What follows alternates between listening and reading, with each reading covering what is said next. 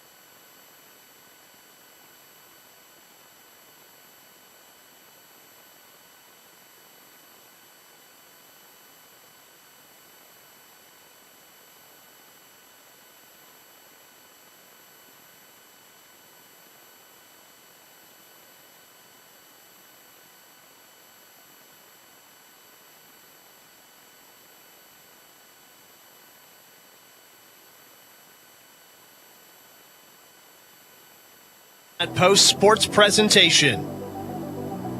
It's time for North Platte High basketball from FM 98.1 and AM 1410. Brought to you in part by Shelter Insurance. The Shelter Insurance guys, Pete Foles and Brent Rogo. Dave's Place and CT Troubleshooters. Another round in River's Edge Golf Course. Premier Toyota. And Sandhills State Bank. And also brought to you by Larry's Glass, the D&N Event Center, Great Plains Health, and Great Plains Home Care, Larry's RV, Bill Summers Ford Lincoln Honda Nissan, the North Platte Public Schools, Willow Creek Embroidery, Quick Stop Convenience Stores, and Runza. Video coverage brought to you by Allo Communications. It's time to join the voice of the Dogs courtside with Paxton Gordon. Hey everybody, welcome in here to some high school basketball. We're back into the new year, and you know what they say, new year, new me, and new teams. Well, they don't say new teams, that's what everybody would hope for, new starts to the season essentially, as things are really starting to ramp up. Before we jump into our quick stop pregame show for the upcoming girls match against Kearney, I'm joined by a very special guest today, one head coach, Jimmy Pack. Coach, Happy New Year to you. I hope you had a fantastic little time off where you just got to finally relax a little bit before the start of the season. But before we jump into that kind of Christmassy break and what kind of things you guys worked on, took on Columbus on the very last game of the old year, essentially, and came out with a big overtime victory in that one, 58-57. Great bounce back after what was a tough game against that Grand Island squad where you really couldn't get anything going offensively. Seemed like everything, I would say, went back to normal, but it felt like that game felt like more of just a hiccup rather than the start of something in terms of a downhill mentality. For sure. You know, they watching it on film, watching that Grand Island game, you know, in the moment you always think things are worse than they are. We started the game with 4 excellent wide open shots, you know, just had a lid on it that night. And, you know, the guys could have hung their head, but they bounced back against Columbus. It was a gritty win. We were down the entire game and, you know, fought back late in the fourth quarter and then pulled it out in overtime. So all hands on deck on that one. How do you feel about those kinds of wins compared to blowout wins? Do you prefer, of course you'd probably prefer gritty wins like that where you're able to battle through a deficit early and overcome some adversity compared to really just cruise? And I know each win has its own different merits, but would you prefer kind of that style of victory because at least, I wouldn't say teaches, but at least you can take maybe more away from that game? Right. Well, we haven't had a blowout win on our side yet this year, so hopefully we'll get one of those and I can answer that question for you. But, anytime you win a tight one, especially in overtime, especially on the road in somebody else's gym, it's pretty tough to beat that feeling. And the guys are riding pretty high the next day. We came in before they went on break, and like I said, it took every ounce of energy they had, and they never backed down. And I think you're probably as a coach more proud of that your kids have no quit and never back down. And something you rarely see is overtime. I feel like this year, this season, there's been more overtime games around the whole of the NSAA than I've seen in the past couple. But, how valuable is it maybe just to get a couple of those overtime minutes? Because it is sometimes a rarity to see going into overtime, and it's almost like it is essentially a whole completely different game at that point. We haven't had a lot of them. Us as North Platte High, obviously that was the only one this year. But, usually that first couple of minutes of overtime, kind of tell you how things are going to go. And it was tight, the whole way. Lance Gifford hit the big game-winning shot to put us up 1. But we still had to get a stop. And, I preach defense all the time, and we had to get a stop to pull that one out, and that's where we did it at, was on defense. Love it. And now, of course, you said you came into that following practice and everything was popping, and then, then the break hit. And, of course, you as a coach, you like breaks, but you hate breaks at the same time because it either stops momentum or it could be a fresh reset for a team. So in your own semblance of a coach, how do you feel about these kind of lengthy breakups between, games of play? I mean, I understand it. Basketball is such a long season. You got both of the biggest family holidays that we have to practice over and have games over. So I understand that the break is important, but as far as keeping your rhythm and keeping all that stuff going, I just assume go every day. But, my wife's probably ready to kick me out of the house after 5 days of me just laying around, so I'm sure she's happy the break's over. And of course, it also is a great thing for injuries. So far, the injury bug hasn't really sprung up on the team too much, but now that the break is officially over, how has those practices, right out of that break been for the team leading up to this, back to status quo with basketball today and then back home again on Friday? It was a good practice. Our first practice back, I was a little disappointed. None of the guys brought me a Christmas present. Oh, my good heavens. I know. I told them not to worry because I got them something. So we did a drill called a 20 and 20. It's 20 killers in 20 minutes, and 5 guys made all 20. So I was extremely proud. That shows the fight that they do have. This is a gritty group, and, we've never had 5 guys make that drill before on the same day, so I don't think they were as excited about their Christmas present as I was to give it to them. But I don't know if you're ever going to get a Christmas present ever again after that one, Coach. I don't know about that one. But, right. Again, as we talk about the new year, essentially, almost like a new season it feels like now as teams have gotten that break and they've reset. Take me through, how you felt the start of the season has gone for you guys. Has it been up to what you thought was going to be here at this point? There have been some surprises, some things you need to work on. So in your opinion so far, how has this start been? Obviously, record-wise, you always want that to be on your favor. We've been the smallest team on the court every game. I went and watched a Hershey game the other day, and I texted one of our assistants. I said, we'd still be the smallest team in the gym right now, regardless of what classification it is. So there's definitely some things you wish could have gone better, but as far as the effort that these guys come with almost every day, you can't really ask for much more than that. And not making excuses, just battling through it and trying to get better. That's what you love to hear. Now, if there was one thing during the break, and you're getting your time sitting and kind of thinking about something that you wish to improve on in the second part of this season, what is one thing that you've circled down as almost like a New Year's resolution for this team? For all of them to grow 6 inches. No. Well, we all wish that. Of course, that would always be nice if every team was 6'6", 6'9". We've got to get better at free throws. We've got to get better at finishing in the paint and going game-like all the time. That was my challenge to them. against Grand Island. I said, some of those shots, yeah, they're wide open shots, but how many times have you actually shot that shot in a game? Game like at practice. That's where it's got to happen. So they responded the next day. They could have came in with their heads down, but I gave them that message of every drill, every rep, everything has to be game-like, so that when you get in the game, you've already done that shot or that pass or whatever the case may be, 1,000 times. So ready to rock and roll. Well, Coach, thank you again for stopping on by. Excited to what you guys can do against, a very, as always, very potent Kearney squad. That, of course, coming at the conclusion here of the girls' game. Boys basketball head coach Jimmy Pack here. Coach, again, thank you so much for stopping on by. We'll have more here at the Quick Stop pregame show when we come back here to the Doghouse. FM 98.1, AM 1410, and, of course, live streaming on NorthPlattePost.com. Always open around the corner. Quick Stop. Save money at the pump at Quick Stop with the DinoPay app. DinoPay offers contactless payment using your preferred debit or credit card. The savings add up with 12 cents per gallon and even more on Tuesdays and Thursdays with rollbacks for savings of 15 cents per gallon. Huge savings to Sinclair DinoPay, saving you at the pump. Don't forget Frazzle Gourmet Slushes and For Real Shakes and Smoothies. Gourmet coffee at everyday low prices on your favorite beers. Quick Stop. CT Computer Services in North Platte is your one-stop computer shop, offering PC and Mac repair, in-shop, on-site, or remote services available for your home or business. They also offer PC sales and service of major brands like Lenovo and Dell, new and refurbished units in stock, and even custom-built PCs. Prices for every budget starting at less than $300. CT Computer Services at Phillip and Willow in North Platte, or call 534-3628. CT Computer Services, your IT guys. PuroClean of North Platte delivers fast water, mold, and fire damage restoration services to the North Platte area. PuroClean knows how challenging those times can be to you and to your family. Their Nebraska-based experts have a winning, reliable combination of training and equipment partnerships. Local, fast service in the North Platte area. Their average on-site time is 60 minutes, and they'll coordinate with your local insurance provider. Give PuroClean a call now at 1-800-775-7876 and schedule a visit from a member of the team at PuroClean in North Platte. After I drop the kids off, I have to run across town for a meeting, hit the gym during lunch. Jake has soccer tonight, and Emily has gymnastics? Oh, did I turn on the crock pot this morning? With a never-ending to-do list, it's easy to forget something important, like setting up a life insurance plan with Shelter Insurance. Your local Shelter agent can show you how to create a safety net for your family. Shelter Life Insurance Company, Columbia, Missouri. Ask me, Matthew Musselman, about Shelter Life Insurance coverage options.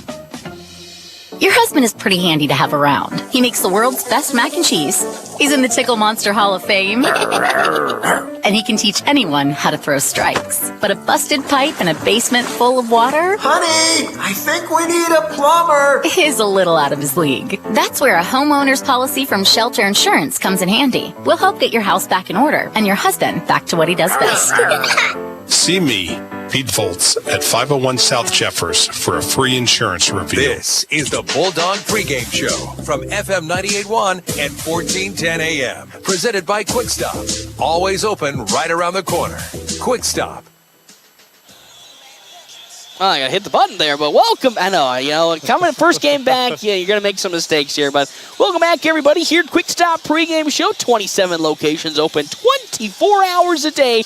Quick Stop, always open right around the corner. I'm Paxton Gordon here, sitting on the complete opposite side of where I normally sit on my table space here if you're at the Doghouse for today's game. And I'm joined by our new video recruit here. Yes, our new, well, he's not our new video recruit. You know, from if you listen to, of course, Flat Rock 100.7 during the Ogallala games, Cannon Rath joins me here today as he's learning the ropes of our video system. So take it easy on him. You've gotten used to me doing it, but don't bite the head off of him yet. He's getting there. But Cannon, Happy New Year, and are you ready to watch some Bulldog basketball here today? Exactly. Happy New Year, folks. It's a great start to the year, and it's a good kickback game for the Bulldogs. It's a great rivalry game. That's what it is. But it's a great day to be here in North Platte. Beautiful weather outside. I think it's one thing we talk about. I know. That weather. 40 degrees today. Beautiful out there, but it's beautiful in this gym as we get ready for some basketball. It always is, again, a great rivalry between these two teams here in Class A, as always, is, of course, Cannon from Kearney. It's a battle between the North Platte and Kearney, even though I'm not from North Platte, but I'm the designated North Platte representative here for today. But Bulldogs coming in after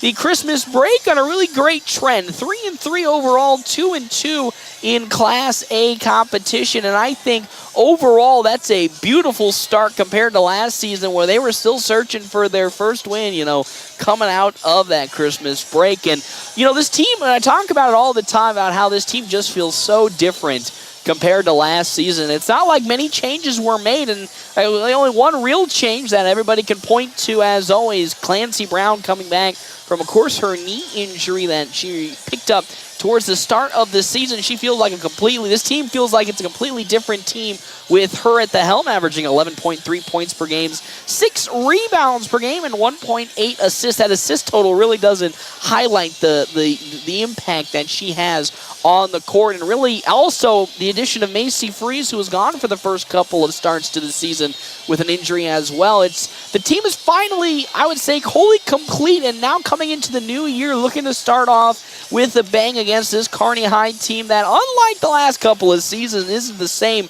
Kearney High girls basketball team. 4-4 so far on a one-game losing streak. They're 0-1 in Class A competition so far to start this year. And took on, of course, last game, Lincoln Pius, where they fell 54-40. Prior to that, they were on a 2-game winning streak against Lincoln High and Omaha Northwest, but did fall to Columbus. But North Platte, of course, fell to Columbus before the break as well. But I really think we're going to be in for a good game between these two teams. And I think already something that could be named, obviously position, but height-wise, these two teams very similar in terms of where is everybody going to get up and down. And I really think it's going to boil down to who's going to be able to make the more clutch shot. And it feels like that's how it's been the last couple of weeks for every team around all of Class A basketball. 100%. I mean, you talked about clutch shot. If I'm correct, was it a couple weeks ago the Bulldogs won on a buzzer beater against Norfolk, I believe. And so it comes down to clutch shot. You mentioned it right there. When you look at the height, both these teams are very similar in height. That's always been a trend with Kearney North Platte over the years, is they've been very similar in height. And it's gonna be one of two ways. Who's gonna be able to attack in the paint, or who's gonna be able to shoot the three ball? I know with the Kearney, they're a team that they've always liked to shoot the three ball. But you got a couple of players. I mean, Paige Malin, the senior for Kearney, the 5'10", watch her down in the paint tonight. And then on the flip side for North Platte with their height, you're going to have to excuse me here for a second. You got Avery Zern and Addison Ewing, who I think so far, it's tough to see it when they're on separate sides of the field or of the court here, but I think right now North Platte might have the advantage down low in terms of overall height differential, but it is going to have to come down to who's going to be shooting the better three percentage right now, because, well, these Bearcats don't even have stats on their three-point percentage, so I can't even tell you that. But, for North Platte High School, the three is always a nice complementary offense, but this team does much better in pick-and-roll action with Clancy Brown and Macy Freeze. Their athleticism and their speed that they can get off of the first dribble has really turned this offense around this year. So it's exciting to see how, again, Kearney, an always athletic squad, how they're going to defensively be able to handle that. Because if they're unable to stop that pick and roll offense, boy, it's become an issue for some teams that have struggled to not only guard that, but then also on the opposite end hit their own shots. 100%. It's going to be key to the pick and roll, and it's going to be one of those games who can get really the advantage shooting-wise. I think a big stat also is between these two teams, and you mentioned it's a rival game, might see a little bit more contact than you usually see more. It's also going to come down to the free throw line as well. Who's going to make their free throws? It's just going to be an overall, whoever gets off with the hot start, that's whoever gets off to that hot start first, you have the better advantage of winning this ball game. That's what it's always going down to. And North Platte so far this season has done a good job of starting out hot. Can they hold that in the second half? We'll have to get through, of course, the first half before we can answer that second question. So we'll take a break. When we come back, we'll have, of course, our Double Dips Ice Creamery starting lineup, as well as, well, you know what, the national anthem is going to be playing here soon, so we'll actually, I scratch that, we'll stay here. Of course, Double Dips Ice Creamery is our official starting lineup sponsor, but we're here in the Quick Stop pregame show. 27 locations open 24 hours a day. Quick Stop always open around the corner. Now, first game back from a break is always a doozy. You know, it's almost like it's the first game of the basketball season. There's going to be a lot of mistakes, a lot of errors, because teams have gotten out of rhythm from getting into the break after playing a good stretch of their basketball season. Now, good 2-week break, and they're back to playing here. And for a team like North Platte that didn't play in a tournament, I believe, did Kearney. They put in the hack. So North Platte didn't have a holiday tournament, so essentially they had 2 weeks off. You know, how much of an advantage do you think Kearney's going to have in the essence of they've played a game compared to North Platte, who has yet to play anything in the break? Yep, they've been playing in that hack tournament for the Bearcats. That's something that's going to get them rolling. But for, like you mentioned, North Platte, who hasn't played in a conference tournament, they've been offered 2 weeks. Kearney has a game under their belt, so it could be one of those. North Platte, you don't want to make the mistakes. You want to start playing clean basketball. But for Kearney, they already, like I said, have that game under your belt. They're ready to rock and roll. But for North Platte, obviously the coaches are going to have them practicing hard in the gym, and they should be ready to roll for today. That's what you love to hear. But it is time for our national anthem. So with that, we'll step aside and we'll take a break. When we come back, we'll have more here. FM 98.1, AM 1410, of course, video live streaming, NorthPlattePost.com. Larry's Glass is better known and has over 40 years of experience in glass replacement and installation. Whether you need a new window for your home, storefront, or vehicle, they have the expertise to get the job done. Larry's team of skilled professionals use the highest quality materials and techniques to ensure your satisfaction. Larry's takes pride in delivering outstanding service with affordable pricing and are on the Better Business Bureau honor roll. Trust Larry's Glass to take care of your glass needs, and you'll appreciate the difference that over 40 years of experience can make. Buying a car, it's not always the most pleasant experience, but it doesn't have to be that way. 23 years. That's how long Premier Toyota has been in North Platte community, delivering a car buying experience that's friendly, easy, and fun. Check PremierAutoplex.com first, then stop by your lot at 2600 South Willow Street in North Platte. Come see us. Premier Toyota for your next new Toyota or pre-owned vehicle. Premier Toyota at PremierAutoplex.com. Hoop season is here. And don't forget about those wrestlers. But where do we go to catch all the action? Dave's Place. Duh! Pizza, wings, cool drinks, and nightly dinner specials. Made with fresh dough. Before, during, or after the game, stop by Dave's Place and bring the crew. Our family atmosphere can't be beat. Dave's Place on East 4th Street in North Platte. Dine in, carry out, DoorDash, or online at davesplacemp.com. Whoop, whoop. I'm Jared Remus with Jerry Remus Chevrolet of North Platte. The Bulldogs play here on FM 98.1 and 1410 AM, KOOQ AM, North Platte. We've got the keys to your new car. North Platte Post Sports. Welcome back here to the Doghouse. It is time for some basketball action here today. North Platte High School, of course, taking on Kearney High School. 3-3 Bulldogs taking on the 4-4 Kearney High School Bearcats. It's time for our Double Dips Ice Creamery starting lineup.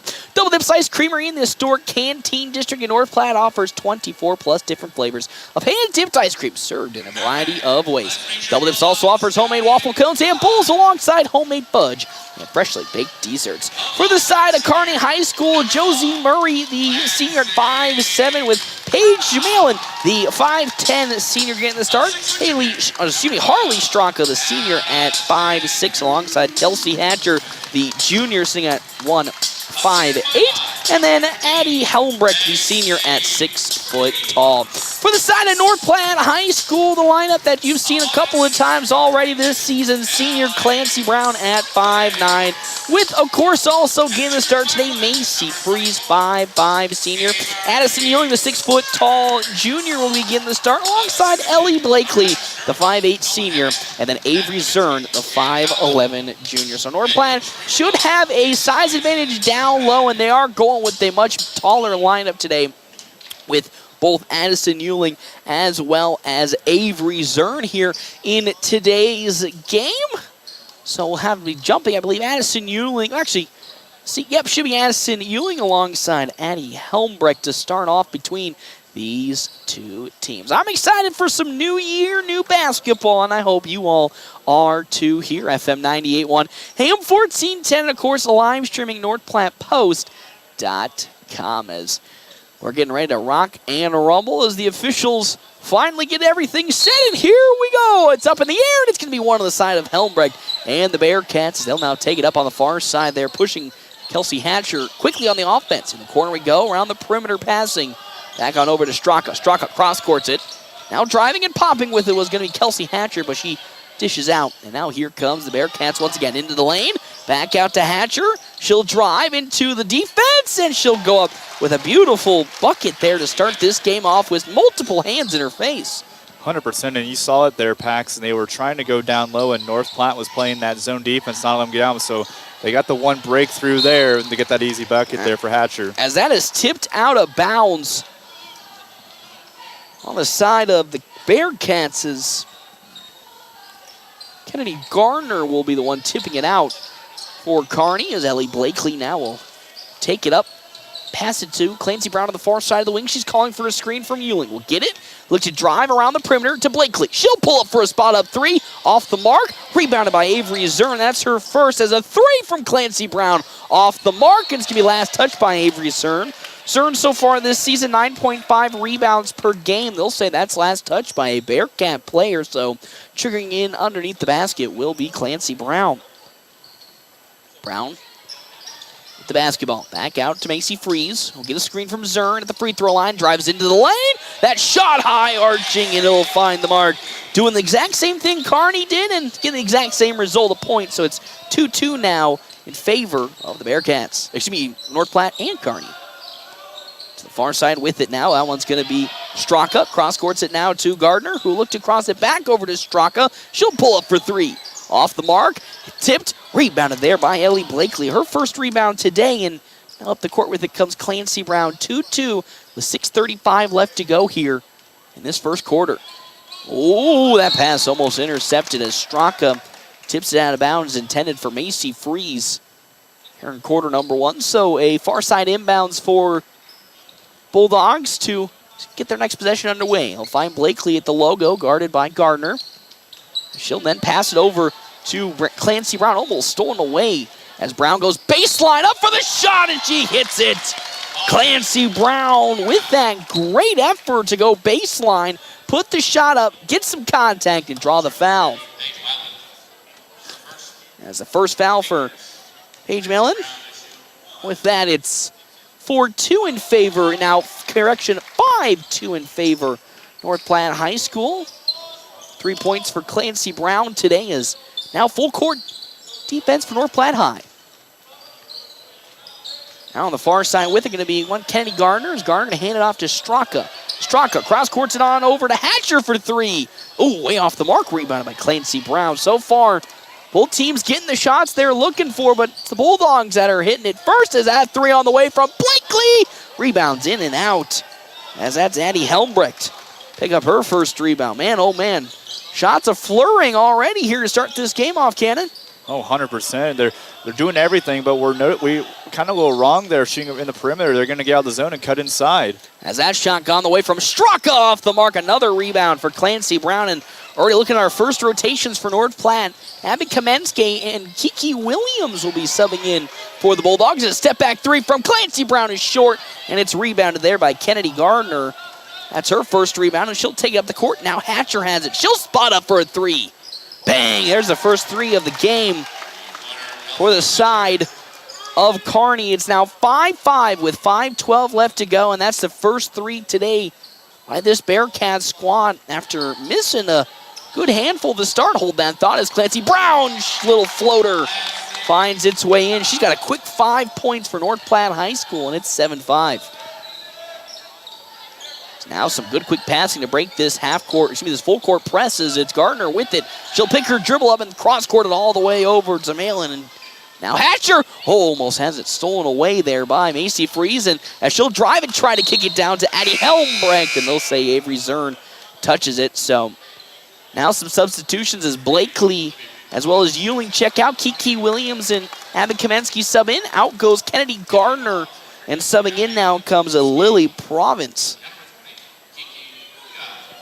7-5 the lead now with 4:40 left to go at the top of the three-point line. Hatcher again. She's short, and that's just going to bounce off of Clancy Brown's hand for another inbound for the Bearcats. Already shooting that three aplenty is Kearney, but really unsuccessful, only nailing the one already.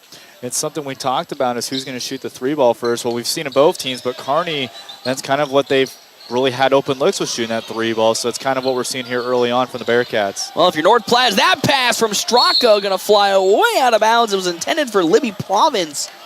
But again, North Platte contempt at the moment with giving up the three at the moment in terms of its defensive prowess to allow an open shot, knowing that so far Kearney's been unable to answer or at least make a bucket out of it. As great pump fake as Freeze will drive baseline and kick it to Kiki Williams. She's not going to get fouled. Fought for and rebound on the side by from Addie Helmbrecht, her second. No foul call on that shot, and now the other way with it comes Malin for the side of the Bearcats. Straka drives baseline on Brown, and it's going to be tipped out of bounds. Clancy Brown gets her hand on it. And that's one thing I've liked so far from Brown now. We're seeing her fight for the basketball. I believe that's the second time now get behind to punch that ball loose as Kearney's not expecting it. So, watch Brown for the Bulldogs do that a couple times, but maybe watch some other players from the Bulldogs try to punch it out. And that's one thing you got to know for this North Platte squad. Their tenacious defense. They will always get in your faces. Three on the way, no good from Paige Malin. And with that, another rebound. The third for Clancy Brown already. And that's just how this defense goes, suffocating, not allowing any room for some breathing as it's Avery Zern at the top of the three-point line. Now we'll pass it to Brown. Brown drives in on Province, and now we'll look to go baseline, muscles past. The shot's no good. Zern will not get the rebound, but they'll say it's last touched out of bounds by Paige Malin. Is now it's Avery Franzen to sub in, and Ellie Blakely to sub in from AC Freeze. I'm liking this pressure we're seeing from North Platte. They're forcing Kearney to make those shots, but what I've liked really well is how North Platte's attacking that paint. As there's a violation of call on the baseline, held that ball too long. And the offense wasn't getting open enough, and with that, Franzen will inbound the basketball. But you talk about it, that's kind of the bread and butter for this North Platte squad. Not a good three-point shooting team, but their attacking of the basket is what is known for. As into the lane goes Libby Province. And she'll get her first 2 points to tie this ball game up 7-7 with 3:11 left to go as Kennedy Gardner and now Addison Ewing will check in for either side. 3:06, 7-7 the game. Kamensky, top of the three-point line, get a screen from Zern. Now Blakely, she drives baseline into a triple team, needs to pivot, finds Zern from the left elbow, just off the mark as Kiki Williams will collect the miss. That's her first rebound, averaging 3.8 rebounds per game. That turnaround jumper, no good. It's off and rebounded by Avery Franzen. As up the court now comes Hatcher in a 1-on-3 situation. Hatcher to the trailing Franzen as she gets called for the travel. A turnover for the Bearcats, 7-7 as out goes Avery Zern and Addison Ewing checks in for North Platte High. Yeah, Franzen got the basketball there here on that left wing and really had nowhere to go as North Platte collapsed on her and put the pressure on and brought up the foot before getting ready to the basketball for the travel. So great defensive pressure there from North Platte. Now with it, it's Kiki Williams on Franzen. She'll drive into the paint, pivot around, back to Ewing at the free throw line. Addison Ewing now to the near side. Kamensky back to Ewing, backing down. And back to Kiki Williams from just around the free throw line. Good shot from Kiki Williams. Her first 2 points, and the Bulldogs retake the lead 9-7. Williams averaging 4 points per game, 3.8 rebounds. Very good for the sophomore, and essentially her real first year on this varsity squad. As they kick out, Province for three on the near side wing. And it just gets stuck. And, and here comes the question. You talk about, we talked about who's going to hit the three ball better, but at the same time, it's, who's going to hit it more proficiently, because at the moment, Kearney has been willing to shoot and keep shooting and just keep shooting, but it's been so unsuccessful. One comes to the point where it might just hinder their offense more than create momentum. Yeah, I mean, you mentioned it there is Kearney keeps shooting, but they're shooting the three ball because North Platte's not letting them go down low. I mean, we saw it early on that Kearney, I believe Hatcher's first 2 points of the game. Hit that first three. And other than that, though, we really haven't seen them attack. Well, they've only been attacking around the arc. And that, again, that's one of those things you talk about, that height advantage. As Ellie Blakely down in the paint will get the basketball, but they'll call the foul. That's the second, actually, that should be the first for Kennedy Gardner. Paige Malin picked up her first to start the game. That's 2 quick fouls. Well, I'd say quick fouls, but 2 fouls here in this first quarter for the Bearcats. Franzen able to tip that ball away from Kiki Williams, who just couldn't get around that corner. But, talked about how that height advantage North Platte has down in the paint. How much do you think that's influencing the game plan right now to keep shooting those threes more compared to that's just what Kearney does and they shoot threes? Yeah, it's definitely forcing the Bearcats to shoot that 3 ball. Is that bad pass going to have Avery Franzen in the open court? Coming down Macy Freeze, and they'll foul Avery Franzen. Euling was the intended target because, again, Clancy Brown was running out of time on the baseline to get the inbounds in. And because of that, Euling had to go and be the backup person to get that basketball, but Clancy Brown throws it way too far out of reach as that free throw is off from Avery Franzen. She's 0 for 1 as out comes Clancy Brown, and Abby Kamensky now checks in for North Platte High. Again, the Bulldogs do go to kind of a short bench to start the game, but at some point we will see Josie Douglas check in as that one will be made from Franzen. 1 for 2 on that trip. She got 1 point. It's a 9-8 lead as that one's tipped out of bounds by Libby Province. Intended target was Abby Kamensky on that pass. 1:31 left to go in the first quarter of this scoring affair. So far, 9-8 the lead for North Platte High School. As Blakely gets down to Euling, now back up to Kiki Williams. Macy Freeze on the far side wing looks to penetrate again into the zone defense that now has been put in by the side of the Bearcats. Over to Kamensky. She drives baseline into a double. Tries to go up and under, and it's stolen away behind by Sophia Glant, who is subbed in for the Bearcats as Kamensky couldn't find an open target for the pass. Glant now at the free throw line. Passes it back out. Hatcher for 3. She hit one already. Misses that one as it's Macy Freeze to pick up her first rebound today, and she'll take it up the court for the Bulldogs with now under a minute left to go. Tipped. Euling with the basketball to Blakely here on the near side wing. Blakely explodes into the lane. Back to Euling. 20 seconds on the shot clock as Kiki Williams pulls up from the elbow. Off the mark. Great rebound from Addison Euling. Can she go back up with it? No, but they'll call it travel on Addison Euling. She'll get the strong rebound, but can't produce anything from that. It's another turnover for North Platte. So one thing about both these teams, if you've noticed, Paxton, they're both running a 2-3 zone. I think that's kind of where we're seeing a lot of the 3 ball. The way Kearney is guarding theirs, when they go to the paint, they'll triple team, and that's why we're seeing a lot of open shooters for North Platte. As right into the lane goes Kennedy Gardner, who has now got 5 points today, and the first lead for the Bearcats today at a 10-9 advantage. As now the pass to Kevin Kamensky on the far side, near side wing, makes it. Another shot from Kiki Williams off the mark. Great rebound from Euling. She goes up for the shot and will draw a foul, I believe, on the backside there by Kennedy Gardner. But that is something that I've noticed is that North Platte is more willing to go just a double team and then have their help side defense get to the kick out. But when it comes to Kearney, they're triple committing to that inside penetration. As that first free throw from Euling hits the mark. And that's kind of where we're seeing more of for North Platte. They're not really taking the 3 ball. They're just taking the open shot. We've seen at the charity line twice. We've seen it at both elbows. So I kind of like the looks North Platte's getting here, the way Kearney is guarding on their 2-3 zone. As there's another free throw. That one just rattles in and out. Picked up on the side there, I believe, of Gardner. Actually, correction, that's going to be Kelsey Hatcher, her first rebound. She got 2 points as the handoff now with it. Going to drive in is Hatcher. Hatcher dishes it now to Malin. Down low, and the shot goes up and in. Great pass down low to Sophia Glant.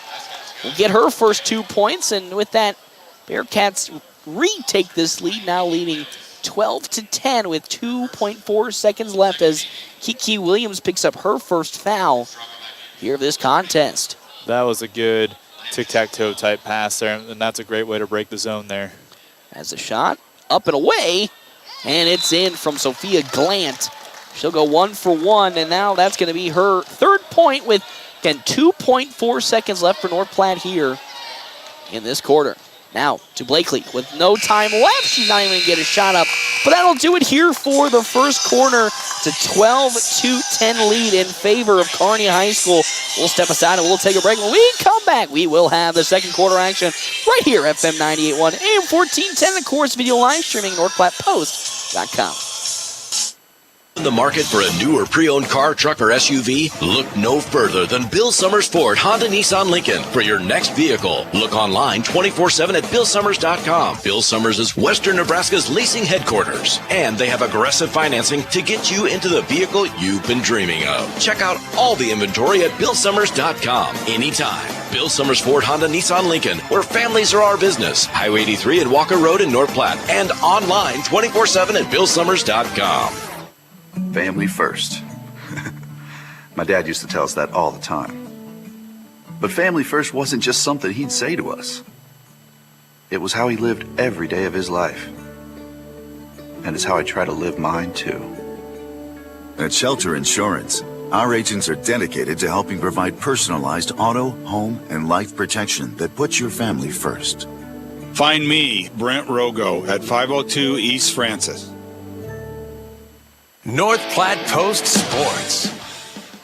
Welcome back here, everybody, to the Doghouse. North Platte High School currently trailing Kearney and the Bearcats to start quarter number 3, 13-10. Again, our timeout's brought to you in part by Kevin McGann in the Fortifying Group. You can check out Kevin McGann in the Fortifying Group at his new location, 621 South Dewey, Sweet Beach. As well as our other sponsors for today's game, Dave's Place Pizza and Wings. To find out more on 1510 East 4th Street. It's Tuesday, so you know what that means. Discount wings, everybody. As now we get back into some basketball action. Straka Gardner for 3. She hit her first 3 earlier in the game, but that's rebounded there by Macy Freeze. As now here comes North Platte the other way with it here to start this second quarter. Again, trailing for the second time today, 13-10 with Abby Kamensky at the helm, and it's going to be one Clancy Brown subbing in. So Zern in for Ewing, and then Blakely, Kamensky, Freeze, and then Clancy Brown. Back with it, Ellie Blakely. 12 on the shot clock here. She drives to the lane, kicks it to Freeze. Freeze with 8 will drive, look to go into the paint, up for the shot, short, tipped and rebounded there by Kennedy Gardner, her second. This is a 2-on-2 fast break for the Bearcats. Oh, and a nice shot by Kennedy Gardner, her 7th point. And now the largest lead of the game for Kearney. It's now 15-10. Yeah, Kearney's going out here on that early run, and that's going to be key to start the second quarter, is get that hot hand rolling. Uh-oh, bad pass stolen away there by Kelsey Hatcher. The shot's up. It's off the mark, and rebounded back in by Kelsey Hatcher as it just rolls into her fingertips. Now here comes the Bearcat offense the other way. The dish out. Malin for 3. Off the mark, and it's going to be fought for, and Malin's on the floor with it. Gets it to Harley Straka's. Macy Freeze will commit the foul. That's her second. But the first bad pass today results in a turnover as out comes Abby Kamensky, and it's Kiki Williams subbing in, and there is one Josie Douglas, who I talked about, could potentially be seeing some action here as she subs in for Macy Freeze. Out of the normal substitutions, Douglas, the freshman, the first youngster off the bench, as that throw all the way out to Malin comes in. Douglas very strong on the defensive side of things, wearing those bright pink shoes today. Straka with it, top of the three-point line. Now to drive it on Blakely, will hand it off to Thatcher. Now Helmer cross courts it to Straka. Straka pumps and drives, kicking it now to a wide open Kennedy Gardner. Gonna hit the first 3, hits another. She's on fire. She's got 10 points. It's now 18-10. The 3 finally hitting the mark for the Bearcats, and it couldn't come from a better source if you're a Bearcat fan. That's the second 3 for Kennedy Gardner today.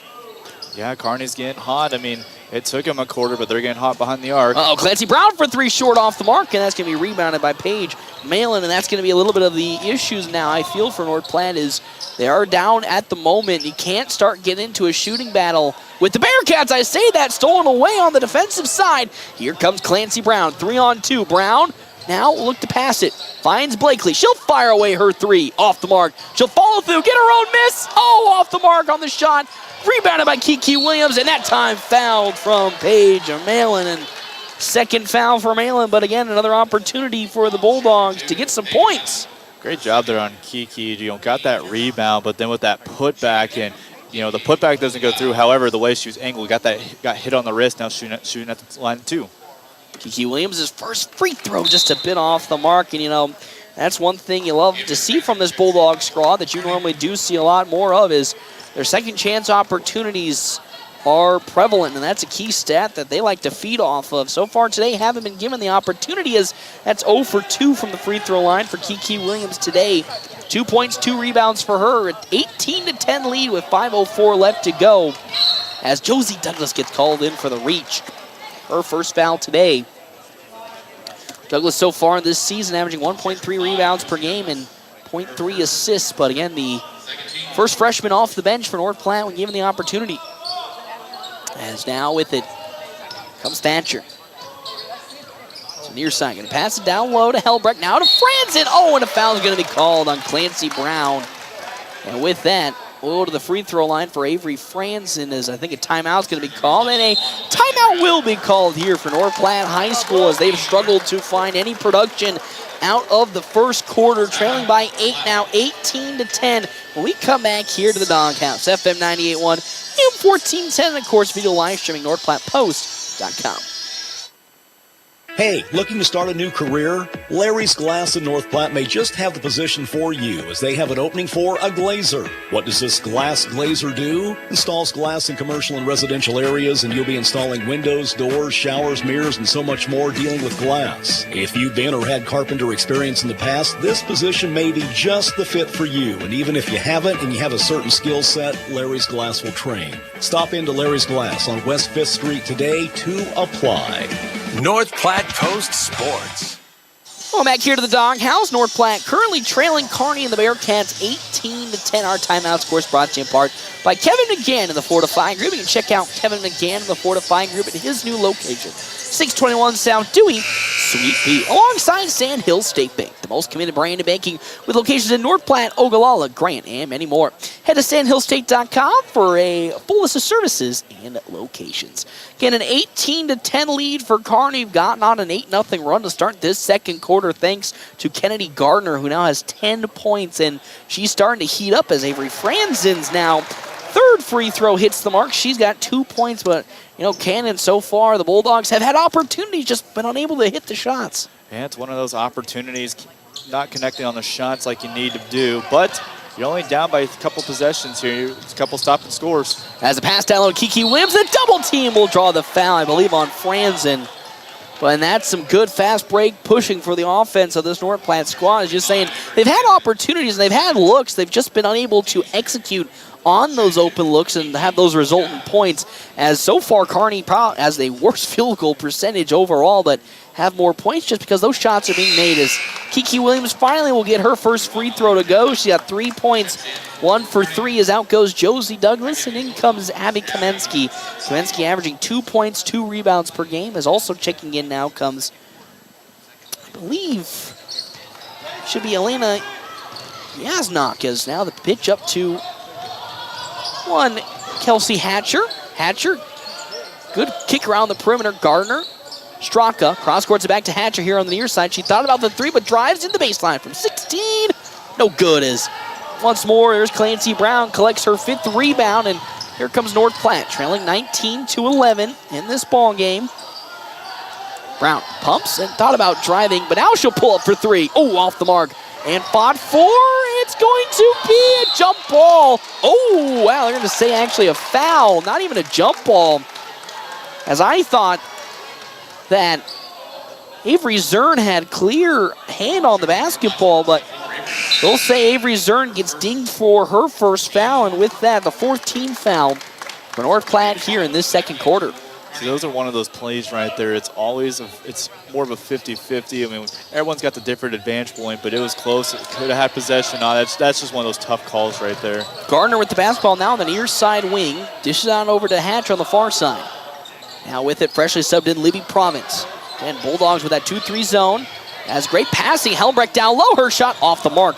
Ellie Blakely picks it up, but you talk about now it's a Bulldog issue as they got 4 fouls in this second quarter. They're 1 away from putting Kearney in the bonuses again. Fouls have reduced to only 5 as that floater is short from the Bulldogs, and last touch by, I believe, that's Addie Helmbrecht. for a Bulldog inbounds underneath the basket. But again, fouls this season reduced to only 5, but reset after every quarter. Bulldogs teetering on the edge of putting Kearney in the bonus. The shot, no good, but they'll call a late foul there. I believe that will be on Libby Province. That's going to be her first, and now it's Abby Kamensky to the free throw line, trailing 19-11. And this is where I said earlier in that pregame, right here is where you're going to want to hit your free throws, because that's one thing North Platte's done really well is driving the paint and drawing the foul and shoot too. As that one nails the mark from Abby Kamensky, her first today. Bulldogs not the most prolific free throw shooting team from a statistical standpoint so far on this season for the side of North Platte High School when it comes to their free throw percentages, as that one though will not fall in. It's 19-12 in favor now of the Bearcats as Abby Kamensky went 1 for 2 from the free throw line. Helmbrecht at the free throw, dishes it over to Gardner. Hatcher in the far corner will cross court it. Now to Province. Good defense from Kamensky. The dish to Gardner. Look to drive in. Picks her dribble up. Needs some help. 12 on the shot clock. Over to Hatcher at the top. She'll drive in on Blakely. Pick her dribble up. Down low. It'll go. And here's Helmbrecht from the free throw line. Great passing. Results in a bucket. 2 points for Kearney. And it's now 21-12. Nothing to do there. Just good defense. And unfortunately, Annie Helmbrecht on that last second pass left wide open at the free throw line. As Brown pulls up for 3. She nails that one. Clancy Brown. She's got 8 points. There's her first 3 today. And the first 3 for North Platte High School, 21-15. That's exactly what the doctor ordered from a scoring standpoint. Cross court. Wide open Gardner for 3. Uh-oh, don't want to leave her open, but she'll miss that. And it's rebounded by Ellie Blakely. Here they come. The Bulldogs do up the court with it. Blakely to Brown. Brown will pull it for another 3. It's on the mark! 11 points for Clancy Brown. She's feeling it. And the Bulldogs, just like that, a 6-point swing, now trailing 21-18. And that's exactly what North Platte needed. Get the hot hand of Brown doing what she needs to do. Another good open look will leave Addie Helmbrecht with a nice bucket off of another good pass. 23-18, but again, you know, what was looking dire for the Bulldogs now turned into an opportunity to at least get back into this game after trailing by 9 at one point. Clancy Brown picks her own dribble up. Will dish it to Abby Kamensky on the far side wing. She'll get a screen from Avery Zern into the lane, into a triple. Back to Kiki Williams for 3. Off the mark, tipped, and fought for and rebounded by Addie Helmbrecht. Again, even though the 3's landing for Clancy Brown, can't get too overzealous into a shooting match. Need to find every point that you can. 1 foot in front of the other as it's Hatcher who'll set and fire. And that time, Kelsey Hatcher will make her first 3. 5 points, 26-18 now the lead. And that was your college 3 right there. That was a great shot, but a good look, but a great shot. Got planted and then just fired away. As now it's Abby Kamensky here on the near side with the basketball. Looks to drive in. She'll pick her dribble up. Avery Zern now has it. Blakely on the far side. Now will drive after getting the screen. Now pivot and fire from the free throw line. Off the mark, short. Rebounded there by Clancy Brown, but she'll be out of bounds with it. 6th rebound will be denied as now here comes Josie Douglas, Addison Euling subbing in, and now goes Kennedy Gardner, which I think is a little bit of a blessing in disguise for North Platte, as that's the leading scorer for Kearney. I think the officials... Okay, it was interesting. Oh, wait a minute, yeah. The official with the ball, he actually was... They both pointed opposite ways, but it ended up being Kearney basketball. Yeah, I think it was last touch from my side by Clancy Brown. As now up the court with it comes Libby Province. She'll hand it off to a freshly subbed in Harley Straka. Province with it, guarded by Josie Douglas, who was subbed in. Uh-oh, Hatcher thought about it, but we'll pull back out with 40 seconds left to go here before halftime. The Bulldogs trail 26-18. Straka on the far side. Trying to break this zone defense down. Back it goes to Hatcher. The free throw line with it now comes Yaznak as another 3 on the way. No good from Hatcher. Rebounded there by Clancy Brown, her 6. And now she'll pass it up to Ellie Blakely. The Bulldogs have an advantage to Douglas. Douglas down to Euling. Euling's shot is no good, but a foul will be committed on the far side. Good passing, and as you said earlier, those inside passes and those penetrations into the lane leading to fouls. Exactly, and that's what you're going to want to do there. I mean, going and cutting inside that paint, drawing the foul and shoot 2. That's an opportunity to try to get 2 free points here, but if you're North Platte, you got to make your shots here. That's the thing, you got to make those free throws as Addison Euling nails her second. She's got 2 points. As subbing back in comes Paige Malin. As out goes Elena Jasnak. As now it's a 26-19 lead in favor of the Bearcats. So far, no Bulldog has gone 2 for 2 from the free throw line. I say that, reverse caster curses. Addison Ewing will nail her second of that attempt, and it's now only a 6-point lead for the Bearcats. The dish now to Hatcher in the near side wing. That kick goes on over to Province. It's now with 2 seconds. The dish will pass, will go out of bounds as some music was being played, and with that, a turnover for the Bearcats. With 0.7 left to go on the clock as subbing in. Elena Jasnak will sub back in for Paige Malin, and now full court press for Kearney. Bulldogs only have 0.7 seconds left. Don't really expect much to come from this 0.7 before halftime, as they'll get the pass in, and with that, they will hold that basketball. But a strong second half for Kearney has equated to them now having a 6-point lead, which I think is a blessing in disguise. In the grand total from going quarter 1 to quarter number 2, it's only increased the deficit by only 3 points. At one point, it was a 9-point lead before Clancy Brown came in with some clutch threes. But once again, it's just boiled down to that little spurt at the beginning of the second quarter that has allowed Kearney to just have this advantage right now. 100%. And what I really liked is you mentioned Kearney started off with, a 9-0 run, and then slowly this North Platte Bulldogs team was chipping away. Give credit, though, the free throw line, they did really well in that second quarter to add points. I think what North Platte did there, just add 2 more right before the half. Use that as a momentum builder.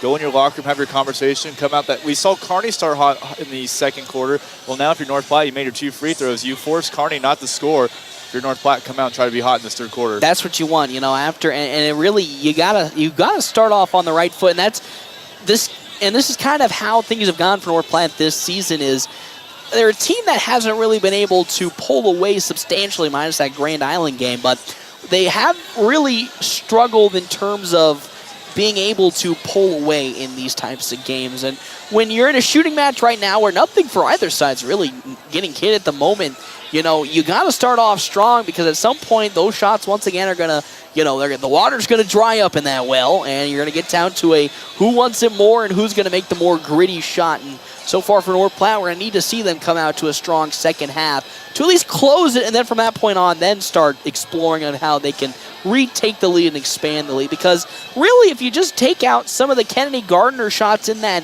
start of the second quarter, we could be at the moment either tied or only down 2 points.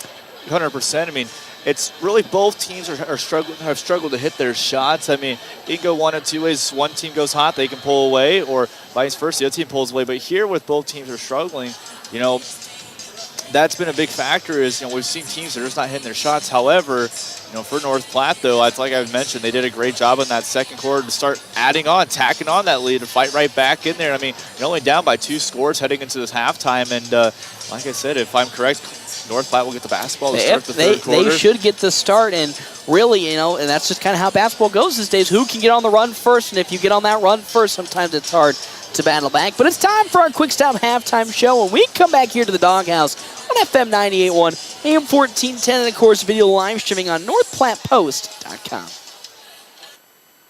Runs his parking lot on Temperature Tuesdays. Take that, Snowdrift.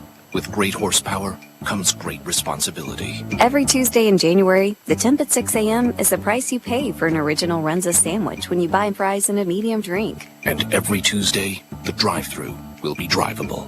Thanks, Tom. Not all heroes wear capes. I'm wearing one. I know.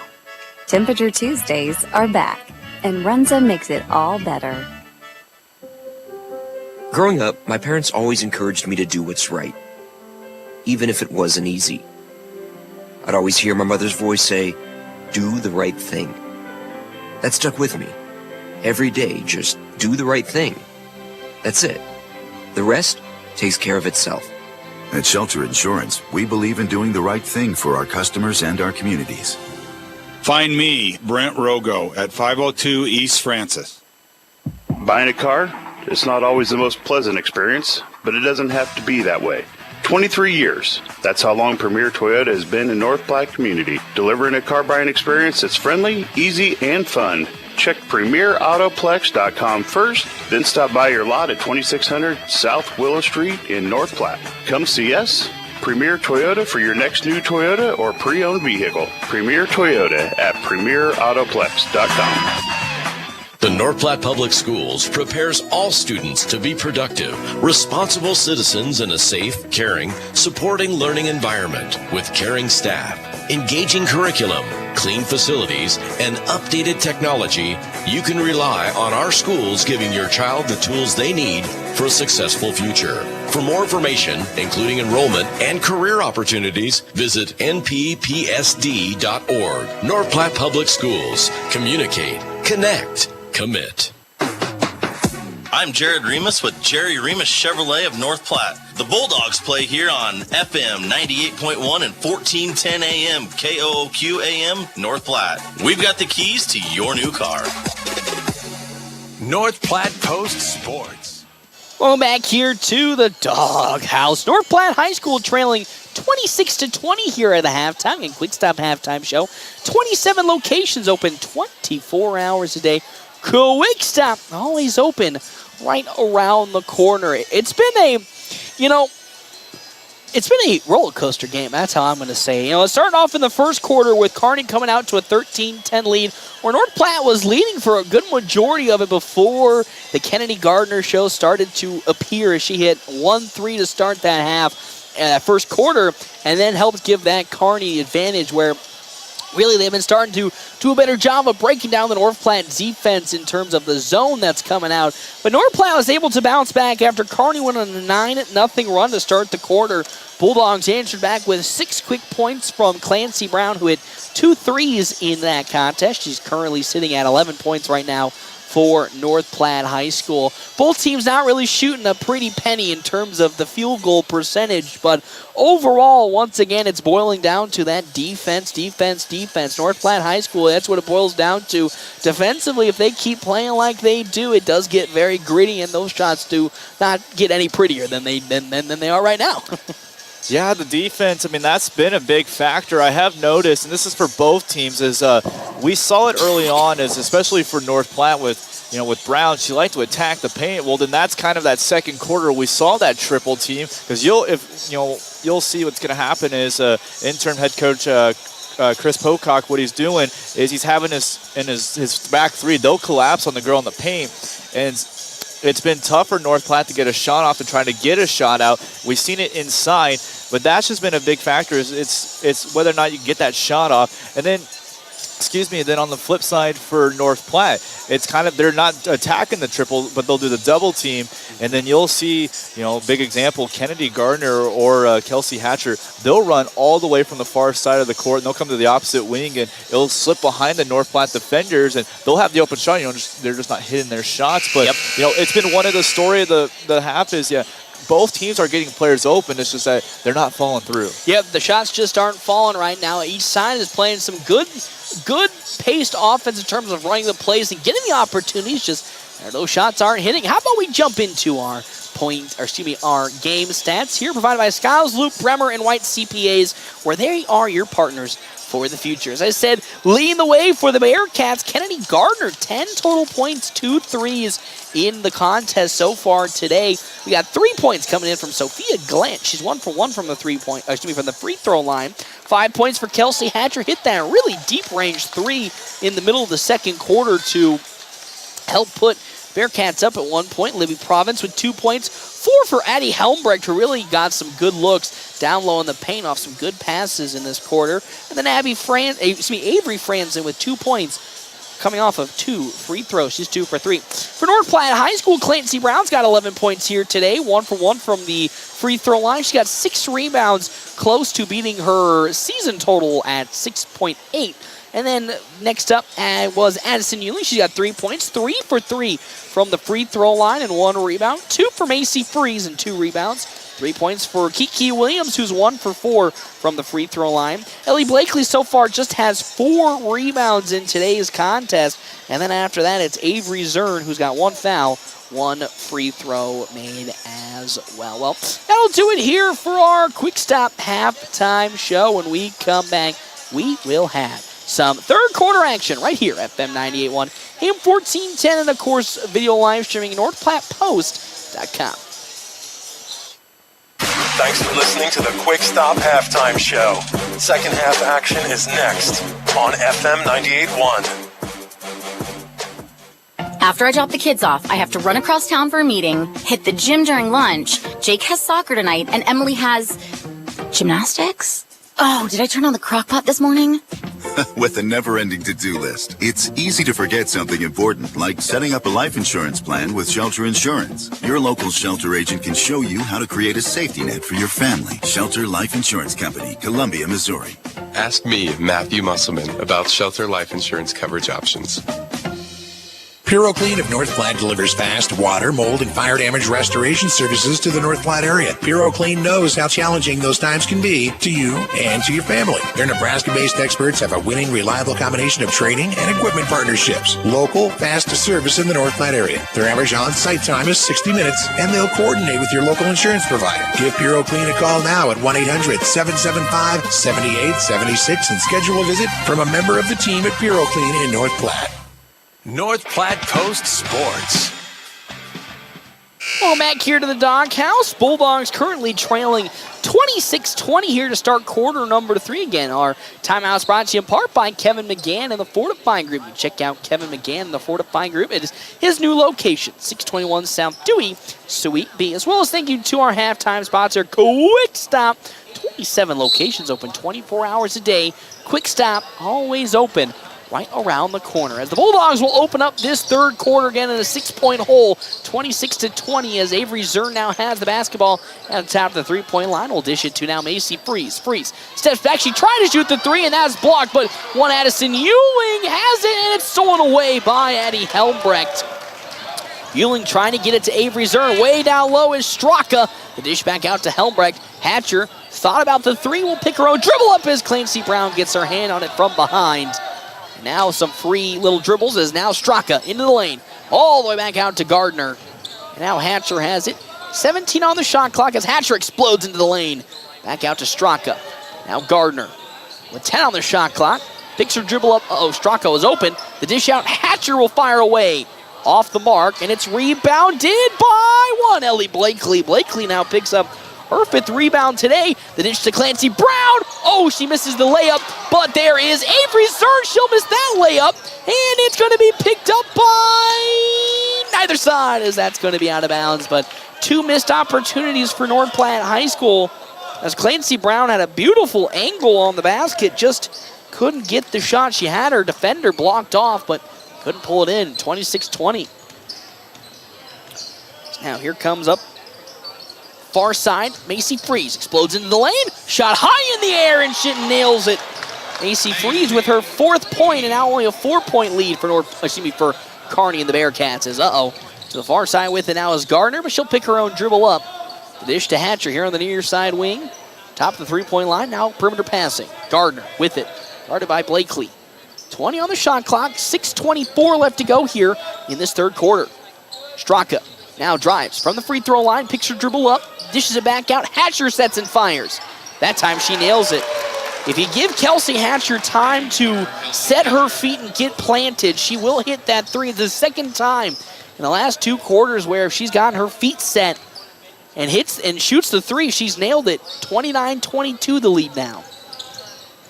As it's Addison Ewing with it. Finds Clancy Brown on the near side wing, will screen.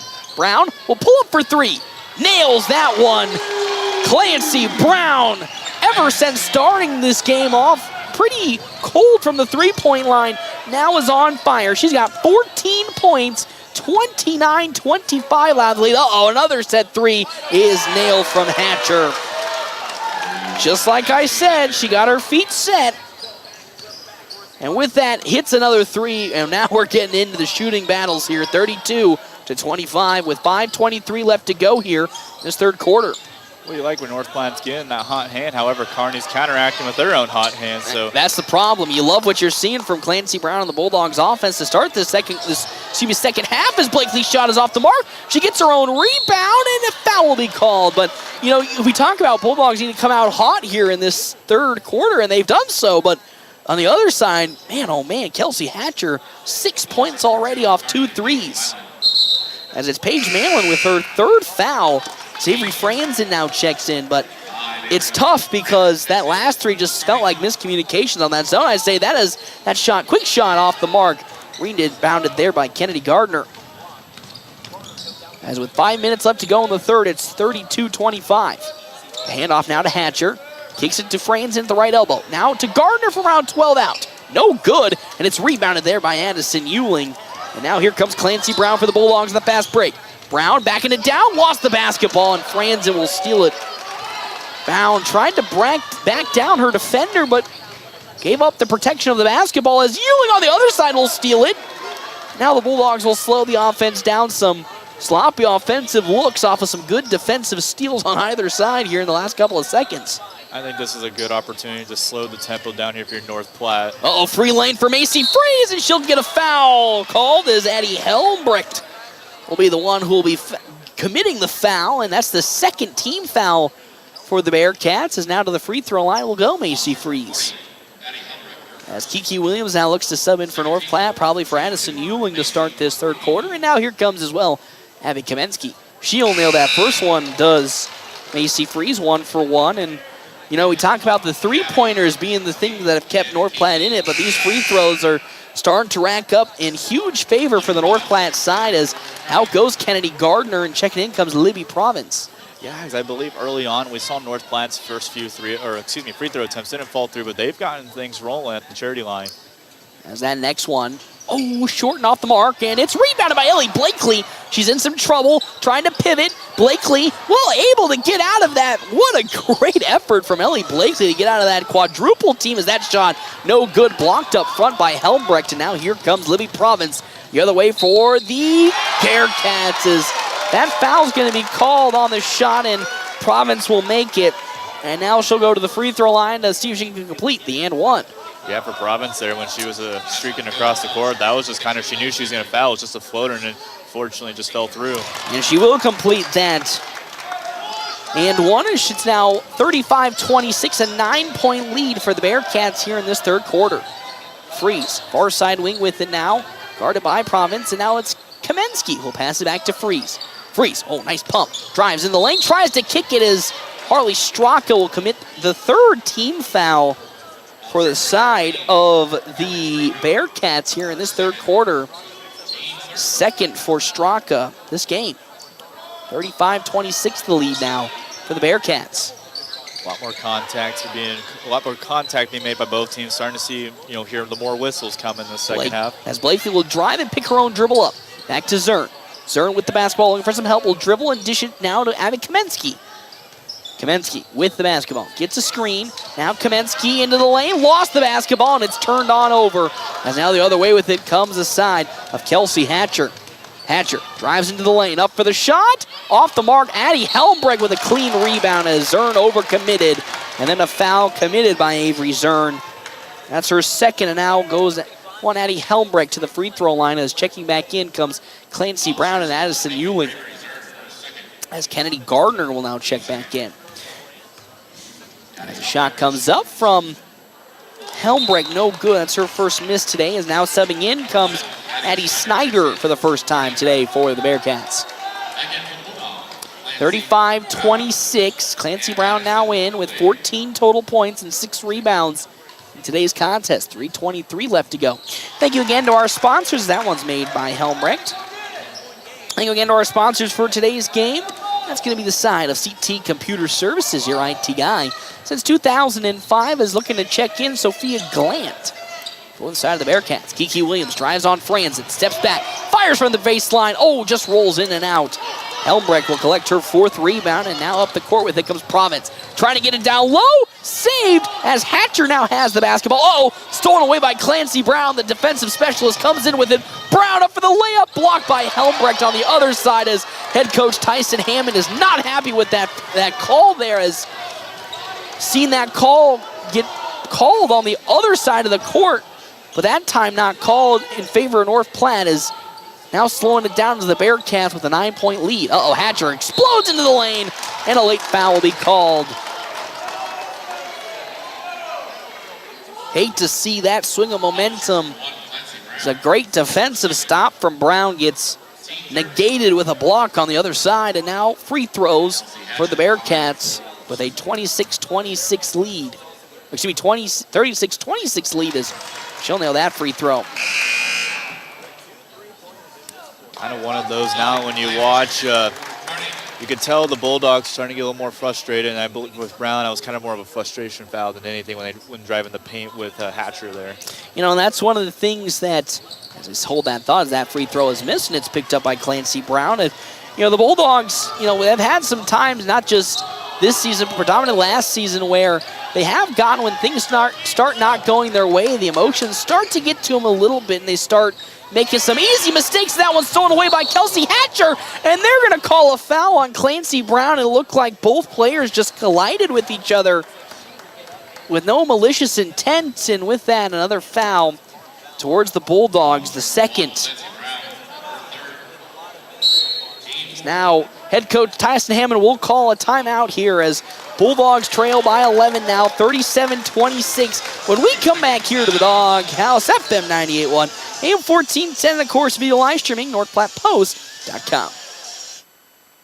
Tom plows runs his parking lot on Temperature Tuesdays. Take that, Snowdrift. With great horsepower comes great responsibility. Every Tuesday in January, the temp at 6 a.m. is the price you pay for an original Runza sandwich when you buy fries and a medium drink. And every Tuesday, the drive-thru will be drivable. Thanks, Tom. Not all heroes wear capes. I'm wearing one. I know. Temperature Tuesdays are back, and Runza makes it all better. North Platte Post Sports. Welcome back here to the Doghouse as Kearney now has their largest lead of the game, 37-26 over North Platte High School with 2:21 left to go here in this third quarter. Again, our timeouts brought to you in part by Kevin McGann in the Fortifying Group. You can check out Kevin McGann in the Fortifying Group and his new location, 621 South Dewey, Sweet Pea. Alongside our other sponsors here for today's game, Premier Toyota. Premier Toyota just south of I-80 in North Platte. Invite you to stop out and take a test drive here today. Premier Toyota, let's go places. As Ellie Blakely will check in for Macy Freeze. And as I stated, the largest lead of this game for Kearney High School of 11 now, 37-26. And the fifth foul being committed as a team by North Platte High School sends Addie Snyder to the free throw line. As that one will miss. But really the Bulldogs off to a good start in this third quarter, but ever since the Bearcats started to get on a roll, they really haven't been able to find that momentum since.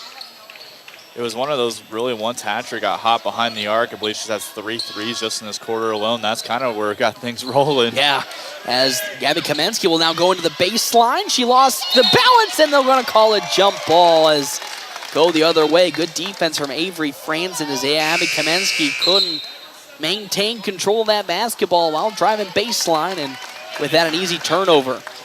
As Kennedy Garner comes in. Sorry, didn't mean to cut you off there.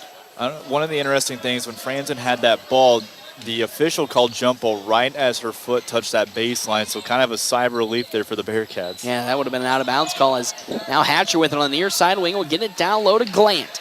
Glant kicks it back out to Province, who will now pass it to Hatcher. She'll set and fire. That one just off the mark, and a little sigh of relief for the Bulldogs, but they can't collect the rebound as Avery Franzen's able to pick it up. And now with it the other way, once again comes Province. The kick out to Gardner here on the near side wing. Hatcher with it. With 23 seconds on the shot clock, she'll drive into the lane. Great block, though, from one Addison Euling, and that's out of bounds. Bearcats will retain possession as once again Macy Freeze subs in for Abby Kamensky. So the lone reserve player in that, or the rotation player in, is Kiki Williams in for Avery Zern as Province will now once again inbound for the Bearcats. Province gets it down low to Glant, and it's going to be out of bounds. Last touch by Sophia Glant. Great defense for Kiki Williams and a turnover for the Bearcats. Yeah, Kiki Williams and Glant was that one-on-one battle, and that inbound passes. You know, Williams put the pressure on Glant and a great job. I don't think Glant knew her foot was on the line, so great defensive effort there from Kiki Williams. As now to the far side, Macy Freeze had it. Freeze thought about driving, will dish it now to Kiki Williams. Williams needs some help, finds it to Macy Freeze, and she'll kick back out. Williams from the right elbow will fire short, and another strong rebound there by Ellie Blakely. She's got 6 rebounds today. Her average is 1.8 rebounds per game, and so far she's got 6. As another foul will come in, this time for Libby Province. She'll sub out as Harley Straka now subs in. You know, Blakely's just at the right place at the right time, cutting inside from the paint and grabbing the boards.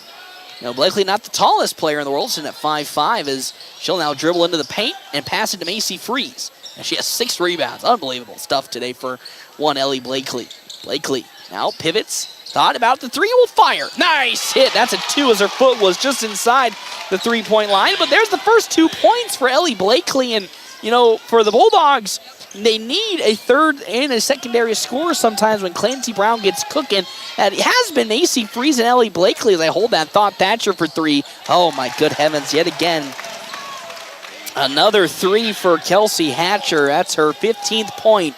And it's a 12-point lead, so 1 step forward for the Bulldogs, and then immediately 2 steps back, as that one's going to be stolen away on the side of Libby Province. She'll go up the court with it. Province will nail the bucket. Things tumbling down the drain here for the Bulldogs. Mistakes after some mistakes, as that one's going to be saved, and Ellie Blakely will pick it back up. Oh, and a foul is going to be called on Kelsey Hatcher.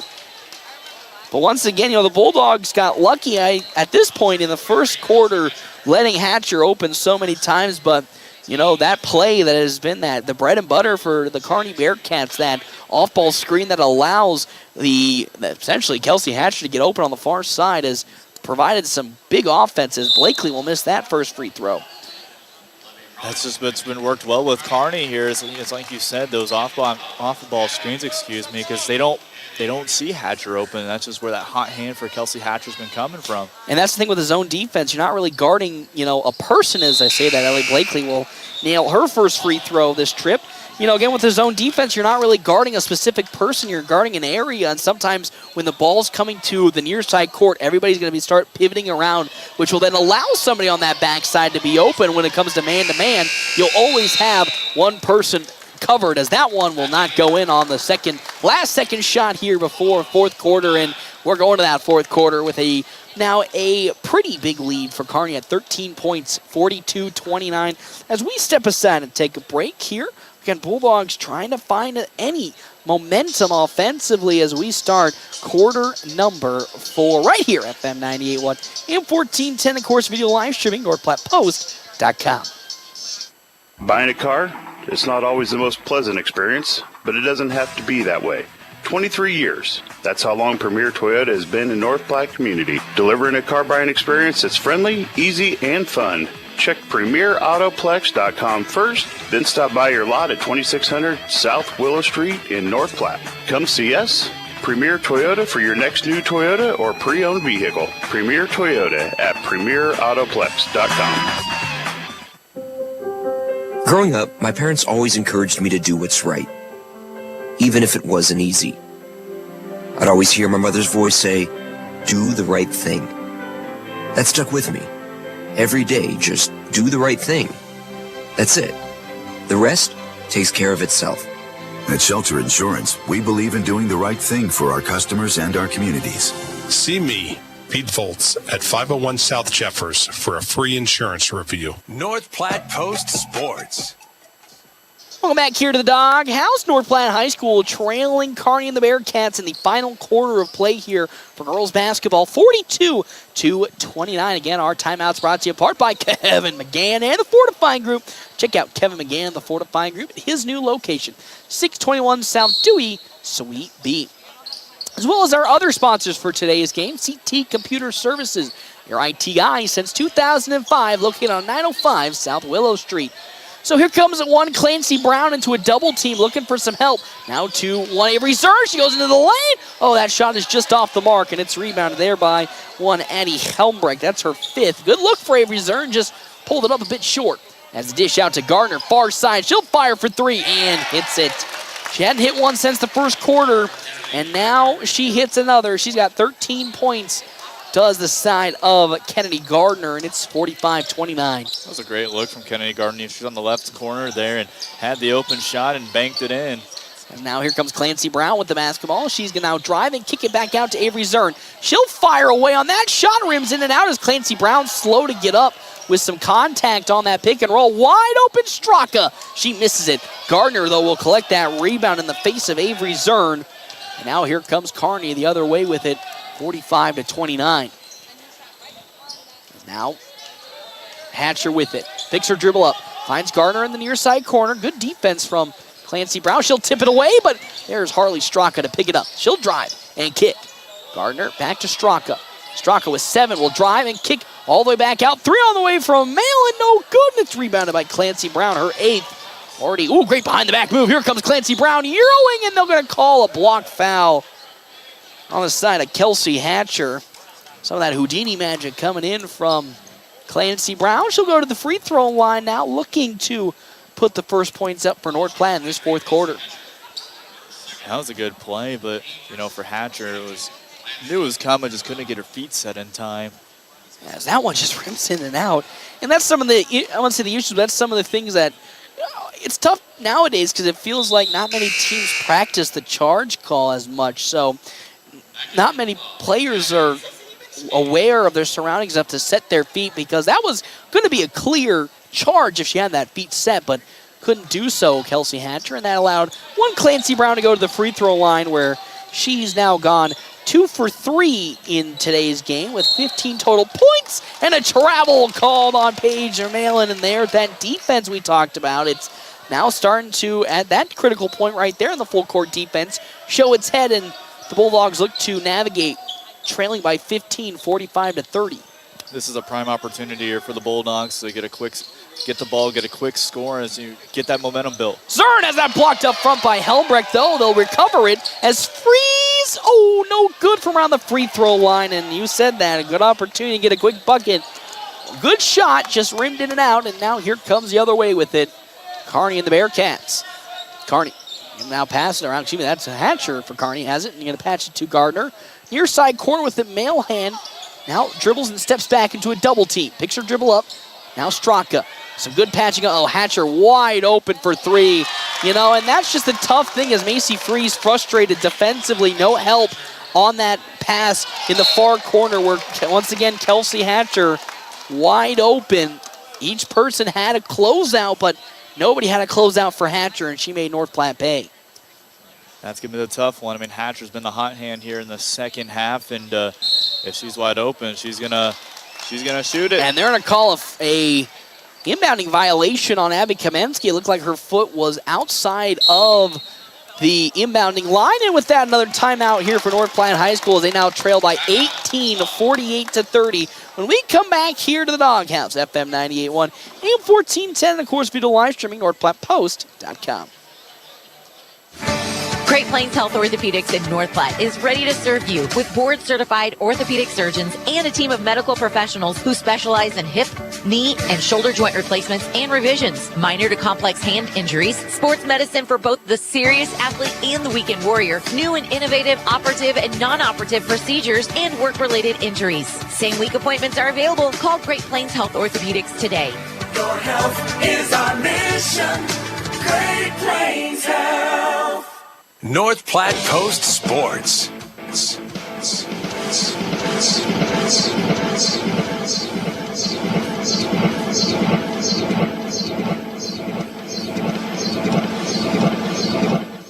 Welcome back here to the Doghouse.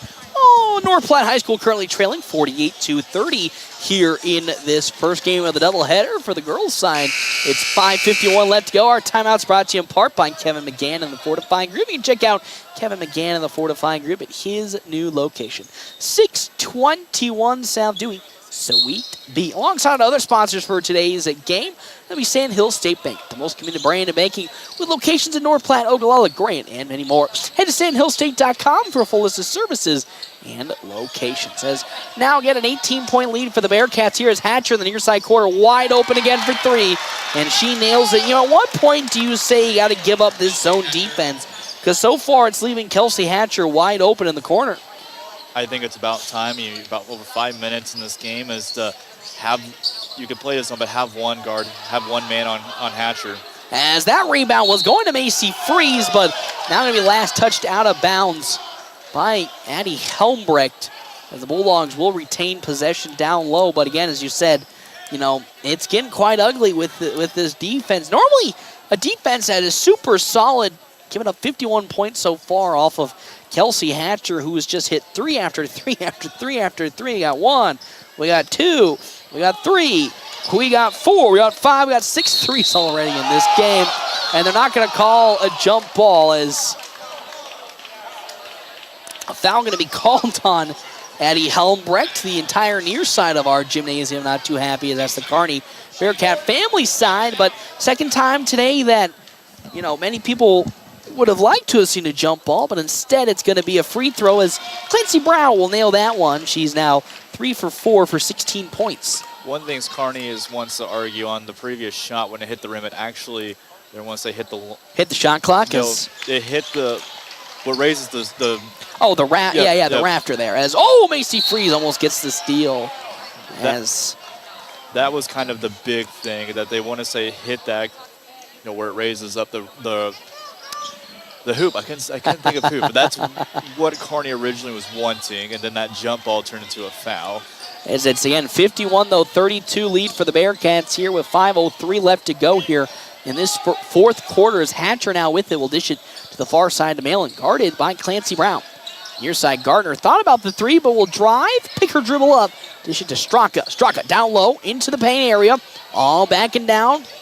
Was the side of Malin. Another 3 from Hatcher. Thank heavens this time missed it, but Bulldogs will be lucky enough to get that rebound. And that's kind of been the struggle in the second half, as they've really been unable to get those defensive rebounds. As how about Clancy Brown for 3 off the mark, followed up and rebounded there by Addie Helmbrecht, her 7th.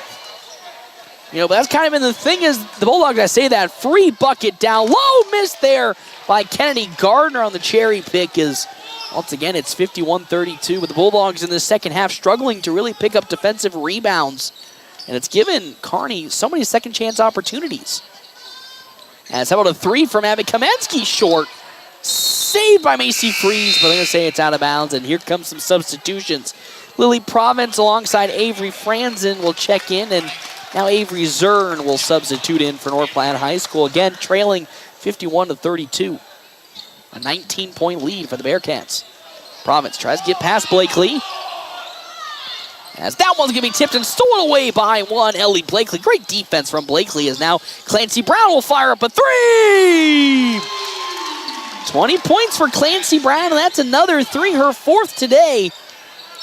As she's trying to keep things involved for the Bulldogs, as Helmbrecht will get it. Stolen away from behind, though, by Clancy Brown. She's going to do that behind the back move. And now we have an injury on the floor a little bit there, and that's going to be the side of Kelsey Hatcher. As Brown got fouled on the other side of the court.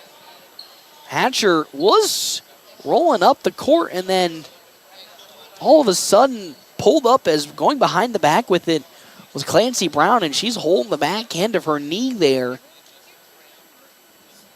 She was able to walk herself off, which is good, but immediately pulled up after that play. Clancy Brown will have free throws, but don't like to see that, but maybe just tweaking something, as that first free throw will land. Hate to see those types of injuries, especially for Kelsey Hatcher, who's having a great game for Kearney.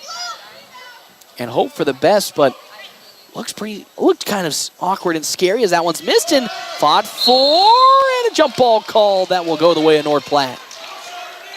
So now North Platte here, they're putting the pressure on, and you got a jump ball. So, I mean, this is a good opportunity, trying to get a quick score and get a stop, as they are showing that fight back in this ball game. And, you hate to see an injury like that kind of being the turning tide, but this has kind of been like a moment for North Platte. It's like, okay, well, she's out now. Let's see what we can do offensively, to make a dent in this game. As, again, Kelsey Hatcher, 21 total points, leading scorer for Kearney. As here comes Clancy Brown around the perimeter with it. 3:20 left to go in the game. Look to drive. She'll pull up for another 3. That one going to be way short, as it was, I think, tipped by Harley Straka. As going to the back now with it will be the side of Kelsey Hatcher. There's a timeout called.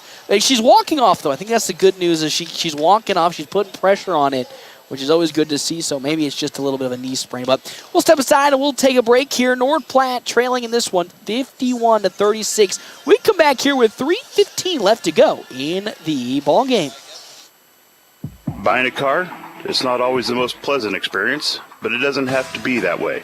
23 years. That's how long Premier Toyota has been in North Platte community, delivering a car buying experience that's friendly, easy, and fun. Check PremierAutoplex.com first, then stop by your lot at 2600 South Willow Street in North Platte. Come see us. Premier Toyota for your next new Toyota or pre-owned vehicle. Premier Toyota at PremierAutoplex.com. North Platte Post Sports. Welcome back here to the Doghouse. North Platte High School currently trailing 51-36. Our timeouts brought to you in part by Kevin McGann and the Fortifying Group. You can check out Kevin McGann, the Fortifying Group, at his new location, 621 South Dewey, Suite B. Again, it's 51-36. Kelsey Hatcher is now out of the game with that injury that she sustained just a couple of seconds ago.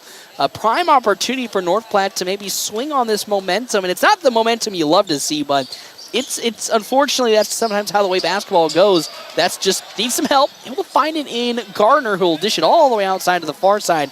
Malin, as Ellie Blakely is there. Again, some new life injected in this Bulldog team, as defensively looking on top right there.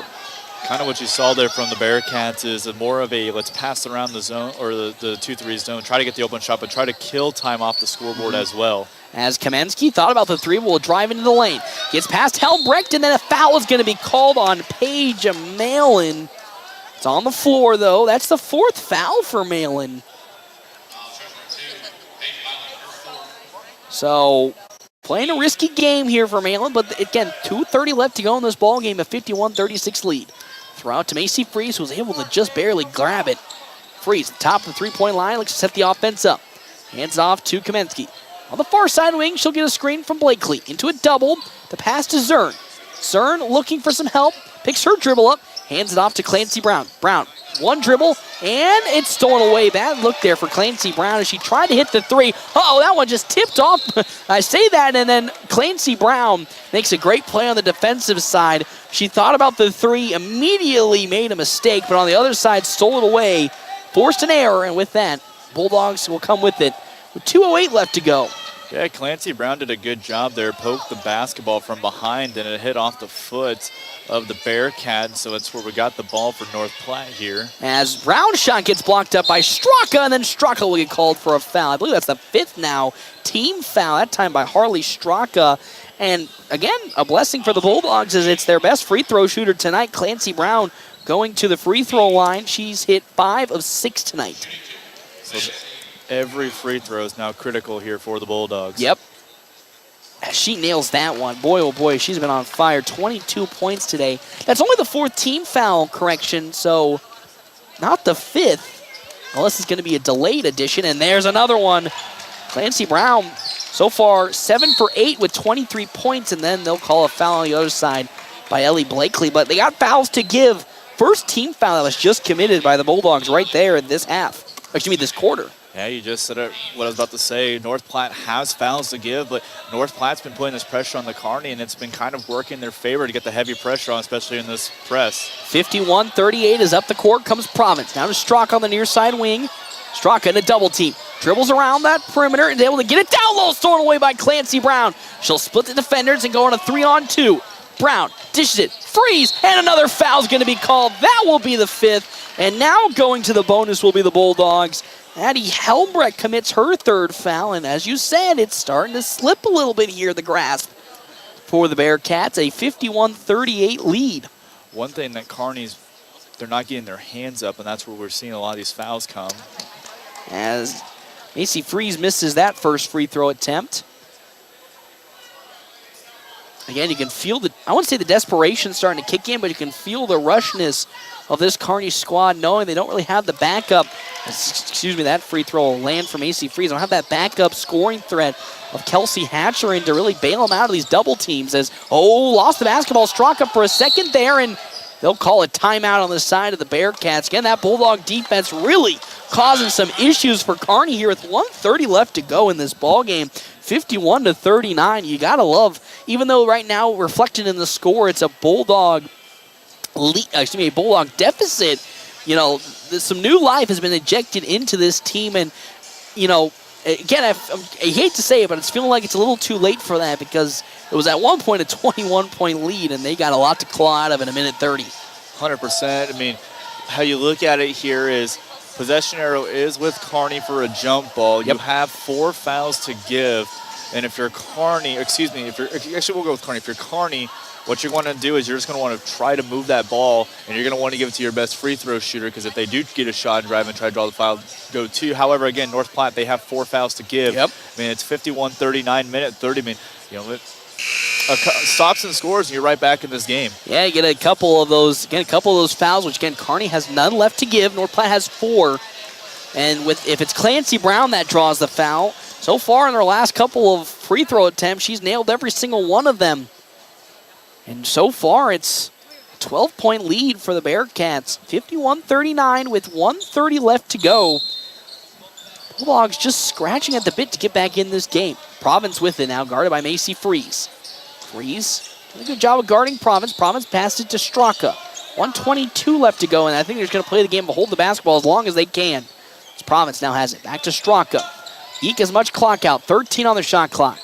Straka picks her dribble up, needs some help, finds it in Malin, who will now drive baseline. Down low to Helmbrecht. Helmbrecht blocked up front, stolen away by Clancy Brown, and here come the Bulldogs. Here comes Brown. Brown steps back, lost the basketball for a second. She'll pull up for 3. Clancy Brown's off the mark. Rebounded there by Straka, and then a foul's going to be called, I believe, on Abby Kamensky. They will call it on Kamensky. That's going to be her first.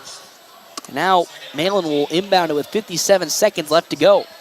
Malin gets it in to Gardner. Gardner guarded by Freeze. Now going to push it, throw it up to Province. Libby Province around the logo will now drive in. Splits 2 defenders, splits another one, and a foul is going to be called by Ellie Blakely to stop that drive going into the lane. So now Bearcats will have an inbounds underneath the basket with 45.5 seconds remaining here in the ballgame. Still a 12-point lead for Kearney. The inbounds coming in. Straka able to get it in. Now here comes Gardner around the perimeter. Going to pass it now to the side of Libby Province, and a foul will be drawn again, and that's the last free foul the Bulldogs can give here. 4 fouls for Ellie Blakely. As Kiki Williams now subs in for Blakely. 51-39 now the lead for Kearney. With 41 seconds, Bulldogs have no fouls to give. Throw all the way out to Province. North Platte's now playing a man-to-man defense. As that's another foul going to be committed by Macy Freeze, and with that to the free throw line goes Libby Province. She's 1 for 1 today with 7 points. As you said, Bulldogs went back to that man-to-man defense here in the closing minutes, or seconds essentially. But these are some clutch free throws coming up here for Kearney, for Libby Province here. You know, the 5'5" freshman, and so far 1 for 1 today. Now make that 1 for 2. But with 38 seconds, you're going to need a lot of miracles to happen in this game for the Bulldogs to come back in time as Ellie Blakely subs back in. Again, she got 4 fouls at the moment. Try not to foul out here. As the next free throw, that time will land from Libby Province. 8 points, 2 for 3 from the free throw line as here comes Clancy Brown. Brown with it. Dribbling around the perimeter. Now just to Kamensky. Kamensky now looks to drive into a double. Picks her dribble up. Down low to Zern. Zern's shot is up. No good. Rebound by Macy Freeze, and she nails it. And a timeout called on the side by head coach Tyson Hammond. Good rebound on the side of Macy Freeze. That's her 3rd rebound, and she'll pick up her 8th point. And now it's only an 11-point lead for Kearney and the Bearcats. 52-41 here with 22 seconds left. Pretty much all but out of time for North Platte High School, but a really good effort here in these closing minutes to try as hard as they can to close the deficit. 100%. I mean, if you're the Bulldogs here, what you're going to do is you're going to go in your full court press, and then depending who inbounds the basketball for Kearney, you're probably going to see your tallest girl guard the inbound pass, try to put pressure.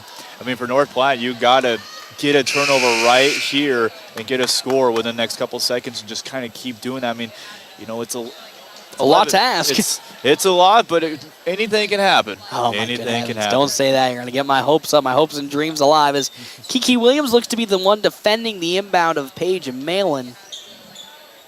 And they're hoping that they can get this ball to Abby Helmbrecht. Bulldogs are essentially, as they'll get it into Province, and then a foul will be called for Macy Freeze. That's going to be Freeze's 4th foul. So both Macy Freeze and Ellie Blakely have 4 fouls.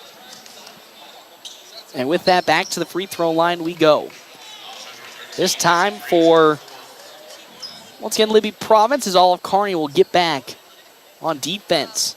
So Macy Freeze actually was trying to play a smart strategic on Province when on the inbound pass. She was trying to push her with contact to get her to step on that baseline, but before she did step, they got that foul called, not reach in. As that free throw will be made from Libby Province, she's 2 for 3, 3 for 4, and make that 4 for 5 in today's game. She's got 10 points, and now with 20 seconds, a pretty much insurmountable lead for the Bulldogs to overcome. 54-41, the Bearcat lead. Kamensky, she'll fire her first 3, and she'll nail her first 3 today. As Abby Kamensky finally got some separation and will nail the 3. It's 54-44 with 11.6 seconds left. So a good look for North Platte High School. They tried to get that exact same look on their last offensive possession, but weren't able to do so. This time, second time's a charm. Second time's a charm, but hey, you're only down by 10. This is your stop and scores right here. Yeah. You're going to need a lot of stop and scores if you need to foul immediately and then hope to pray that you can get like 2 back-to-back threes, only equating to 4 seconds off the clock, essentially, at this point. The inbound pass, I would assume the inbound pass is going to go to Libya Province. I mean, Province, we've seen at the free throw line the last couple possessions. Made all of them. Yep, she's had the possession line the last couple inbound possessions here for the Kearney, and she's at the charity line, and she's knocked down her shot. So, I mean, expect the inbound pass. If she's guarded, then I would say Kennedy Gardner will be her second person to look. Comes the inbound. Some good defense from the Bulldogs. Running out of time. Throwing it all the way up. There's Libby Province. Need to commit that foul. Need to commit the foul, and it's Macy Freeze who will do so, and she fouls out. So 3 seconds will unfortunately go off. And that's a 5th foul. And with that, back to the free throw line goes Libby Province. Oh, so close. The Bulldogs were able to get that inbounding violation, but the last second, really, Libby Province able to squeeze on out up the court and get the inbound. So here comes her first free throw this time about. Yet again, nails another. She's 5 for 6. Today's game already with 11 points. As here comes another shot on the way. She, after missing that first one, she has just been on a roll. 6 for 7 with 12 points and with 6 seconds. Clancy Brown up the court will fire a 3. Off the mark, way short, and with 0.4 seconds, that'll probably do it in today's game for North Platte High School. They'll start the new year off in the loss column, falling in this one at the moment, 56-44 with 0.4 seconds left. We're gonna change stances here as it was last touched by a Bearcat player, and now here comes North Platte High School with an inbounds with point soar. Blakely fires. It won't be in time, and with that, the game will come to an end. North Platte had a good start to this ball game where they got off to a pretty hot start, but then from that point on, trailed in every single quarter and just come up a bit short in the comeback, falling to the Bearcats in this one. 56-44. I mean, it was just so close, Cannon. This comeback was for North Platte High School. Just in the end, the lead was just too insurmountable at the point when, Kelsey Hatcher went out, and all hopes that Hatcher's injury is just a little tweak and nothing too serious, as she went out with about 4 minutes left, about 3 minutes left to go in the ball game. But again, that lead for Bearcats just too insurmountable at that point. 100% there. I mean, it was a great effort from North Platte. I mean, they were playing hard. That's what you want to see from your team, from North Platte, playing very hard out there. Did a great job. I mean, they found some times to try to build some momentum. Again, unfortunately, it just did not go the way they wanted it to. But, still a good effort there from the Bulldogs. On the flip side for Kearney, great job.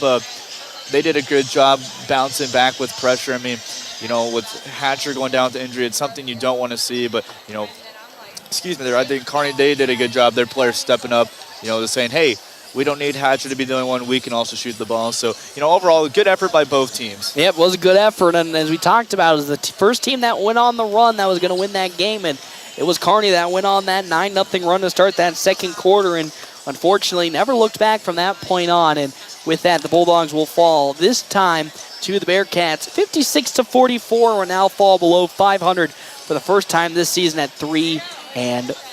Well, we're going to step aside and we're going to take a break. We come back, quick stop, post-game show. The head coach, Tyson Hand, of course, will come on up and have a word with us right here, FM 98.1, AM 1410, of course, video live streaming, NorthPlattePost.com. Can you feel it? The feeling of starting something new. The feeling of success. At Mid-Plains Community College, our instructors are ready and willing to support you on every step of your educational journey. Whether you're just starting out or changing careers, MPCC can help you transform your future. Learn more by visiting our website at npcc.edu. That's npcc.edu. I'm Jared Remus with Jerry Remus Chevrolet of North Platte. The Bulldogs play here on FM 98.1 and 1410 AM KOOQ AM North Platte. We've got the keys to your new car. We're always open right around the corner. Quick Stop. Save money at the pump at Quick Stop with the Dino Pay app. Dino Pay offers contactless payment using your preferred debit or credit card. The savings add up with 12 cents per gallon and even more on Tuesdays and Thursdays with rollbacks for savings of 15 cents per gallon. Huge savings. The Sinclair Dino Pay saving you at the pump. Don't forget Frazzle Gourmet Slushes and For Real Shakes and Smoothies. Gourmet coffee at everyday low prices on your favorite beers. Quick Stop. CT Computer Services in North Platte is your one-stop computer shop, offering PC and Mac repair, in-shop, on-site, or remote services available for your home or business. They also offer PC sales and service of major brands like Lenovo and Dell, new and refurbished units in stock, and even custom-built PCs. Prices for every budget starting at less than $300. CT Computer Services at Phillip and Willow in North Platte, or call 534-3628. CT Computer Services, your IT guys. PuroClean of North Platte delivers fast water, mold, and fire damage restoration services to the North Platte area. PuroClean knows how challenging those times can be to you and to your family. Their Nebraska-based experts have a winning, reliable combination of training and equipment partnerships. Local, fast service in the North Platte area. Their average on-site time is 60 minutes, and they'll coordinate with your local insurance provider. Give PuroClean a call now at 1-800-775-7876 and schedule a visit from a member of the team at PuroClean in North Platte. Whether you're a weekend warrior, youth, or professional athlete, the Great Plains Health Sports Medicine Team has you covered. The team includes orthopedic surgeons, athletic trainers, and other healthcare specialists who spend their time at local high school and college sporting events, ensuring that athletes stay as injury-free as possible. In the event of an injury, the team remains committed to returning athletes to competition as quickly and safely as possible. Contact the Great Plains Health Sports Medicine Team by calling 308-568-7456. It's the Quick Stop post-game wrap-up. Quick Stop never closes, with 24 locations open 24 hours a day. Going back here to the Doghouse, North Platte High School girls basketball team falls to Kearney and the Bearcats here in the first game of the new year. 56-44 to now fall to 3-4 on the year. We talked about, it was a good start to the first quarter and the third quarter for North Platte. It was just, towards the end of the first quarter, gave up a big run to Kearney and the Bearcats, and then in the second quarter, that lead and that run just continued to expand for Kearney. They went on a 9-0 run to start the second quarter. Bulldogs then answered really well out of the starting gates in the third quarter, but it was Kelsey Hatcher who really shut the door on that run for North Platte, hitting 3 after 3 after 3, and really expanded that lead to where it again just became too insurmountable for North Platte. Even if the fouls and the free throws were going their way in the waning minutes in the fourth quarter. Yeah, you said it there. I mean, the free throws and the fouls, if you hit them there, but the way Kearney played, they just got things popping. I mean, it was a close first quarter. Second quarter, Kearney started off very hot. North Platte got back. Third quarter, that's kind of where Kearney really got things rolling. I mean, that's where we saw we'll say it, the Kelsey Hatcher show behind Basically, the arc. yeah. She was hitting it from top of the key, the left wing, the right corner, the left, all those different corners where she was hitting them from, doing exactly what she needs to do. Did an absolute great job. But for Kearney, they just got their shots hitting. They did exactly what they needed to do and did a wonderful job from behind the arc to get everything going. But a great opportunity. But also a good job on North Platte, though, just hitting their shots what they needed to do. Yep, as we are now joined here by head coach of the North Platte High School girls basketball squad. Going to be head coach Tyson Hammond joining us here today after, again, the loss here to the Kearney Bearcats. I want to get things started off, though, for you, Coach, with a warm, hearty, little happy New Year to you, Coach. Unfortunately, your New Year's gift wasn't a victory here, unfortunately, here for today. But I thought, some of the weak spots for this team has been getting out of the second half, off to a good start. I felt like the offense got off to a good start in that second half, but just some wide open looks in this zone defense on that backside to Kelsey Hatcher really unfortunately was the turning point in this game for your squad and then, of course, for Kearney to get things rolling. Well, I thought we talked about that after the game. Offensively, we were able to get some open looks, and every time we made one, we gave up an open look, and that kind of killed us. We had a chance to make a couple runs, and we didn't. We didn't do a very good job defensively of communicating very well today. We were too willing to kind of just stand and watch and not, because we don't really play zone. We just play man and switch a lot, and we weren't doing a very good job of finding people to guard when we were getting those switches, and it's all things that we have control over. We got to talk better and communicate a little bit better, and we just got caught in a night where when we did give up open shots, they made them. And the Hatcher girl's a good player. Yep. We knew in our scouting report we couldn't give her open looks, and that's a little bit disappointing that we gave her so many open looks when we had the last 4 days to talk about it and try to be prepared for it. So we got to be better with some of those things. How much do you really think maybe that first quarter where Kearney was really struggling to get any shots to fall in played maybe a part in maybe that, I don't want to say lackadaisical, but that more soft coverage when it came to those threes? Nah, I don't think that had a whole lot to it. I thought they did a good job of adjusting to where they wanted to find shots, and then we didn't in turn recognize very well where they were getting with some of those. Like I said, they did a good job of getting her in some different spots to find some open looks, and we just didn't find them quick enough and guard them. I thought early on we did a really good job of communicating and talking. And we kind of took away some of the stuff they wanted to do, but like I said, they did a good job of adjusting and then finding some of the spots where that we weren't necessarily doing a very good job of communicating our movement with. But again, another, I think, good offensive showing down the road. 44 total points today.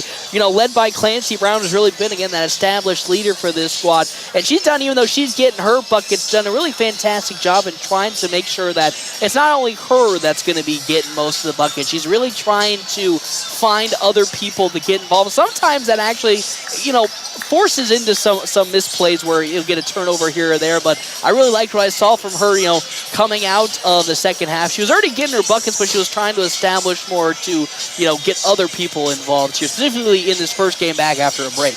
Yeah, we have a lot of good girls that play hard and can score when we get them in good spots. And I thought we did a good job of finding some of those areas where we could attack a little bit. I thought we did a good job of attacking the paint today. We got to the paint a lot, and we missed probably too many easy shots around the rim. Those are things, again, that make it hard to make a run. You get a good possession and you get the ball right to the front of the rim and you just don't finish it, or maybe you get fouled and you don't get free throws out of it. I thought we did a good job of attacking and finding those looks. I thought Macy and Ellie and Abby, all three of them did a good job of attacking off of screening action and getting to the paint and creating some shots for themselves, but also creating shots for other people.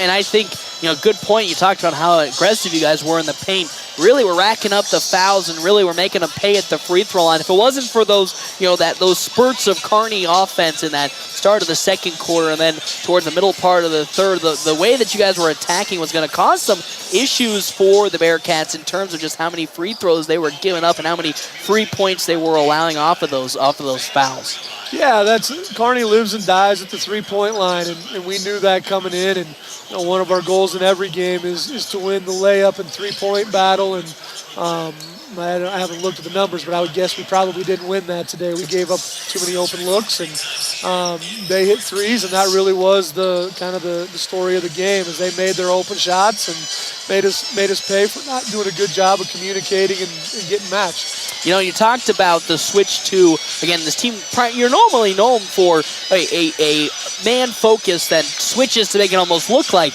it's a zone, but it felt like hard today switching to zone for the first game back. You know, overall, as you said, you left too many things open on the back end for Kelsey Hatcher, but as a whole, you know, how much you think maybe this was a great learning experience to now finally maybe put that zone defense into your defensive adjustments and repertoire for the upcoming second half of this season? I'd say every time you play, there's things that you learn from. You learn from the good stuff and you build on them, and you learn from the things that aren't great, and you get back to practice and you get those things fixed, and the next time out you try to be better, and that's always our goal.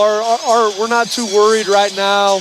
Obviously you play every game to win, but wins and losses right now, it's all about learning and trying to become the best team you can be when we get later in the season. So there's good things for us. We did some really good things that we're going to learn and build on, and there's some other things we got to be better at, but that's every game you play this time of year, is you're trying to build, and we're going to try to be the best version of ourselves we can when we get to February. All right, got your first game back in the new year. You'll have Lincoln Pius coming up here on Friday once again at home, so it's always good to still be here at the Doghouse. You talked about a couple of things you guys want to work on, but what are some of the other things you're going to hammer hard during these next couple of days of practice so you could be ready to pick up a big victory on Friday? We're just going to keep doing the things that we do. That's it. We're not big on, we don't make big changes off of small things. We just got to adjust some of the stuff and be a little bit better at the little things. It's, no matter what you do, communication is going to be a key part of that, and we just got to be a little bit better communicating. And that probably fixes 95% of our problems. A lot of the times, if we talk well, we usually guard pretty well. If we don't talk, then sometimes we struggle a little bit. So, like I said, there's nothing big. It's the stuff that we do, and we're going to keep getting better at it. All right, Coach. Well, again, thank you so much for stopping out by our Quick Stop post-game show. I'll see you on Friday. Thanks, guys.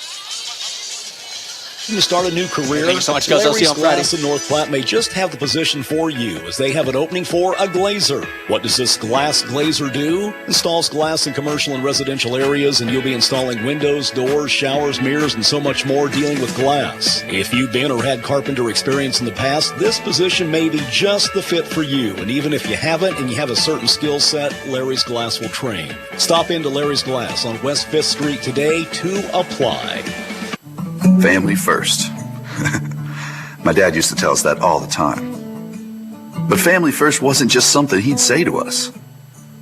It was how he lived every day of his life. And it's how I try to live mine, too. At Shelter Insurance, our agents are dedicated to helping provide personalized auto, home, and life protection that puts your family first. See me, Pete Foltz, at 501 South Jeffers for a free insurance review. It's the Quick Stop post-game wrap-up. Quick Stop never closes, with 24 locations open 24 hours a day. Welcome back here to the Doghouse. Quick Stop post-game show. 27 locations open 24 hours a day. Quick Stop always open right around the corner. Bulldogs fall in this one, 56-44 to the Bearcats. It's time for our Skiles, Luke Bremer, and White CPA game stats. They are your partners for the future. We'll start on the side of the Bearcats. 21 points from Kelsey Hatcher. She had a plethora of threes on the floor here today. She had what? She had not only two, not only three, but she had 4, 5, and 6 terms of the three-pointers today. She was on a roll before she went down with her injury. 21 points for her. 13 for Kennedy Gardner with 3 rebounds. 12 for Libby Providence. She went 6 for 7 from the free throw line today for 12 points. 5 points for Addie Helmbrecht. 2 for Avery Franson. Helmbrecht, had 7 rebounds. Franzen had 2. 3 points for Sophia Gallant, and then no points for Paige Malin. On the side of North Platte High School, it was Clancy Brown who had 23 total points. 4 for Abby Kamensky. 3 for Addison Ewing. 8 for Macy Freeze. Kiki Williams with 3 points, and then Ellie Blakely finished with 3 as well. we are going to step aside and we're going to take a real quick break. Hey, when we come back, it's going to be some more basketball action. Boys are up next right here, FM 98.1 and 1410. Of course, video live streaming, NorthPlattePost.com. Start your day with gourmet coffee with Quick Stop's 100% Arabica house blend and Quick Stop's Seattle Buzz coffees. Quick Stop Rewards offering exclusive discounts and fuel rollbacks. Savings up to 15 cents per gallon with Sinclair Dino Pay using your debit or credit card. Quick Stop can refresh with Frazzle Gourmet Slushes and For Real Shakes and Smoothies. Or customize your favorite fountain drink with flavor shots and everyday low prices on your favorite beers. Always open right around the corner. Quick Stop. Growing up, my parents always encouraged me to do what's right, even if it wasn't easy. I'd always hear my mother's voice say, "Do the right thing." That stuck with me. Every day, just do the right thing. That's it. The rest takes care of itself. At Shelter Insurance, we believe in doing the right thing for our customers and our communities. Ask me, Matthew Musselman, about Shelter's auto, home, and life options. Are you in the market for a new or pre-owned car, truck, or SUV? Look no further than Bill Summers Ford, Honda, Nissan, Lincoln for your next vehicle. Look online 24/7 at BillSummers.com. Bill Summers is Western Nebraska's leasing headquarters, and they have aggressive financing to get you into the vehicle you've been dreaming of. Check out all the inventory at BillSummers.com anytime. Bill Summers Ford, Honda, Nissan, Lincoln, where families are our business. Highway 83 and Walker Road in North Platte, and online 24/7 at BillSummers.com. The North Platte Public Schools prepares all students to be productive, responsible citizens in a safe, caring, supporting learning environment with caring staff, engaging curriculum, clean facilities, and updated technology. You can rely on our schools giving your child the tools they need for a successful future. For more information, including enrollment and career opportunities, visit nppsd.org. North Platte Public Schools. Communicate, connect, commit. After I drop the kids off, I have to run across town for a meeting, hit the gym during lunch. Jake has soccer tonight, and Emily has gymnastics? Oh, did I turn on the crock pot this morning? With a never-ending to-do list, it's easy to forget something important, like setting up a life insurance plan with Shelter Insurance. Your local Shelter agent can show you how to create a safety net for your family. Shelter Life Insurance Company, Columbia, Missouri. Ask me, Matthew Musselman, about Shelter life insurance coverage options. PuroClean of North Platte delivers fast water, mold, and fire damage restoration services to the North Platte area. PuroClean knows how challenging those times can be to you and to your family. Their Nebraska-based experts have a winning, reliable combination of training and equipment partnerships. Local, fast service in the North Platte area. Their average on-site time is 60 minutes, and they'll coordinate with your local insurance provider. Give PuroClean a call now at 1-800-775-7876 and schedule a visit from a member of the team at PuroClean in North Platte. The DNN Event Center wishes everyone a great sports season. With North Platte and Nebraska weather, things change quickly and can make our lives a little more difficult. Thank goodness for the DNN. The DNN offers hourly rentals for all types of sports practices, including turf, courts, batting cages, and equipment usage. Call the DNN Event Center to schedule your team's practice times and for more league information for all sports seasons. For over 30 years in our community, for your next event, the DNN Event Center. The following is a North Platte Post sports presentation. It's time for North Platte High basketball from FM 98.1 and AM 1410. Brought to you in part by Shelter Insurance, the Shelter Insurance guys, Pete Foles and Brent Rogo. Dave's Place and CT Troubleshooters. Another round in River's Edge Golf Course. Premier Toyota. And Sandhills State Bank. And also brought to you by Larry's Glass, the DNN Event Center, Great Plains Health, and Great Plains Home Care, Larry's RV, Bill Summers Ford Lincoln Honda Nissan, the North Platte Public Schools, Willow Creek Embroidery, Quick Stop Convenience Stores, and Runza. Video coverage brought to you by Allo Communications. It's time to join the voice of the dogs courtside with Paxton Gordon.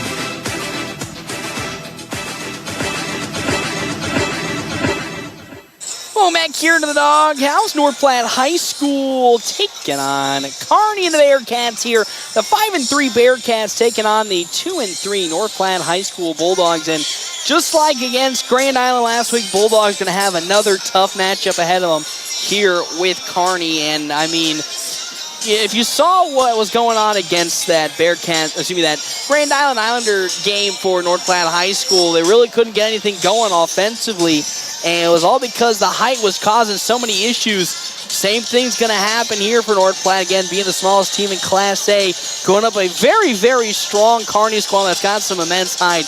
It's going to be another tough one for North Platte, but hopefully they learned a few things from that Grand Island game to make sure that they don't have what replicated there can replicate right here. Yeah, that's one thing I know, Paxton, you and I have talked about this this season for North Platte, is I like how you mentioned the height. That's one thing as when you look at Class A basketball, you'll have, like, if you look at your metro schools, your Lincoln, Omaha, you'll have some players that got height, but then, you know, you look at Kearney, it's like, okay, you'll have maybe one player who's above height. Yep. And then a lot of times, I remember just back from my days when we took on North Platte, it was always, they were probably one of the shorter teams in Class A. So, I mean, that's going to be a big thing for height. I mean, you look at Kearney's lineup, the biggest player they have is Jay Krejci, the 6'5" junior, but then you also have Turner Bertrand at 6'7". Yeah. So there's two players, and then you also have Asher Endorf at 6'6". Kearney has three players over that 6'6", over 6'6". So I mean, they got height, and Coach Baranek is not afraid to use his height. Yep, and the problem with North Platte when they were facing up against Grand Island, which again had pretty much the same metrics in terms of a height difference, really struggled to break down that zone defense. Because I would be absolutely baffled today if we saw Kearney run a man offense, you know, with the height advantage they're having, knowing North Platte struggles from the three-point line. I would be shocked if we saw a man defense coming from this from this Bearcat squad. But North Platte's going to have learned a lot from that from that Grand Island game to really see how they're going to fare up against Kearney. As we know, again, another strong year for Coach Baranek in this squad. Always one of the perennial teams in Class A, and this year the same as they have been the last couple of years. Pretty strong, and it's going to take an all-team effort for North Platte if they want to come up with the victory. As again, they took down Columbus in their last game on a buzzer. I would say on a buzzer beater, but in overtime after coming back and overcoming a deficit to start the game. Yeah, it's going to take a lot. If you're North Platte, you're going to want to score early on. But, you know, one thing about Kearney is when you look at Kearney High Athletics as a whole, they are known for being a defensive school. Yep. Yes. Well, for Coach Baranek, he's heading into his 9th season with the Bearcats. That's exactly the type of defense he runs. So, I mean, North Platte, if they're to get a good upper hand on the Bearcats, North Platte's they got to find ways to score very early on, but then also force the Bearcats to turn over as well. And the tough part is this North Platte squad, not known for its threes, and what's a good way to beat a tall team that's going to probably run a zone defense? Just like we saw just a couple of minutes ago against the Girl Squad, start hitting some threes, and that's just not in North Platte's repertoire. But we'll have more here on the Quick Stop pregame show when we come back here. FM 98.1, AM 1410, and of course, video live streaming on NorthPlattePost.com. Sandhill State Bank is a bank for Sandhillers. Families, entrepreneurs, teachers, nonprofits, farmers, nurses, contractors, ranchers, stylists, artists, retailers, professionals, outfitters, restaurateurs, mechanics. It takes all of us to make the Sandhills prosper, and Sandhill State Bank is here to help. Open an account today at sandhillstate.com/open or visit one of our 10 locations across the Sandhills to start growing the Sandhills together. Sandhill State Bank, member FDIC. PuroClean of North Platte delivers fast water, mold, and fire damage restoration services to the North Platte area. PuroClean knows how challenging those times can be to you and to your family. Their Nebraska-based experts have a winning, reliable combination of training and equipment partnerships. Local, fast service in the North Platte area. Their average on-site time is 60 minutes, and they'll coordinate with your local insurance provider. Give PuroClean a call now at 1-800-775-7876 and schedule a visit from a member of the team at PuroClean in North Platte. This is the Bulldog Pregame Show from FM 98.1 and 1410 AM. Presented by Quick Stop. Always open right around the corner. Quick Stop. Welcome back here to the Doghouse. North Platte High School taking on Kearney and the Bearcats. Bearcats above 500, 5-3 on the year. North Platte High School 2-3 to start this season. Quick Stop, 27 locations open 24 hours a day. Quick Stop, always open right around the corners. We talked about getting some quick keys to the game here when we jump into our Double Dip Ice Creamery starting lineup. All-star, of course, on the defensive side for North Platte. As we know, they're not going to have that height advantage that they normally are accustomed. I want to say normally accustomed to, but sometimes they become accustomed to not having that height advantage. Defensively, it's got to be sound defense. Don't commit the fouls because it's so easy to commit fouls when you're underside trying to go for a rebound. Stout defense, stay home and true to what you know, and then let it come to you. And then how about for that offensive side you talk about? Again, team that's not good at shooting the 3 points, going to be going into a game where they are the smaller team. Offensively, what are you looking for North Platte to do? What I'm looking for North Platte to do is, you got the shot clock. You're going to want to move the basketball. You want to get the hot hand early. Yep. Once you find your 1 or 2 players for the Bulldogs who got that hot hand, you're going to want to attack, and that's what you're going to want to do. Yep. So, we have the national anthem coming up here now. Didn't know they were going to do that again, but we have a national anthem, so with that, we'll step aside and we'll take a real quick break. When we come back, more right here, FM 98.1 and 1410, of course, live streaming NorthPlattePost.com. The DNN Event Center wishes everyone a great sports season. With North Platte and Nebraska weather, things change quickly and can make our lives a little more difficult. Thank goodness for the DNN. The DNN offers hourly rentals for all types of sports practices, including turf, courts, batting cages, and equipment usage. Call the DNN Event Center to schedule your team's practice times and for more league information for all sports seasons. For over 30 years in our community, for your next event, the DNN Event Center. Tom plows Runza's parking lot on Temperature Tuesdays. Take that, Snowdrift. With great horsepower comes great responsibility. Every Tuesday in January, the temp at 6 a.m. is the price you pay for an original Runza sandwich when you buy fries and a medium drink. And every Tuesday, the drive-thru will be drivable. Thanks, Tom. Not all heroes wear capes. I'm wearing one. I know. Temperature Tuesdays are back, and Runza makes it all better. After I drop the kids off, I have to run across town for a meeting, hit the gym during lunch. Jake has soccer tonight, and Emily has gymnastics? Oh, did I turn on the crock pot this morning? With a never-ending to-do list, it's easy to forget something important, like setting up a life insurance plan with Shelter Insurance. Your local Shelter agent can show you how to create a safety net for your family. Shelter Life Insurance Company, Columbia, Missouri. Ask me, Matthew Musselman, about Shelter Life Insurance coverage options. I'm Jared Remus with Jerry Remus Chevrolet of North Platte. The Bulldogs play here on FM 98.1 and 1410 AM KOOQ AM North Platte. We've got the keys to your new car. North Platte Post Sports.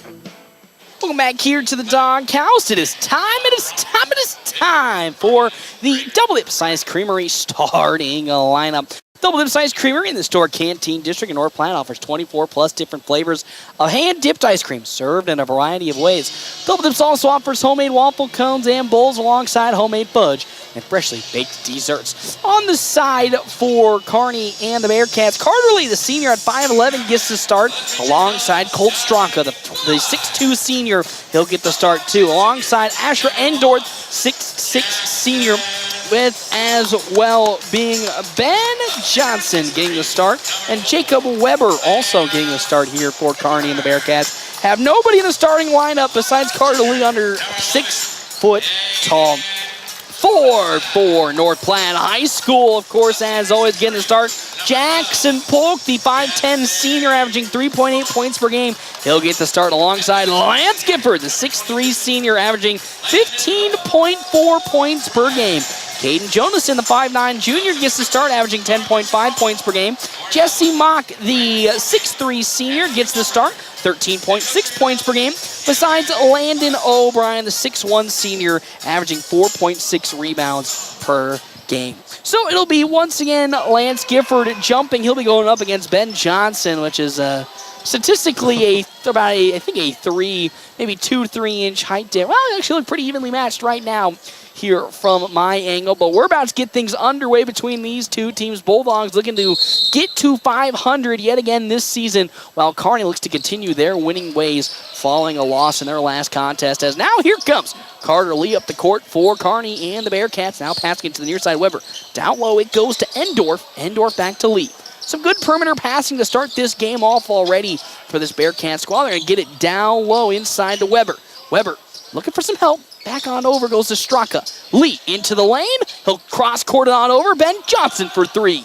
No good. And it's rebounded there by Lance Gifford. His first rebound today. Great defense from North Platte High School, and already some miscommunication as that pass way behind Caden Jonason. And with that, turnover for North Platte. Well, you saw it there in the Bearcats' first possession, moving the basketball around to try to find the corner threes. I mean, Coach Baranek likes his players to shoot threes. I mean, especially his big men. You're going to see him shoot threes as well. I mean, Coach Baranek coaches his team, so anyone's going to be out there to shoot. That's tipped up, but rebounded there by Asher Endorf as around the perimeter we go. Driving in Carter Lee for the layup, and he somehow finds its way in with some muscle. Caden Johnson gets slipping and sliding on the back end, and gets blown by Carter Lee as Johnson gets down low. Orlando Bryan out of his grasp, rebounded, and he'll save it. Now here comes Gifford. Down low to Johnson. Johnson to a cutting Jesse Mock. Beautiful play from the Bulldogs, and beautiful from Jesse Mock to cut his way into the basket and get the easy layup. It's 2-2 the lead now for nobody as we're tied. As now the dish out, Ben Johnson once again. Hill thought about the three and dishes it to Carter Lee's three. Short. Tipped, touched out of bounds, I believe, by Jesse Mock. With that, the Bearcats will have an inbounds underneath the basket with a fresh 35. As we'll have inbounding it, Jacob Weber for the Bearcats. Gets to Lee. Now Johnson will hand it off to Carter Lee. Back over to Weber in the near side wing, guarded by Jesse Mock. Weber can't get any separation from Mock. His shot is blocked, and it's going to fall out of bounds. Great defense from Jesse Mock on that free throw line jumper from Jacob Weber, and with that, Bulldogs will now take over for another offensive possession. Yeah, you mentioned Mock, their great defensive effort. I mean, not really letting Weber get a shot. Weber was trying to draw the foul, but he did a great job by putting his hands up and not touching him. Oh, ball's on the floor, turned over by the Bulldogs, trying to break down a full court press. And now here comes Kearney the other way with it, backing down. Asher Endorf turnaround just easy, and that's going to be a problem all game, that back down shot, as Asher Endorf able to get it in as Jackson Polk going to have it. He'll drive into the lane, has some daylight, but he lost the basketball, and the other way with it come the Bearcats. Again, a 2-point lead, 4-2. The dish. Ben Johnson now will drive and pull up for around 8. Takes a big bounce, and it'll find its way in for his first 2 points. Some early mistakes for North Platte High School on the offensive side in terms of turning the basketball over has equated now to a 4-point lead for this Kearney squad, and that's going to be an 8-second violation. It's going to be a 10-second violation for North Platte High School. That's a turnover yet again. As they're already going to have a timeout called by head coach Jimmy Peck. You know, Cannon's already off. It was off to a pretty good start between either squad, but some more issues for North Platte High School as they are just turning the ball over on their last 2 to 3 possessions. Now equating to a quick timeout by head coach Jimmy Peck. Yeah, you're seeing the early pressure on from Kearney. I mean, North Platte, what they wanted, it looks like they want to do is, you know, we saw the first buckets of the game for the Bulldogs. It was driving in the paint layup, but then after that, it's really, Kearney's not going to let him, doesn't want him to go down. They're wanting to force him. It's kind of, just seems more like just nervousness between them. I mean, it is North Platte's first game back. They didn't get to play in a tournament like how Kearney played in the Hack tournament, where Kearney went to the second round where they fell to Lincoln Southeast, if I'm correct. But, you know, this is a team that has played 2 games already since the break, since the end of the Christmas break. Well, North Platte's about 2 weeks off. So, I mean, it's more of a team hasn't played a whole lot to a team that's played a couple games. So here comes the inbound from Ben Johnson to Carter Lee.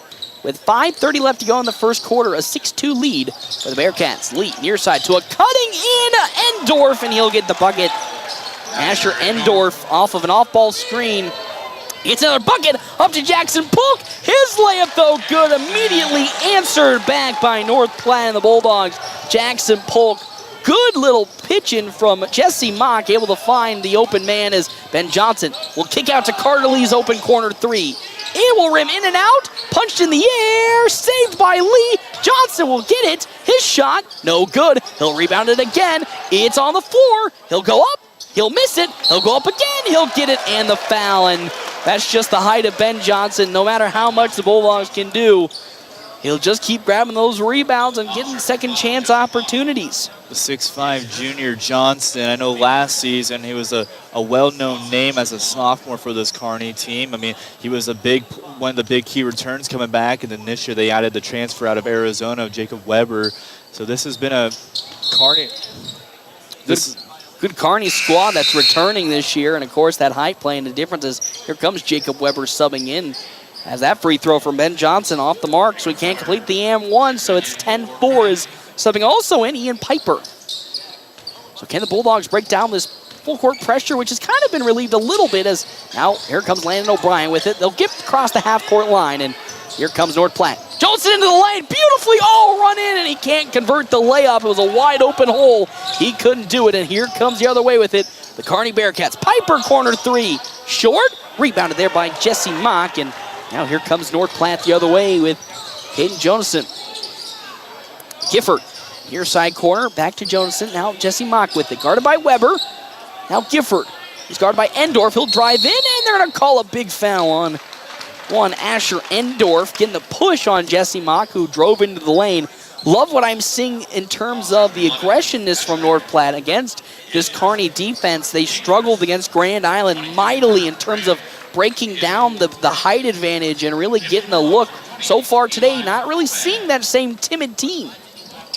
As a throw all the way out to Johnson. Now Gifford, wide open three on the near side wing. Can't get it. And there's Jacob Weber's first rebound. Again, the transfer from Arizona, one of the best in the classes, as they're going to call a foul there on Jesse Mock.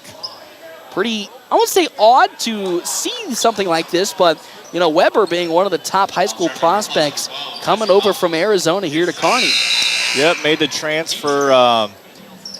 His family or his parents have connections to Kearney, Nebraska, so they came home and found out on a Saturday he was moving. He was here on Monday.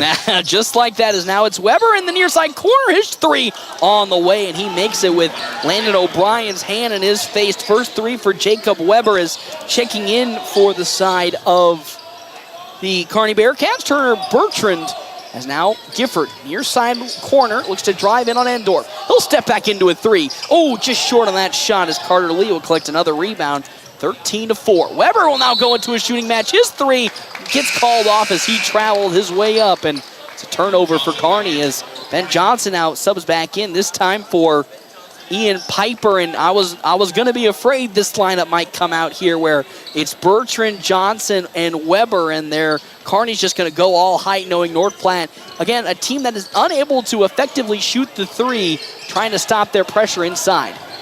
It's Gifford behind the back, lost the basketball. It's on the floor still. Oh, some collision as both Landon O'Brien as well as Carter Lee ran into each other head on head and are both on the floor right now. O'Brien on the floor as well as Lee, both now slowly making their way back up. Lee must have gotten hit in the back as O'Brien's still on the floor. Scary collision between those two as they were hustling for that basketball, and that's one of the scary bang-bang plays of basketball. The dive for it could result in that, but O'Brien is up at the moment, which is good to see. Now just hoping he's not seeing the stars and concussed a little, as a valuable member for this defense. Landon O'Brien has really turned into a nice scoring threat for North Platte last couple of games, as he'll sub out as well as Carter Lee will sub out. So checking in now comes Colt Straka, as O'Brien immediately going into the locker room as Carter Lee is still staying on the bench here. Here comes Jackson Polk, 3:19 left to go, a 13-4 lead in favor of Kearney and the Bearcats. Gifford crosses over. He'll explode into the lane, tries to go up and under, and there's Ben Johnson from behind. Gifford tried to get cute with the up and under, and it was just immediately blocked by Johnson, and he'll have North Platte and Gifford will have an inbounds with 10 seconds on the shot clock. Johnson, he'll pull up for three with it. He nails it. And Johnson with his first three today.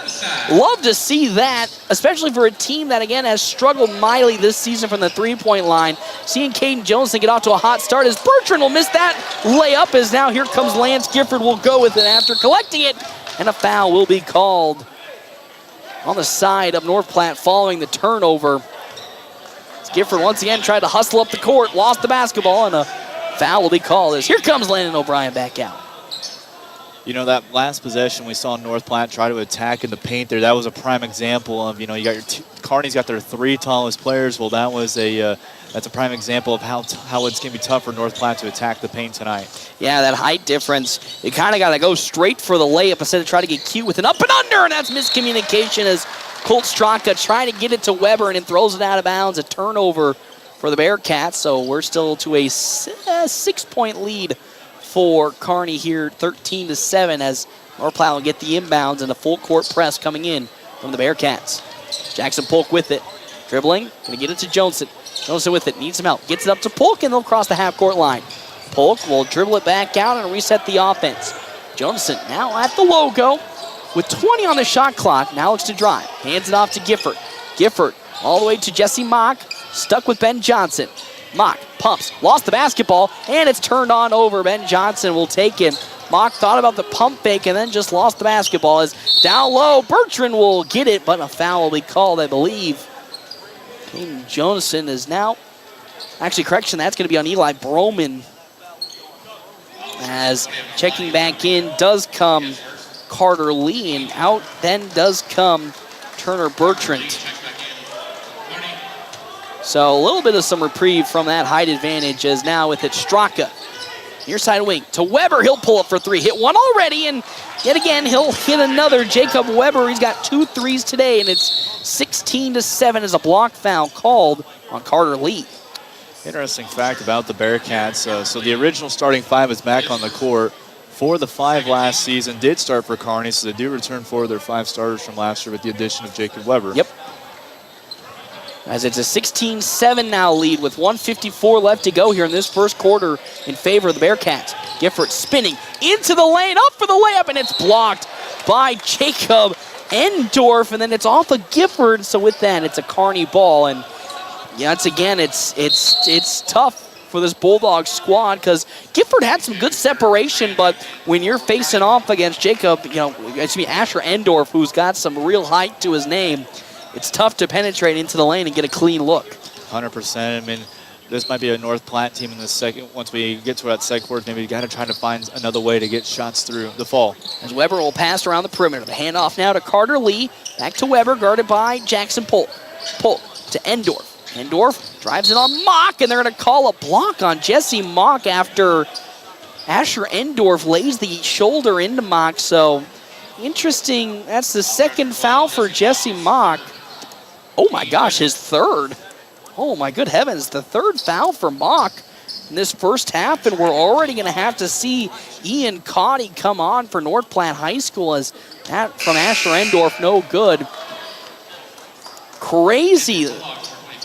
Area up to their 5th team foul, so Kearney's in the bonus, but Jesse Mock already on his 3rd foul. Not going to see him probably until after the half now. Unless head coach Jimmy Pack wants to play aggressive as Asher Endorf will nail his first free throw. He's got 5 points as checking now in comes once again Colt Straka for the side of Bertrand. And now here comes North Platte trailing by 10, 17-7. Jonason, guarded by Lee, will hand it off to Jackson Polk. Polk to Cowdy. Cowdy with it now to Gifford in the near side corner, guarded by Endorf. Gifford backing him down, will dish it out to Cowdy. Now to Jackson Polk. Polk into the lane, and they're going to call a foul. I believe they're on Colt Straka. This will be his first, as now here comes Landon O'Brien subbing in, and that's what you love to see. First for Colt Straka, but it's good to see Landon O'Brien back in after that collision, jumping for the basketball. And they do need Landon O'Brien now that Jesse Mock is out. You know, right now, Caden Johnson, the second leading scorer for North Platte, with 10 points as that inbounds is almost and is stolen away by the Bearcats. Johnson averaging 10.5 points as Straka now has it. He'll pass it to Ben Johnson. He'll cross over into the lane, and a nice easy floater for Ben Johnson. He's got 6 already, and it's 19-7. The big man's got some handles. As Gifford will now hand it off to Caden Johnson. And now the offense sets up. 44 seconds left to go here in this first quarter. Gifford into the lane. He will then have a foul, draw a foul from Asher Endorf. A little lucky on that one. That's Endorf's second, and that actually creates a little bit of some relief for Gifford, who has been working so hard to find an opening to get some points into the paint. Well, they switch out one big guy for Turner Bertrand. It's Gifford now with the inbounds, trying to find somebody, throws it all the way out to Caden Jonason out of bounds, and another mistake for North Platte on the offensive side. And with that, the Bearcats will have an inbounds underneath the basket. As checking back in, immediately comes Asher Endorf. Out comes Turner Bertrand. So only subbing out Endorf for the defensive plays when they have an opportunity. So here comes Carter Lee, again a 19-7 lead for the Bearcats. Oh, great backdoor pass to Jacob Weber. Slipping there was Ian Cowdy, and Weber will pick up his 8th point. Now, Jonason, he lost his eye. He was able to collect the basketball, though, after almost Colt Straka getting the steal behind him, as O'Brien will hand it to Gifford with 15 seconds. Shot clock is turned off, so the Bulldogs will have the final shot.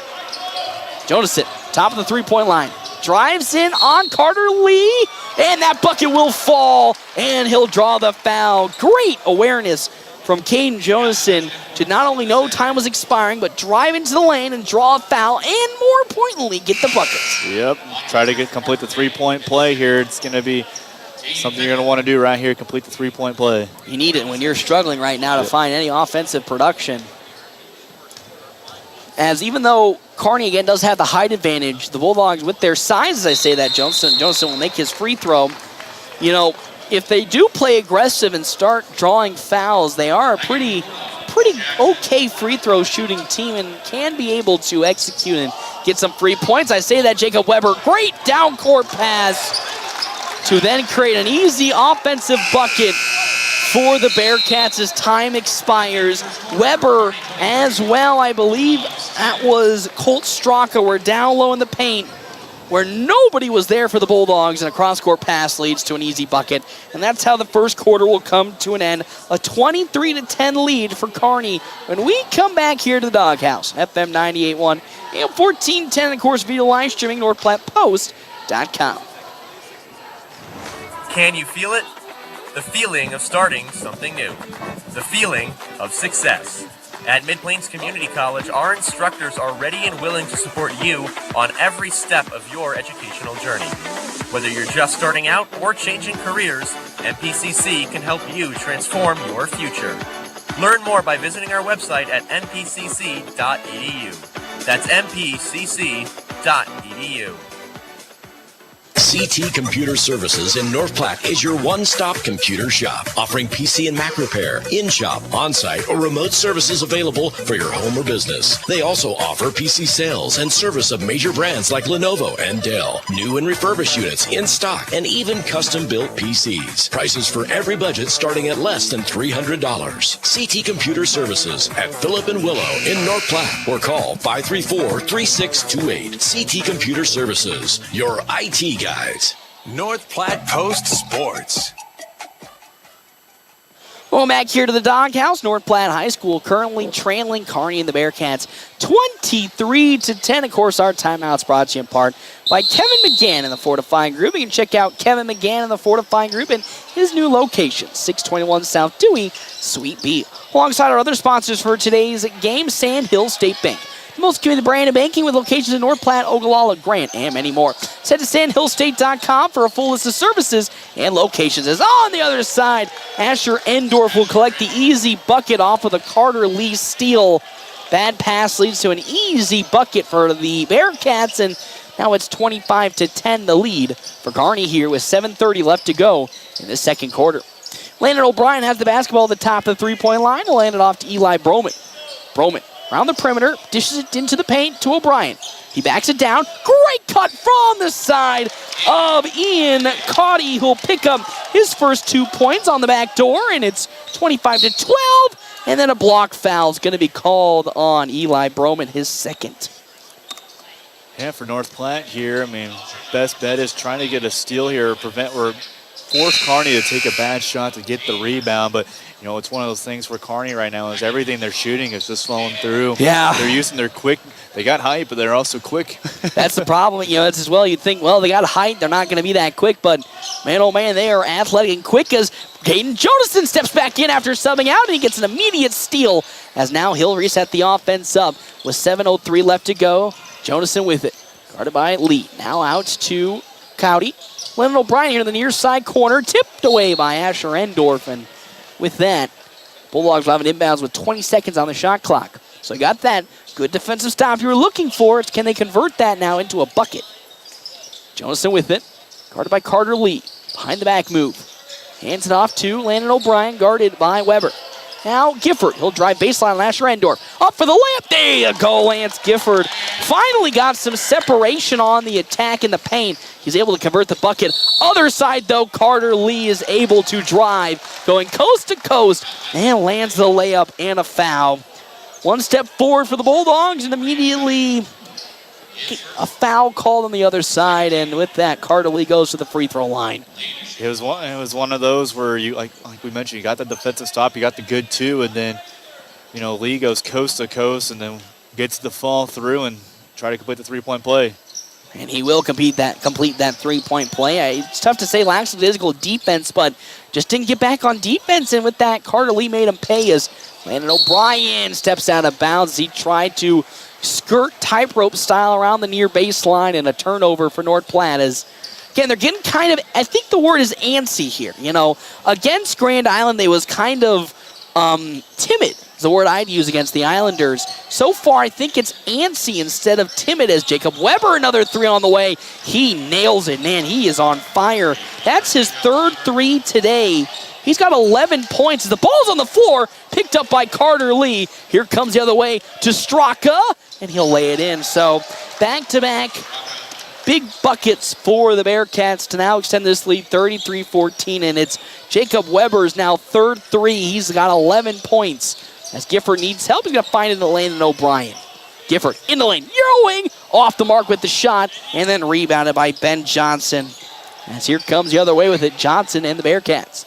Lee into the lane, down low to Weber. Weber will pull up from 16. Oh my good heavens, it hits another one. Jacob Weber, and we're talked about how, we talked in Jacob Weber being a top, high school basketball prospect. Is wide open down low, Ian Cowdy lands the bucket, but you're seeing it today. Jacob Weber, why he's considered a top prospect potentially for colleges right now. He's got length, speed, and how about the finish in terms of his shot? He's got 13 points, and we're going to see the big man for the first time today. Carter Dishman will be subbing in for North Platte, so we're going to be seeing some height finally being put on the floor, and it's Dishman getting his first action today. We'll see how that goes. Of course, Carter Dishman, the junior, seeing again some first real action at the varsity level as that one's almost turned over. Bertrand couldn't keep a hold of it. They get it to Jacob Weber, and that one doesn't fall in. And that time, there's a call. That's going to be fouled. Turner Bertrand on the rebound. He'll get dinged for it. 35-16 the lead for Kearney as Jacob Hansen now subs in. As out goes Jacob Weber, and now here comes an opportunity for North Platte to see what they can do with the hot hand out for the Bearcats. This would be a good opportunity right here to Kearney's hot shooter is on the bench right now, and they're gonna say a turnover on North Platte with the carry, and with that, another turnover for North Platte, shooting them. Really, that seems to be what has been the problem for North Platte High School today, has not been their inability to hit buckets. They got 16 points already. It's just they're shooting themselves in the foot with mistake after mistake on the offensive side. Piper's going to get it to Bertrand, who will now drive baseline on Dishman. Into a double, dishes it out, and great passing as now Ian Piper explodes into the lane. Passing around, Johnson pulls up from 18. Oh, way short. That's rebounded there by Jackson Polk, his first. Let's see what the Bulldogs can do now with Jackson Polk at the helm. He'll drive and kick it out to O'Brien. He'll pull up for a spot up three. Oh, it just rims in and out. Ben Johnson collects his now fourth, and here comes the other way with it, Kearney. Johnson to Bertrand. Now back on over to Ben Johnson, who drives it on Gifford, the Euro, and there's that length with that Euro step into the lane. He's got 8 points, and it's 37-16. As Gifford Picks his dribble up, gets it down to the freshly subbed in Brady Hannaborg. That one not going to be good, and that's a turnover once again for North Platte High School. As checking in, Asher Endorf. Out goes Ben Johnson for the Bearcats, holding on to a 37-16 lead with 4:02 left to go. A three from Endorf on the way after he subs in, and he nails it. And that's what's so scary about this Kearney squad is, yes, they have the height, but they can stretch the floor in so many different ways. You really got to keep on your toes if you're North Platte. It's 40-16 now. So Bryant hop steps into the lane, pivots around, goes up over Carter Lee. He gets it. Good job from Landon O'Brien to pounce into the lane and then get the shot up with the foul. He'll look to convert the and one. As that's the third for Carter Lee. As O'Brien will go to complete this and one as Ben Johnson checks back in alongside Colt Straka and now probably Jacob Weber. So gone was that advantage that North Platte was having, and now let's see what they can do as Jesse Mock, here he comes with his 3 fouls, looking to sub in. He's going to have to play a very fine line here at these 3 fouls. Yeah, you got 3 fouls, and if you're a Mock, if you're down low guarding, all you got to do is just stand there and put your hands up. That's all you got to do. And you got to pray that it's not a blocking foul. So here comes Landon O'Brien, who's going to shoot his first free throw here today to complete this and one. Oh, it took a really high bounce, and it nails it. He's got 3 points, and now it's 40-19. Only a 21-point lead after how much you feel that Kearney's shooting out of the court. Only being 20 is not that bad. I say that as Ben Johnson just explodes into the lane for another bucket. That's now 10 points for Ben Johnson, and here comes Caden Jonason. The other way with it, 3:17 left. Gifford now has it, guarded by Johnson. The handoff to Jackson Polk. Polk steps back. Now drives in on Weber. Goes up for a very, very inadvertent shot. Now rebounded by Mock. He'll go up with it. Oh, another miss as that one takes a bad bounce as Ben Johnson will now collect it, and they'll go the other way with it, and they'll call the block on Landon O'Brien as he went. Oh, yes, he went for the charge. He'll get called for the block, and Asher Endorf is now at the line. As now Carter Lee checks back in with his 3 fouls. 2:58 left to go here in this first half, and it's 44-14. Kearney coming in just as advertised here as Endorf short on that free throw. Will have it rebounded by Jesse Mock, and then Endorf gets called for his 3rd foul now, so he'll have to come back out at this point. And he'll stay back in as Barak will not make that change. So a couple of foul. So is that a couple Kearney players in foul? So Carter Lee has 3 as well as Asher Endorf have 3 fouls so far here with 2:52 left to go in this second quarter. So there's an avenue for North Platte to maybe start to find some ground if, again, Lee gets another foul or Endorf gets another foul. As O'Brien now on the near side wing. Back to Jonason.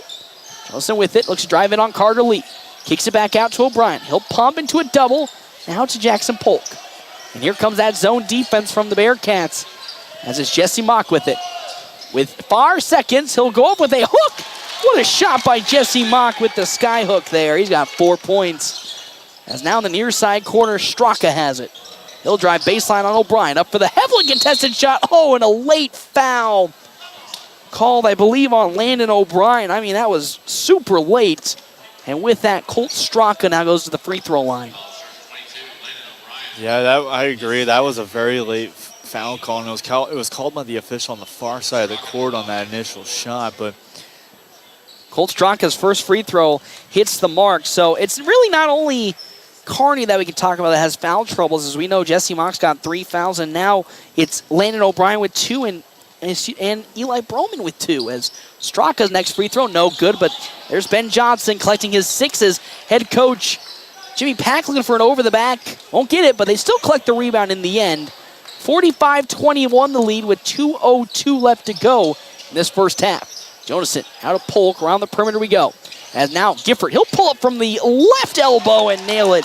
Good passing from North Platte High School to get a good shot from Lance Gifford. He'll pick up his 4th point as that ball's in the open and tipped into Cardley's hand. Wide open Ben Johnson. Oh, thank heavens he doesn't make him pay with that as he misses it. Good rebound by Jonason, and here comes North Platte the other way with it. Mock to Polk.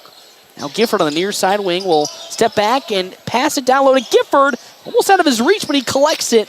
And with 20 seconds in the shot clock, what can North Platte do? Gifford, hop steps, back to Jackson Polk. And it's turned over. He tried to get it down low.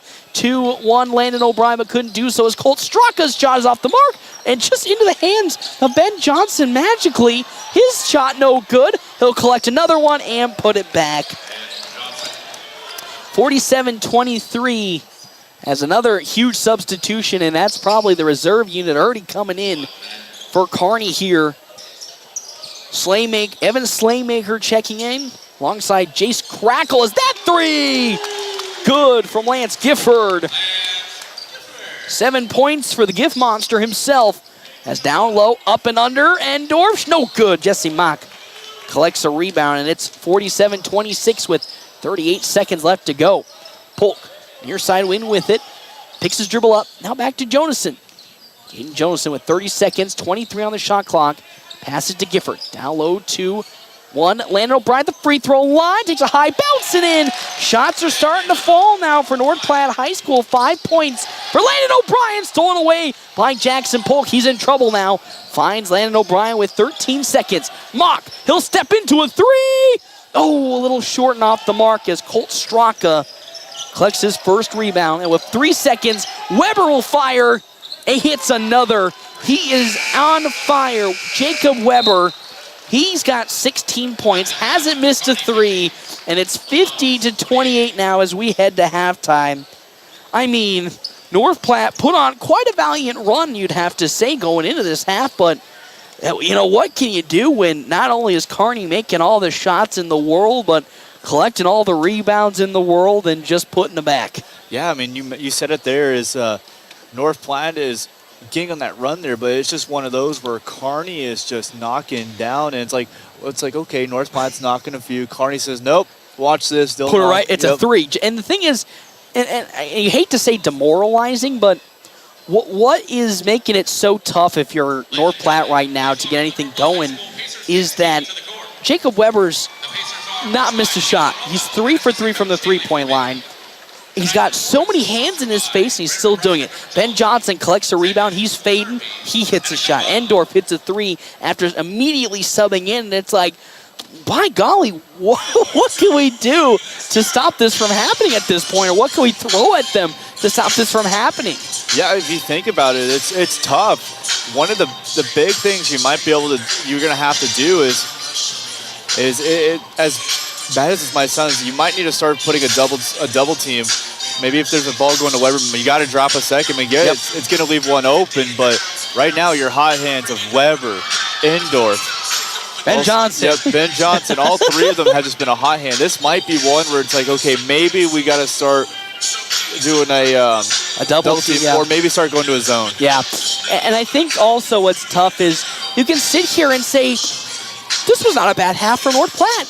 I think you can point to the offensive turnovers being the big point as to why right now it's not looking good from a scoring standpoint. But you sit there and you look defensively, and you're like, they're not overcommitting and leaving people wide open.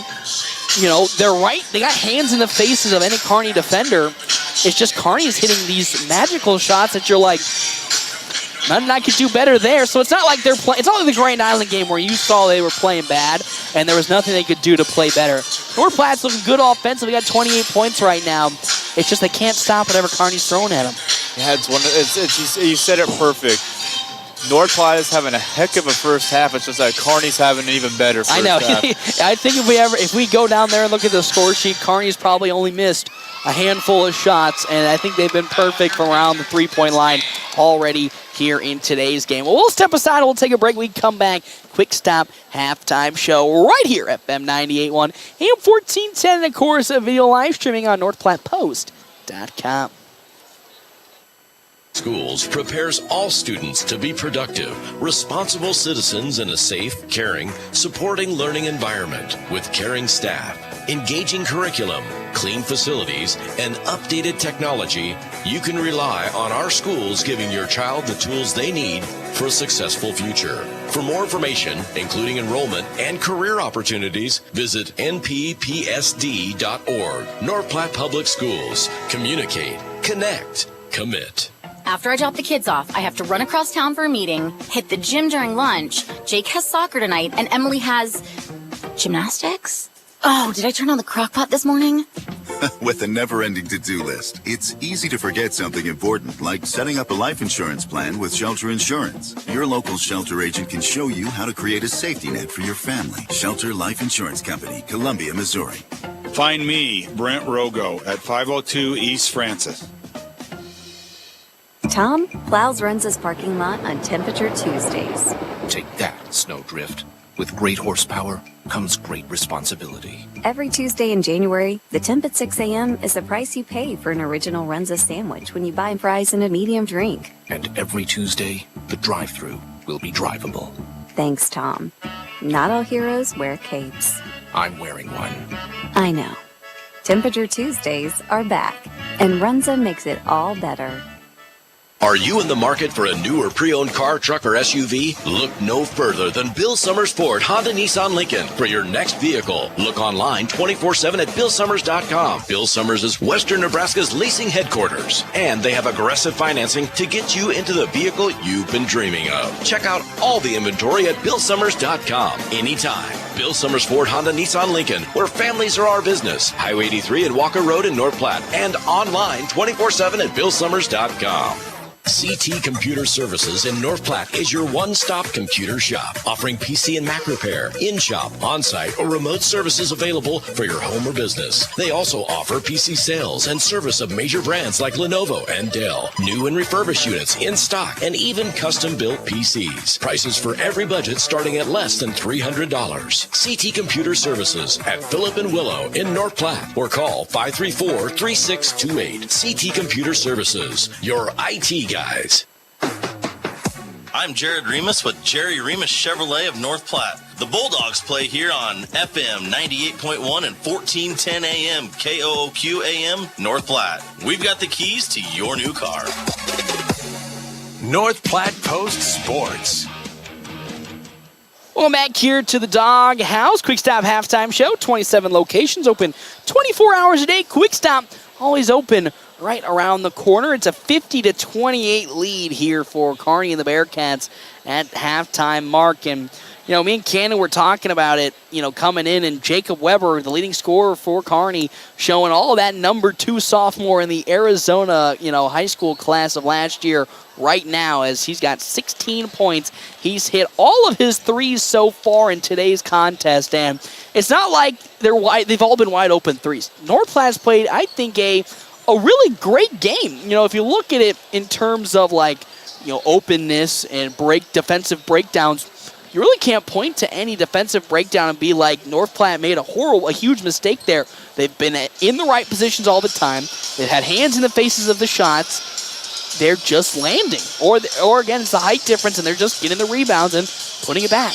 Yeah, you're getting your shot. It's like you said, I mean, they have done everything they could possibly do. It's just, you know, basketball. It's the luck of the draw. Yeah, that's just how it is. And Jacob Weber, you know, Ben Johnson, as well as Asher Endorf all woke up today with a hot hand, and they just can't miss right now.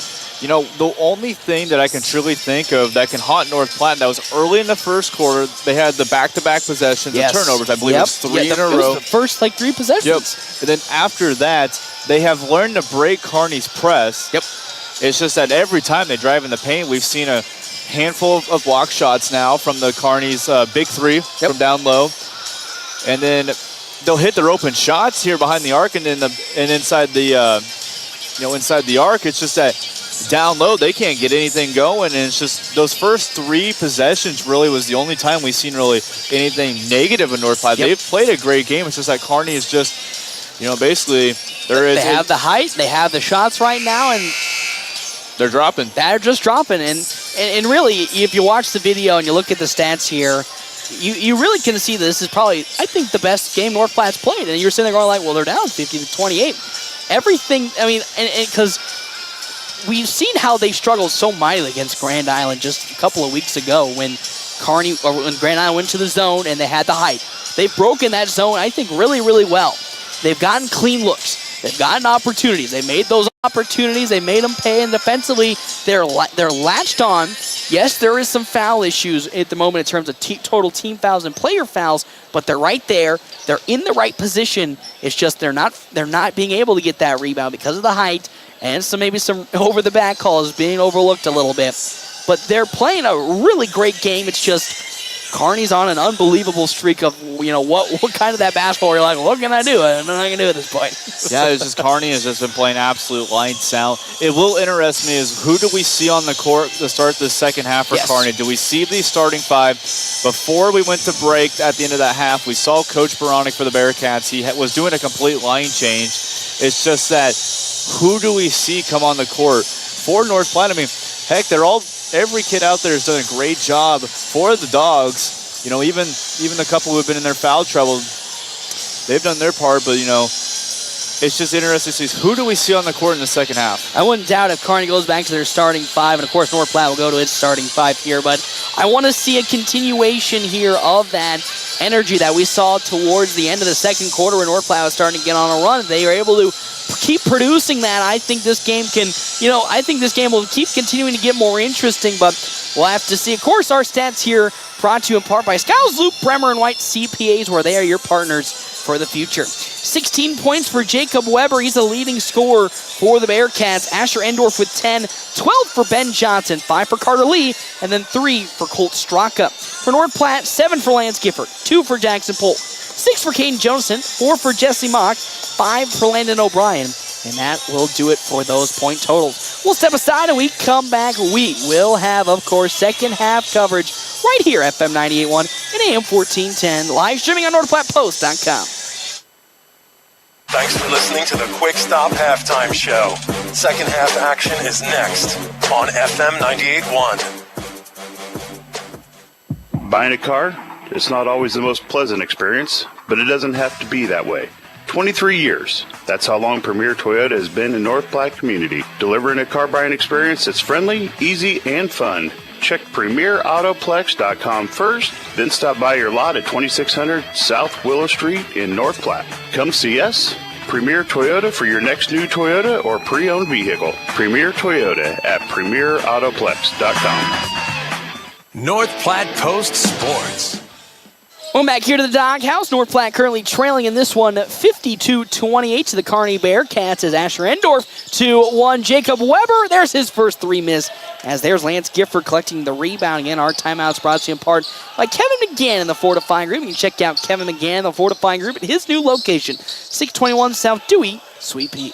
Alongside, again, our halftime sponsor, Quick Stop. 27 locations open 24 hours a day. Quick Stop, always open right around the quarter.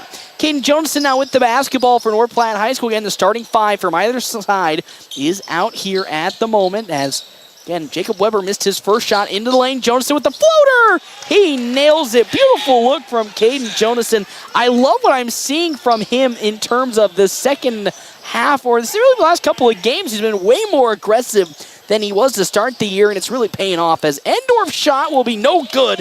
Strong rebound from Jesse Mock, and let's see what the Bulldogs can do to start, again, this third quarter, trailing by 20. Polk on the far side with it, guarded by Ben Johnson. Has a 3 on the way from the Mockster, and he nails it. So Bulldogs off to a really hot start in this second quarter, 5-0 as how about Ben Johnson for 3. It's short, but rebounded by Asher Endorf. And I believe this is not going to be good as that's Jesse Mock's 4th foul. That's his 4th, and that's not what they needed as Carter Lee on the side right now is... Just got a tech. Ooh, a technical foul on Jesse Mock. That should be his 5th, right? Yep. And he's done. I didn't see what he was saying. Were you taking a look and seeing what was going on down there? I'd assume just displeasure with the call. It was an F-bomb. Oh, okay. Okay, cool. Yep. So that'll do it for Jesse Mock, as I can see his frustration because there have been some fouls as Asher Endorf will make his first free throw here. You know, I understand his frustration. There have been a couple of fouls that, you know, were a little wishy-washy that didn't go in his favor as Endorf makes the second. So I understand his displeasure with that as the team was finally starting to get into some rhythm, but now with this technical foul and the free throws being committed, here comes Ben Johnson now up to the line. He'll nail that one. That's 3 free points. Make it probably 4 here for the Bearcats as Carter Lee checks out. That head coach, Jimmy Pack, once back, and that strong run for North Platte where they picked up 5 points, erased immediately. Yep, that was just one of those that's unfortunate. I get it. The frustrations can be tough, and, you know, we just saw Kearney do 4 free throws right there. And nail all 4 of them. Yep. And all that momentum that North Platte had gone with the Jesse Mock 3 and some good offense to start this third quarter wiped away as it's now 54-33, and a good defensive steal from the Bulldogs. A 1-on-3 for Lance Gifford. He'll go into the lane. No foul on that swat. Oh my good heavens, and they're just going to say Landon O'Brien steps out of bounds. I agree with Jimmy Pack on that one. I believe that should have been a foul. As a timeout going to be called by this Kearney squad. And with that, we'll step aside and take a timeout as well. Bulldogs trailing 54-33 when we come back here, FM 98.1 and 1410, of course, live streaming NorthPlattePost.com.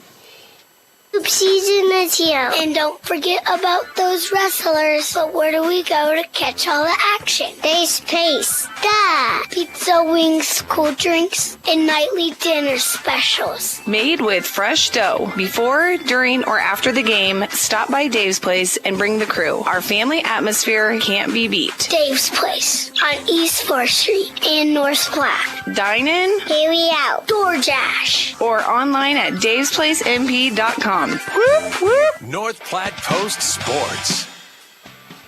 Welcome back here to the Doghouse, as currently it's a 54-33 lead for Kearney and the Bearcats with 5:07 left to go in this third quarter. If unfortunately for the Bulldogs, Jesse Mock fouling out of this game. Got his 4th foul and then immediately was called for a technical, ending his day. And it kind of, you know, Jesse Mock right now, I think, encapsulates maybe how the entire Bulldog team feels right now in the sense of frustration, because I really do believe they're playing so well. It's just Kearney is just playing essentially a near-perfect game and nothing that, I say that in an alley-oop from Ben Johnson from Jacob Weber gets another point towards the Bearcats. And, you know, again, you can just see the frustration because North Platte's playing really good. Jonathan into the lane. And no goaltending. That bucket's still going to fall anyway, as Jonathan will pick up his 13th point. Jacob Weber's 3 is off the mark, and another strong rebound for North Platte. But you can just see the frustration because they're playing really well, this Bulldog squad is. It's just Kearney is just hitting some magical numbers right now. As Jonathan's shot no good, as that's fouled by Ian Piper. And, you know, do you agree that the team kind of feels like one Jesse Mock, where it's like, we're playing really, really well. It's just nothing's going our way. You're playing really well. It's just the other team is the way they're playing. It's like it is everything they touch is just hitting the bucket. You know, and do you think maybe, as I say that, as Jonathan's first free throw goes in, do you think it's more frustrating in a game like this where they're just hitting everything compared to like a blowout game where it's like you can't hit anything? I would agree. This is probably more frustrating.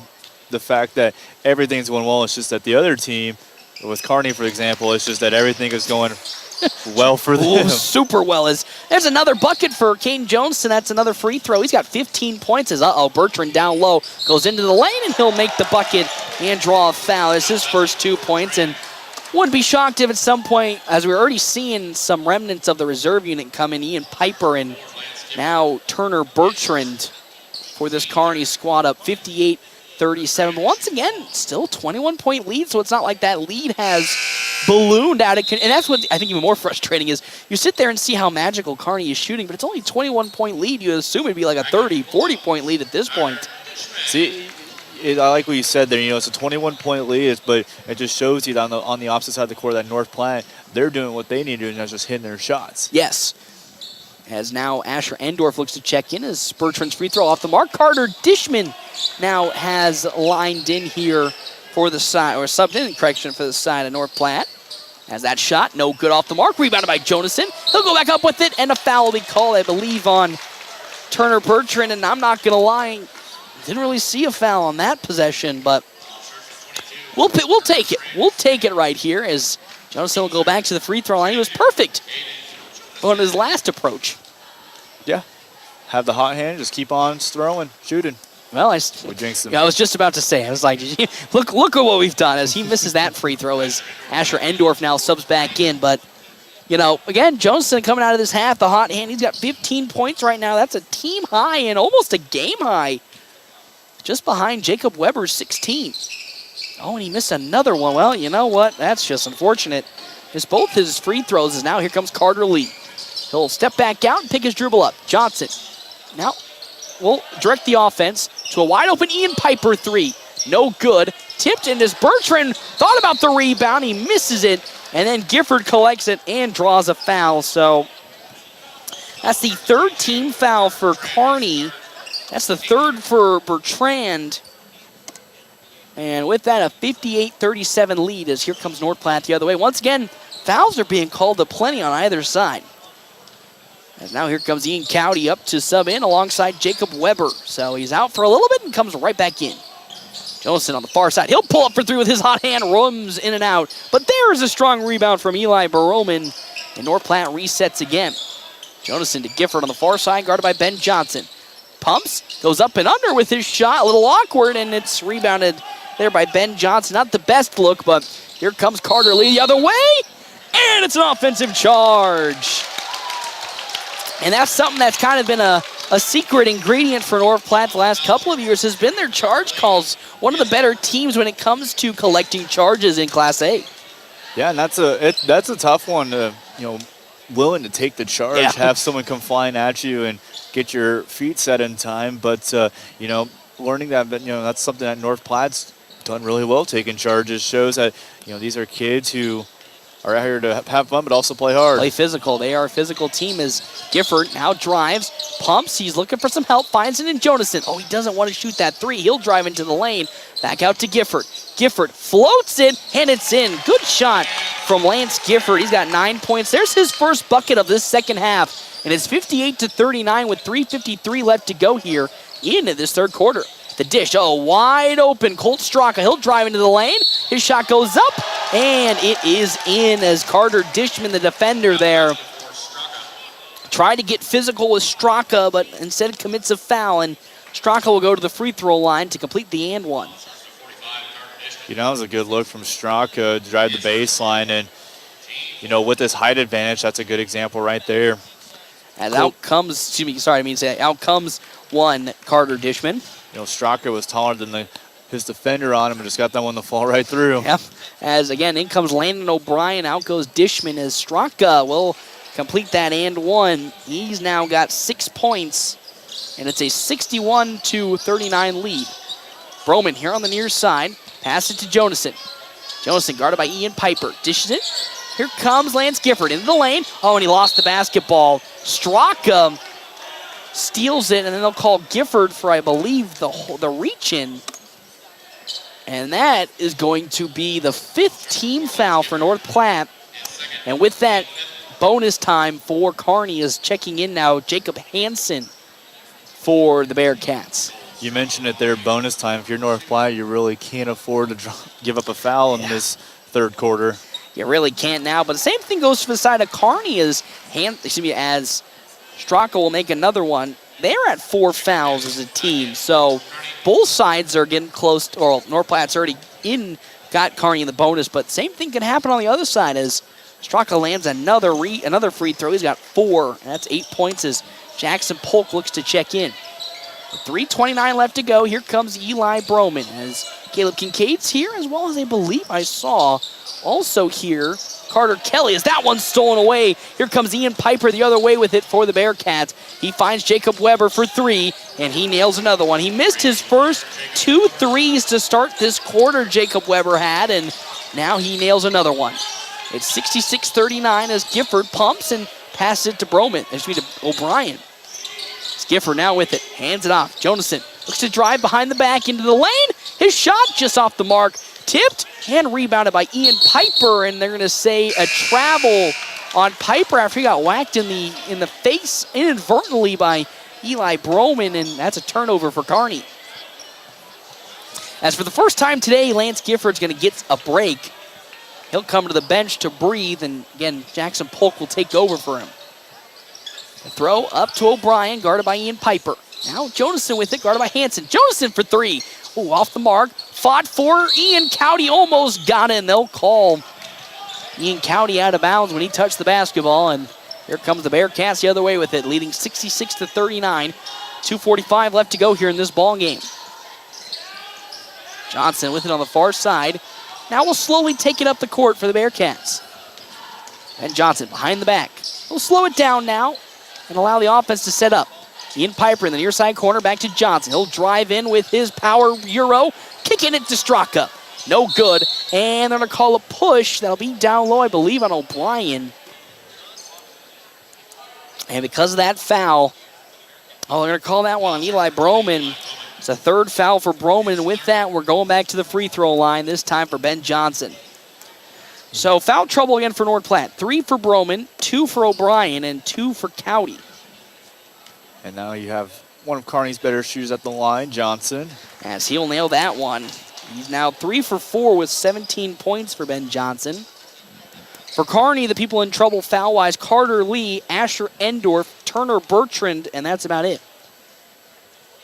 As Johnson's next free throw, it hits rock bottom. 4 for 5. He's got 18 points now, and it's 68-39 the lead. Jonason up the court with it. Going to hand it off to Jackson Polk as here comes Bertrand looking to sub back in alongside Jace Crackle. So the reserve units now starting to trickle their way in for Kearney. Jonason down low, tries to go up and under Ian Piper, and he'll go to the free throw line to shoot 2. And a good force from Jonason because that now draws the 15th foul for Kearney, and now North Platte's in the bonus. Yeah, you're in the bonus here, so your next couple possessions, really, if you're North Platte, is you want to just draw the foul and just try to get the free shots. Well, ever since Caden Jonason started off going really perfect from the free throw line, 3 for 3, he's missed his next 3 so far. As out goes Weber and Johnson as Carter Dishman now subs in for North Platte. Out comes Ian Cowdy for the Bulldogs.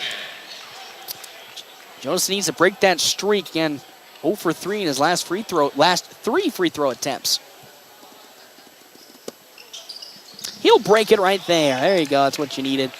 He's now 4 for 7. He's got a team-high 16 points. Straka up the court, guarded by Jonason. Now, good perimeter passing to the side of the Bearcats. Down low to Turner Bertrand. Now to Straka. He'll drive into the lane. Going up and over Caden Jonason. No good. Fought for. Up with the shot and making it Jacob Hansen. And a lot of hands. Jacob Hansen nails it. It's 70-40 now. Jonason with it at the perimeter. Now on over to Landon O'Brien. Driving in Jackson Polk. Polk rotates, and now here's Eli Broman with it. Broman tries to cross over, and he slips, and it's out of the hands of Caden Jonason. A turnover for North Platte as here comes Tyson Cabela now subbing in. So basically seeing the entire reserve unit out there as Colt Straka subs out. And now Kearney reserves are in. 3 coming on the way from the side of Jace Crackle, but they'll call, I believe, a moving screen. That's a turnover for Kearney. As here comes Lance Gifford looking to sub in for Eli Baroman. So North Platte's basically got its entire starting unit besides Carter Dishman. As Bertrand now subs out. He's got his 4th foul now for Turner Bertrand. Is checking in is going to be Keegan Hunt for the Bearcats. Gifford, top of the three-point line, will drive in on the newly freshly subbed in Hunt. No good on that shot as it's Ian Piper that collects the rebound, and here comes Kearney. 1:10 left to go, 70-40 lead. To the far side corner, Hansen with it. Now going to get it to Crackle. Crackle to Piper for three. No good, but it's picked right back up by Jace Crackle. And another three from Piper. Second time is the charm for Ian Piper, his first three today. And it's 73-40 as it looks like we're going to see some more action for North Platte as Jordan Yonkers will now look to check in. Jackson Polk dishes it to Gifford. He'll drive past Hansen and he'll lay it in. Great job from Lance Gifford to immediately penetrate off after the closeout from the side of Jacob Hansen. With 30 seconds, a foul will be called on Landon O'Brien. It's the third for O'Brien. And with that, we're going back to the free throw line with Ian Piper. So yeah, we're getting about to that point of the game you mentioned, just starting to see some of the young bucks coming in, get some of that varsity playing time. Piper's free throw will hit the bottom. As in now comes Jordan Yonkers. Caden Jonason will come out. And with that, a 74-42 lead for this Kearney squad. With 30.4 seconds left, they're going to call it off, and they're going to say, crossing over on that free throw line, that's a violation. So checking now in comes Evan Slaymaker. Out goes Ian Piper. So it's still 74-42 with the entire reserves unit in now for Kearney. As now Jackson Polk with it. Hands it off to Gifford. 25 seconds. Gifford into the lane, into a triple team. Tries to get it and gets it to Dishman. Carter Dishman shot can't fall. Fighting for the rebound, and they're going to call a foul. No jump ball. They're going to call a foul, I believe, on Lance Gifford, his second. Oh, no, correction. They're going to... That's Carter Dishman, his second. It's Eli Baroman now looking to check back in for North Platte. So once again, going to the free throw line. It's our favorite time of the year. Free throws, baby. You know, how do you feel about the reduction of the total free throws, as that free throw from Jacob Hansen is going to hit the mark from 6 to 5, but also resetting at the end of every quarter? It's really unique if you think about it, because you can get to the 4. Let's say you can get the 4, you reset, you get the 4 again. Well, you don't get any bonus in that first half. Yep. It's kind of unique. I guess everyone's got their own opinion on it. As that one will land. It's 2 for 2, Jacob Hansen. You know, again, it's interesting because you can play more. You know, I like it because you can play more aggressive and not get punished in the second quarter, as O'Brien will kick it back to Jackson Polk with 7 seconds. I'll hold my thought here as we'll close out this quarter. Polk with it. 3 seconds. Lost the basketball. Turnaround shot. Way off the mark, as that one's picked up by Jace Crackle. And we'll go to fourth quarter action here. North Platte at the moment trailing the Kearney Bearcats 76-42 with, again, 8 minutes left to go here in this fourth quarter. When we come back, FM 98.1, AM 1410, and of course, via live streaming, NorthPlattePost.com. In court, our residents deserve the best care. That's why we're looking for compassionate and dedicated nurses and CNAs to join our growing team. You'll build meaningful relationships with residents, creating a warm and supportive environment where they can truly thrive. If you're a seasoned pro or just starting out, we offer competitive pay and a great benefit package. We're talking health insurance through Blue Cross Blue Shield of Nebraska, daycare stipend, mileage reimbursement for commutes, and student loan repayment. Join our caring staff at Linden Court, where caring comes full circle. Brad's mind is blown. Just found out I can add any kind of cheese to my Runza sandwich. Swiss, American, pepper jack. You're in charge of the cheese. I'm my own man now. The big cheese. Gonna start making my own decisions. The chief chooser of cheese. Yes, please. So much power. Get your next Runza sandwich made to order. Because from the way we make it to the way it makes you feel, Runza makes it all better. North Platte Post Sports. Welcome back here to the Doghouse. North Platte High School currently trailing Kearney and the Bearcats 76-42. Again, our timeouts brought to you in part by Kevin McGann and the Fortifying Group. Check out Kevin McGann and the Fortifying Group at his new location, 621 South Dewey, Suite B. Alongside our other sponsors for today's game, Dave's Place Pizza and Wings. To find out more, 1510 East 4th Street. The entire Kearney starting lineup is back on the floor as Gifford almost went for the poster on Jacob Weber, but it's no good on that dunk attempt, as Asher Endorf will kick it back to Colt Straka for 3. No good. Great rebound there from the side of Jordan Yonkers. But again, said Kearney starting 5 is back on the floor, looking to get to that 40-point stretch to start the running clock. Gifford will fire from 3 straight away. He nails it. There's Gifford's first 3 today. Actually, correction, second. As Weber's shot, it finds the mark. Man, oh man. Jacob Weber, after being out for so long, can hit a really great running into the lane layup. And it's 78-45. Gifford with the basketball now. Steps back and will pass it to Landon O'Brien. First near side corner with Eli Broman will look to pivot and pass it. He'll find it. Another 3 from Gifford, short off the mark. And there's Colt Straka getting his second rebound. Here's the throw up to Endorf. Asher Endorf back to Weber. He nails another one. Jacob Weber got 24 points and another 3 to his name. That gets it to the 40 mark. Actually, correction, they're 4 short of the 40 mark. And driving now in, Gifford spinning up and under, and a foul's going to be called on Ben Johnson, but it won't matter as that'll probably end the game for the starters for Kearney as here comes that reserve unit. And then Ian Cowdy for North Platte to sub in. Yep, we're going to see the secondary come in. But I will say it's kind of an interesting call to put the starting 5 back in. You know, you understand maybe the thought process of getting to the running clock to start that.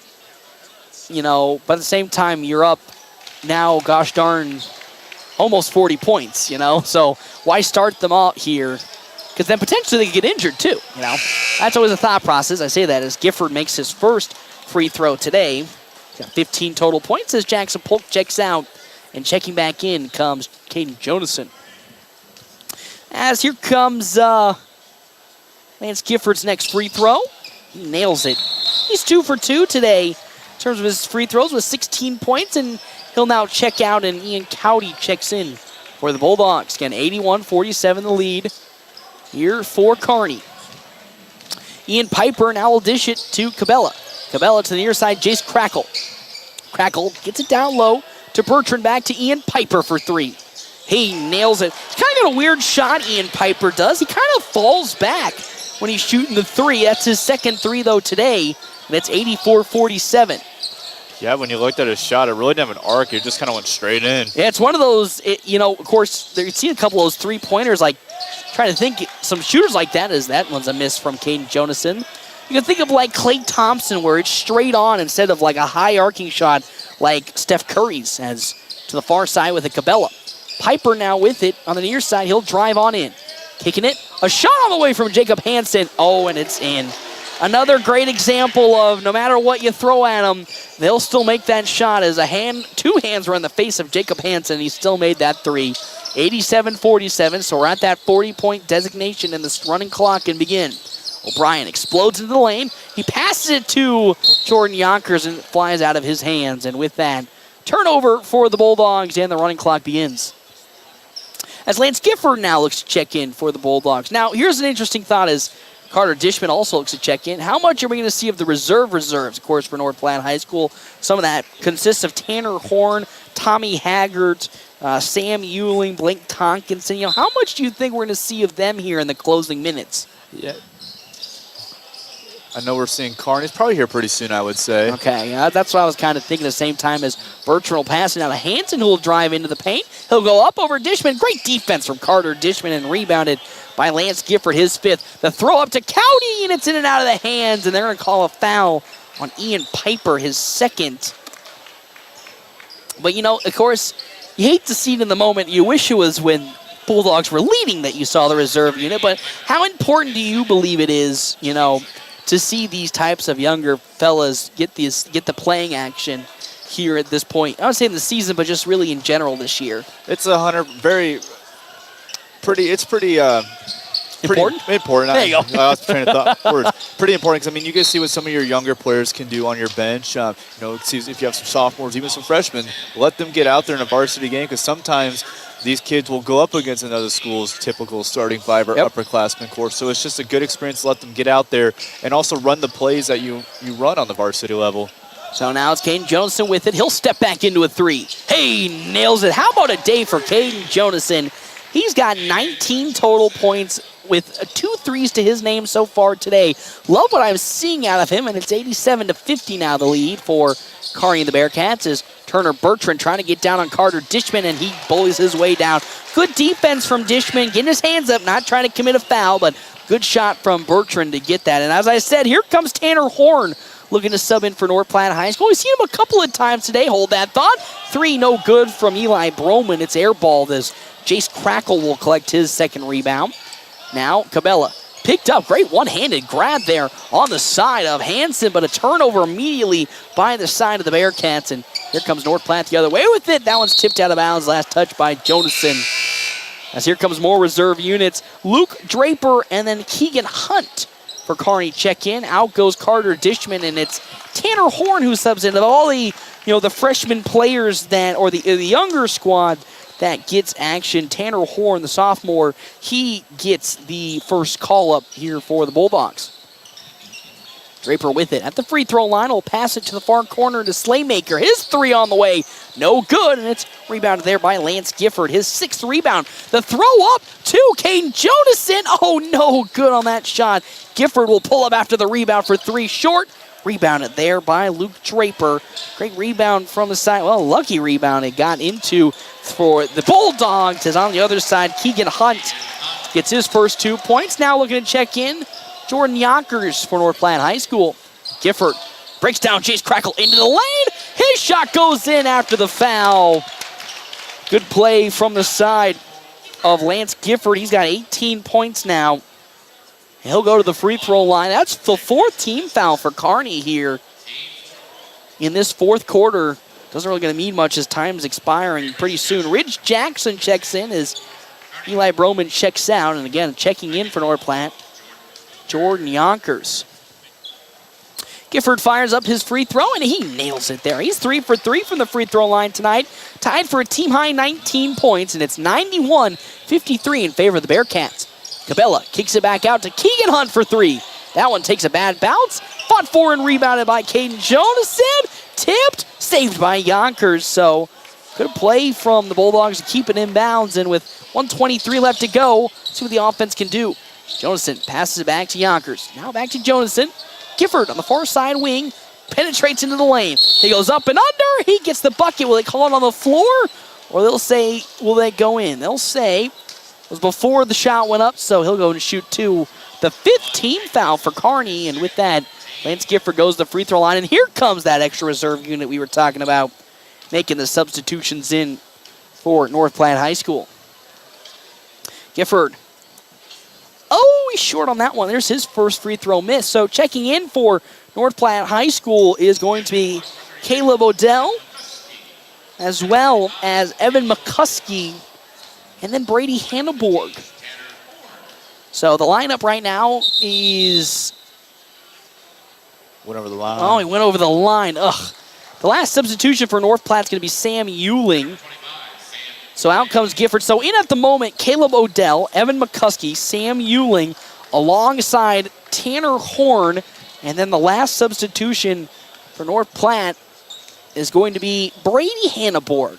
And with 11 seconds, though, they don't even get to see that much action, as this game will unfortunately come to an end here for North. Maybe not unfortunately if you're a Bulldog fan. It will come to an end here as it's a 91-53 victory for the Bearcats. So North Platte will fall here in the first game back this new year. And it's one of those tough games. You know, head coach Jimmy Pack talked to us at the beginning of this game and talked about how it was going to be a very, very tough ask for this Bulldog squad. You know, knowing all the things coming in, whether it be the height, the lack of shooting at the perimeter, you know, they knew it was going to be a tough game. And I thought overall, probably one of the better games North Platte has played this season. I mean, when you look at it, 53 points against this tough Kearney High team, that's a pretty good game from North Platte. And, you know, unfortunately, you know, it's been the storyline is that on the flip side, it's just that everything was going. Everything in the kitchen sink was falling for Kearney.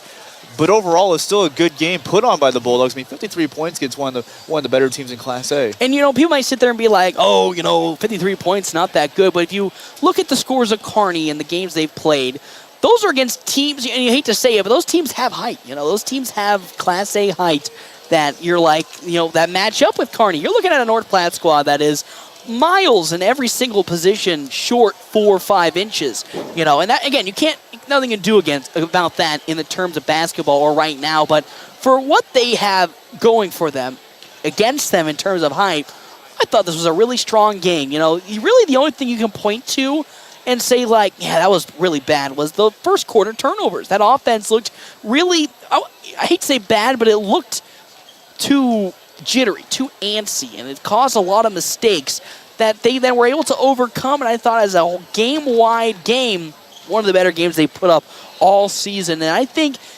just like the Grand Island game, you really shouldn't hang your head too hard on this one, because that's just one of these games where you were just not going to get anything going with that height disadvantage. But you played such a valiant effort. Keep that head up. It's only going to get better, and you're only going to improve, as you saw. And, for people that watch the Grand Island, because you were out doing an Ogallala game, this is a light and day difference, this North Platte squad, when it came to this 2-3 zone defense that they had to go up against. Against Grand Island, they were very timid. They were hesitant to do anything, really, let alone make a shot or attempt a shot. Here in this game, looked way more aggressive. They looked way more in focus. They knew how to break down this Kearney defense. It's just that Kearney was able to, on the opposite side, hit a much more statistically better shot in terms of a three from a numbers standpoint. And that's just how the lead ballooned out of control. North Platte played what it needed to play. It played it really well. It's just Kearney was hitting the three like there was no tomorrow.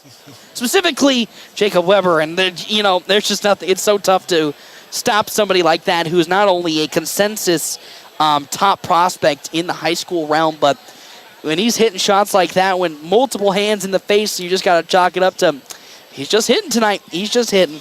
That's basketball for you. It's the luck of a draw. It's a tough sport when that happens, but it happens every now and then. And unfortunately for the Bulldogs, they were at the receiving end of said shootout. But as time keeps going forward and we're getting closer to the end of this season, I think for North Platte, this is a game you can hang your head high on, because you put the two games against much taller opponents in Grand Island and Kearney. A lot of vertical growth here for this team. Again, the scoreboard doesn't reflect in that, but I think substantial improvements for this North Platte squad against a team that, stylistically plays like Grand Island and has the same height advantage. And that only means as time keeps going forward, this team's just going to only get better and better. And we've seen, we talked about it early on, the surgence of Caden Jonason, who's really come on to a strong third option for North Platte, or even a second option if Jesse Mock's not having a good night, like we saw tonight with Jesse Mock fouling out. He exploded for a tied team-high 19 points today. So they're starting to find some rhythm offensively. It's just, it's tough to see the positive when you run into the meat grinder that is Kearney, that's having a historically great shooting night from the three-point line. 100%. I mean, it'd be interesting to see what the final numbers are from the actual scores, but just to see how they were shooting. But my goodness, everything they're in, step back threes, contested threes, open threes, didn't matter what kind of three, it was more than likely going to go in. They made more contested threes this game than they did open threes, and I wholeheartedly believe that from what I saw. They hit more contested threes than open threes. And that once again just shows you how great this North Platte defense played today. It just also shows just how amazing this Kearney offense was with a hand in the face. But we'll step aside and we'll take a break. We come back. Quick stop post-game show here. Hey, head coach Jimmy Pack will also stop by and have a word with us when we come back here to the Doghouse. FM 98.1, AM 1410, and of course video live streaming NorthPlattePost.com. After I drop the kids off, I have to run across town for a meeting, hit the gym during lunch. Jake has soccer tonight, and Emily has gymnastics? Oh, did I turn on the crock pot this morning? With a never-ending to-do list, it's easy to forget something important, like setting up a life insurance plan with Shelter Insurance. Your local Shelter agent can show you how to create a safety net for your family. Shelter Life Insurance Company, Columbia, Missouri. See me, Pete Foltz, at 501 South Jeffers for a free insurance review. Can you feel it? The feeling of starting something new. The feeling of success. At Mid-Plains Community College, our instructors are ready and willing to support you on every step. Whether you're just starting out or changing careers, MPCC can help you transform your future. Learn more by visiting our website at npcc.edu. That's npcc.edu. I'm Jared Remus with Jerry Remus Chevrolet of North Platte. The Bulldogs play here on FM 98.1 and 1410 AM KOOQ AM North Platte. We've got the keys to your new car. Are you in the market for a new or pre-owned car, truck, or SUV? Look no further than Bill Summers Ford, Honda, Nissan, Lincoln for your next vehicle. Look online 24/7 at BillSummers.com. Bill Summers is Western Nebraska's leasing headquarters, and they have aggressive financing to get you into the vehicle you've been dreaming of. Check out all the inventory at BillSummers.com anytime. Bill Summers Ford, Honda, Nissan, Lincoln, where families are our business. Highway 83 and Walker Road in North Platte, and online 24/7 at BillSummers.com. PuroClean of North Platte delivers fast water, mold, and fire damage restoration services to the North Platte area. PuroClean knows how challenging those times can be to you and to your family. Their Nebraska-based experts have a winning, reliable combination of training and equipment partnerships. Local, fast service in the North Platte area. Their average on-site time is 60 minutes, and they'll coordinate with your local insurance provider. Give PuroClean a call now at 1-800-775-7876 and schedule a visit from a member of the team at PuroClean in North Platte. It's the Quick Stop Postgame Wrap-Up. Quick Stop never closes, with 24 locations open 24 hours a day. Well, back here to the Doghouse. North Platte High School falls in both their games here today against Kearney High. And the girls, they fell 56-44, while the boys fell 91-53. Our Quick Stop post-game show, 27 locations open 24 hours a day. Quick Stop always open right around the corner. You know, you talked about it. This is probably the most difficult game from an emotional standpoint the Bulldogs will probably go through all year. You know, at the point, I thought the Grand Island game would have been that one just because of how, you know, tough it was for them to get anything going offensively. But this one is just on a whole new level just for the simple fact of, you know, again, I really think this was a good game. And yes, I know everyone looks at this. Everyone will look at the scoreboard and they'll go in the comments being like, "Oh my gosh, they gave them 91 points." But the way Kearney was shooting, you know, you could throw up the Eiffel Tower and they'd still somehow magically make a three-pointer through the rings of it. That's how much you know, magic they were producing from the three-point line. And I just think overall, it was a good game. Communication was there. Defensively, there was no lapses where you're sitting there going like, man, you left them wide open for an easy bucket. You know, offensively, yes, that first quarter turnover was the real, I think, blemish on the radar, but played the offense really good. Broke down the zone defense that Kearney was instigating to, I think, a very above standard degree. It's just when they have that height and you're trying to penetrate into the lane, you're going to get your block shots, unfortunately. There's nothing you can do on that one. But I think from an overall offensive styling perspective and offensive setup, executed it really well. They really hit some threes today. They had a really good showing, I think, from the three-point line. And then, of course, from the free throw line, well, except for that poor Caden Jonathan stretch where he went 0 for 3. I think a good stretch. So I think overall it was a really good game. It's just you face the meat grinder that is Kearney. It's like the West Side game, you know? You have some good games, and then you face West Side, and it's like, well, it's West Side. Nothing you can do. Nothing you can do at that point. It's one of those. It is what it is. It's just the unfortunate habit of the schedule, especially some of those tough teams like Omaha, like Kearney. I know in those Omaha Lincoln schools you can recruit. Unlike Kearney, where a lot of times it's your homegrown kids, but it's just tough. You play some tough opponents at times, and that's just a downfall, unfortunately, at moments. But it was still, like you said, it was one of the best emotional games. I mean, yeah, your final score doesn't reflect, but putting up 53 on a tough Kearney team is still a good showing. Yep. And so we'll play some headphone switcherooskies here. Is joining me for the second time today, head coach Jimmy Pack is here with us. Coach, you know, we talked about it, me and Cannon did before he came out here. You know, this feels like a tough loss from the standpoint of the Grand Island game just felt like nothing was going your way. It felt a little too timid and nothing was going your way. It felt like this game, outside of the 91 points gave up, I thought was really, really good from your squad. It seemed like you were able to do a way better job of breaking down the 2-3 zone that Kearney was putting into effect. The height wasn't really as big of an issue in terms of the timidness of the offense. Defensively, yes, the fouls were an issue, but you guys got hands in your faces. There wasn't really a big lapse where you can sit there and point out and be like, oh, that was a big lapse. That wasn't supposed to happen. It felt like overall, this is a game, if it was closer, you know, it's just tough because Kearney shot the lights out of the building that we've probably never seen before.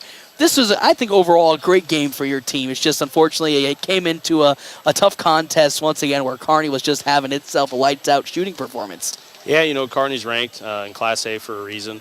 And, we knew that coming in. I challenged the guys in practice and shoot around. And I can't, to the outside world that maybe doesn't understand basketball, people got things to say. It's hard to say after a 40-point loss that you're happy with how hard your kids played. But, even in the timeouts in the fourth quarter, with 4 minutes left, there's still guys saying, let's keep fighting, let's keep going. And as a coach, you can't teach that. You can't ask for more than that. Like I said, they're not going to grow 6 inches between now and the end of the game. So what other option do you have? You get out there and you play as hard as you possibly can, and sometimes that's the way the chips fall. And I think the one thing that you can point to as a blemish offensively is that first quarter turnovers got a little out of hand to start the game, but I really just boiled that down to too jittery, and I think that was a complete opposite swing of the Grand Island game where it felt that the team was too timid in the offense. It felt like this team was, which I think being too antsy is better than being too timid because they're trying to make plays. They're trying to push the ball down the court to not allow the height of Kearney set up in a defense. They were trying to push some things, and unfortunately to start the game, it didn't work out as they expected, and that's when Kearney got out to a comfortable lead, and then from that point, they just didn't look back. Yep.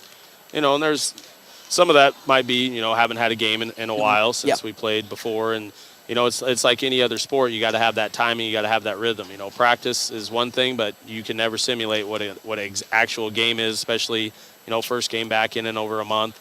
The lights are on and all that stuff, and everybody's out to watch, and I wish we'd have gave them a better show. But definitely I could feel that too, just very jittery, balls bouncing off of fingertips and going out of bounds, maybe throwing some passes that normally we wouldn't throw. And, I'm proud and seeing the things that we're working on in practice, starting to show up. But sometimes when that starts to happen, it just snowballs on you, and it's tough to watch. But you play any sport long enough, or you actually compete, you're a real competitor, you're going to be on the wrong end of one of those at some point. And I think also a good takeaway, you talked about how you talked to the guys and said that, make the shots or take the shots that you would take in a practice or in a game sense so that when you get there, you're ready for it. And I felt like that was I saw a lot more of that variety here. Caden Jonason coming in really has developed into a well-rounded scorer. Now, he had 2 big threes already he had 2 big threes in today's game, where to start the season, he was reluctant to take those shots. He has started to expand. Of course, we know Jesse Mock being a great microwave scorer from the perimeter. He's been more explosive inside the paint, but also from around, the 12-foot around the elbows now. So you're starting to see what you were preaching about, taking the shots that you would take in practice. Don't take those really bad shots. I really don't believe there was one bad shot with ample shot clock left available that you can sit there and be like, that was a poor shot selection overall today. Yeah, and they're buying in. I feel like they bought in. I know that's fun to watch. We watch the NBA and this and that, and it's one pass or no passes and 3. But we just don't have those kind of shooters right now. That's not effective basketball. That's what the defense wants you to do. So seeing a lot of improvement, like you said, seeing those guys. Jesse got into some foul trouble tonight, and he tried to battle through it. He could not, unfortunately. And when one of your leaders is on the bench, we were challenging him, telling him to be the best cheerleader over there.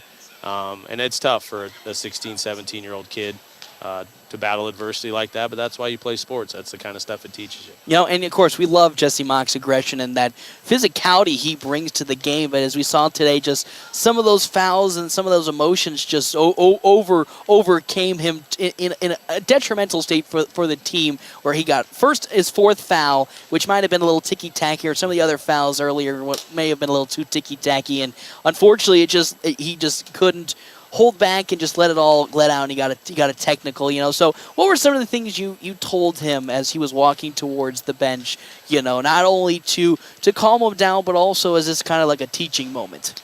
I told him that he's better than that, and that, like I said earlier, there's things in life that don't always go your way, and you can't react that way. He's a better young man than that. We certainly don't tolerate that kind of language in our program as far as, during the game. Especially right with the ref looking right at you. So hopefully he'll grow from that and learn. But, that was his 4th foul, and then you get a tech, and it ends up as your 5th one. That's game over right there. Right. Like I tell him all the time, there's 20-plus other guys in this gym that are depending on you every day, whether that's Jesse or Lance or Obi or any of those other seniors. So we can't have those kind of things happen.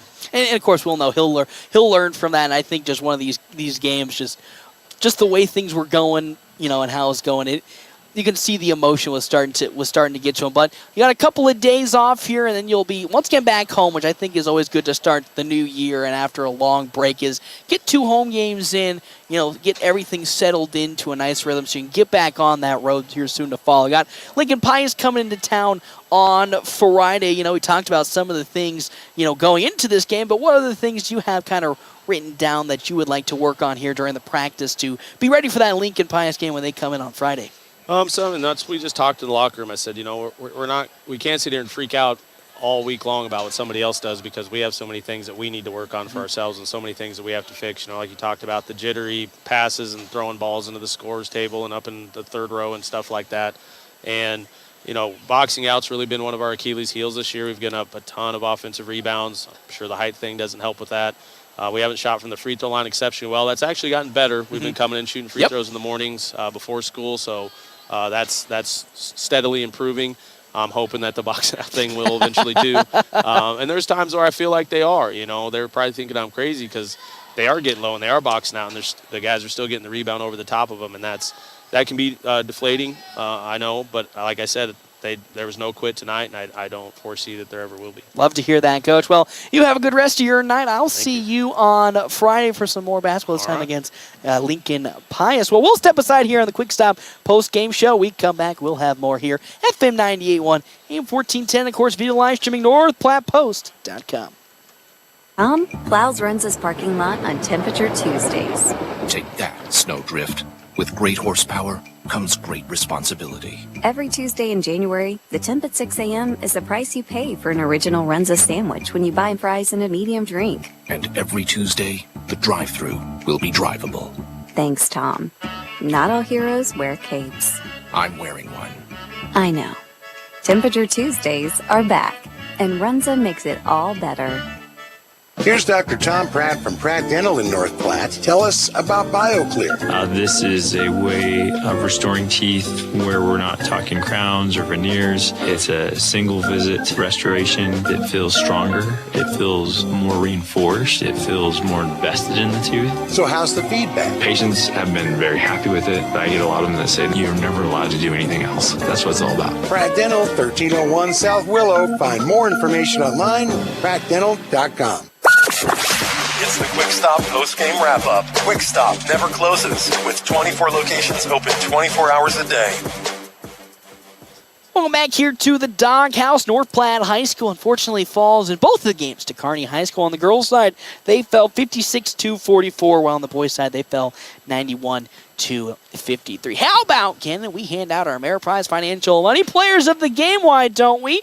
We'll start on the girls' side. Of course, I think Clancy Brown stood out as the real standout for the girls squad. She really, specifically in the second half, tried to help dig this team out of the hole they found themselves in, thanks to Kelsey Hatcher making a plethora of threes. She ended with 23 total points, 8 rebounds, and going 7 for 8 from the free throw line. She is our Ameriprise Financial Money Player of the Game on the girls' side. On the boys' side, though, how about we get up to Caden Johnson? He had a strong night tonight. 19 total points, 9 more points than his season average. He also ended up with 1 rebound, as well as 4 for 8 from the free throw line, so not his best performance there. But, really, he established momentum, I think, really well, not only in the first half with his aggressiveness, but in the second half as he was really starting to find his shot. Hit 2 threes today. He did something that I think, a lot of North Platte players, maybe as the game went on, were more afraid to do so, penetrating the lane and trying to force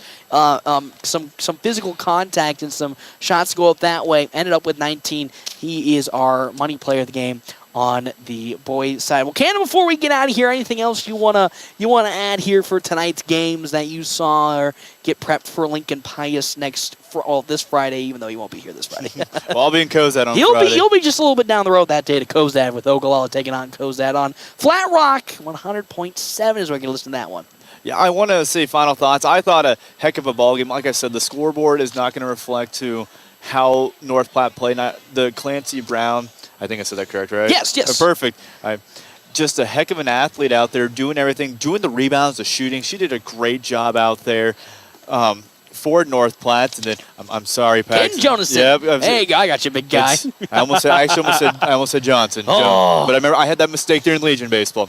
And then with Caden, I liked his fight. He was out there, and I loved what you said. The fact that he attacked the lane. Mm-hmm. I mean, when Kearney had the big three down there, he didn't care. He was going to go. If he got rejected, so what? He didn't hang his head on it. He went out for another play, and he just kept going. Yep, he kept going. Trying to find himself into a rhythm, trying to claw the team back in. And, again, you look at the box score from either side in the boys and the girls contest, and you can say it was two terrible games. Chalk them up to the Woodstock, and don't bring them back out again. But for either side, they can learn from it. But I think they played super well today. The boys really showed that they learned from their mistakes against Grand Island a couple of weeks ago, and they're bouncing back, and they're starting to really buy in and start to see the growth of that buy-in. On the girls' side, they've got, out of some rhythm right now on a two-game, they're on a two-game losing streak at the moment, now below 500 for the first time today. But overall, as this season, probably the best starts to the season they've had in a couple of years, and really they are still building off of some good work and are starting to find some cohesion. It's just, again, the shots weren't falling for everybody outside of Clancy Brown, and that's going to happen every once in a while. As you say, shooters are going to shoot themselves out of slumps, and that's what you want to keep seeing. But from here at the Doghouse, I'm Paxton Gordon. That there is Cannon Rath. You won't be here, but I will be seeing everybody else on Friday when North Platte High School takes on Lincoln Pius. I know, Lincoln Pius comes into town. I think that's still a 5 o'clock game. I know they moved that up for some Lincoln schools. Yep, that is still set for 5 o'clock.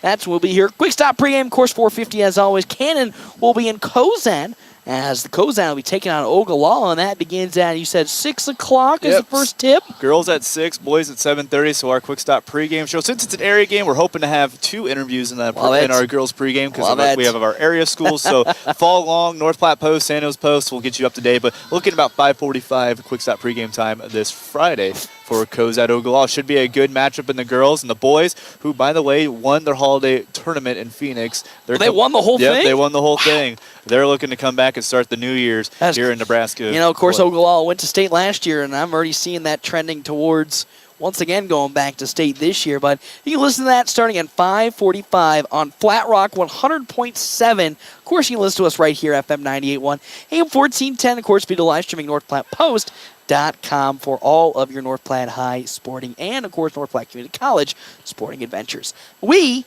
and I will see you all on Friday for more action here on FM 98.1, AM 1410, and, of course, live streaming NorthPlattePost.com.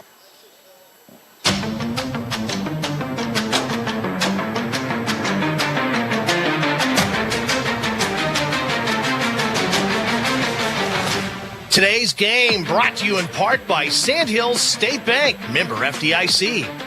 Dave's Place on East 4th and North Platte. CT Troubleshooters. The Shelter Insurance Boys. Premier Toyota. And another round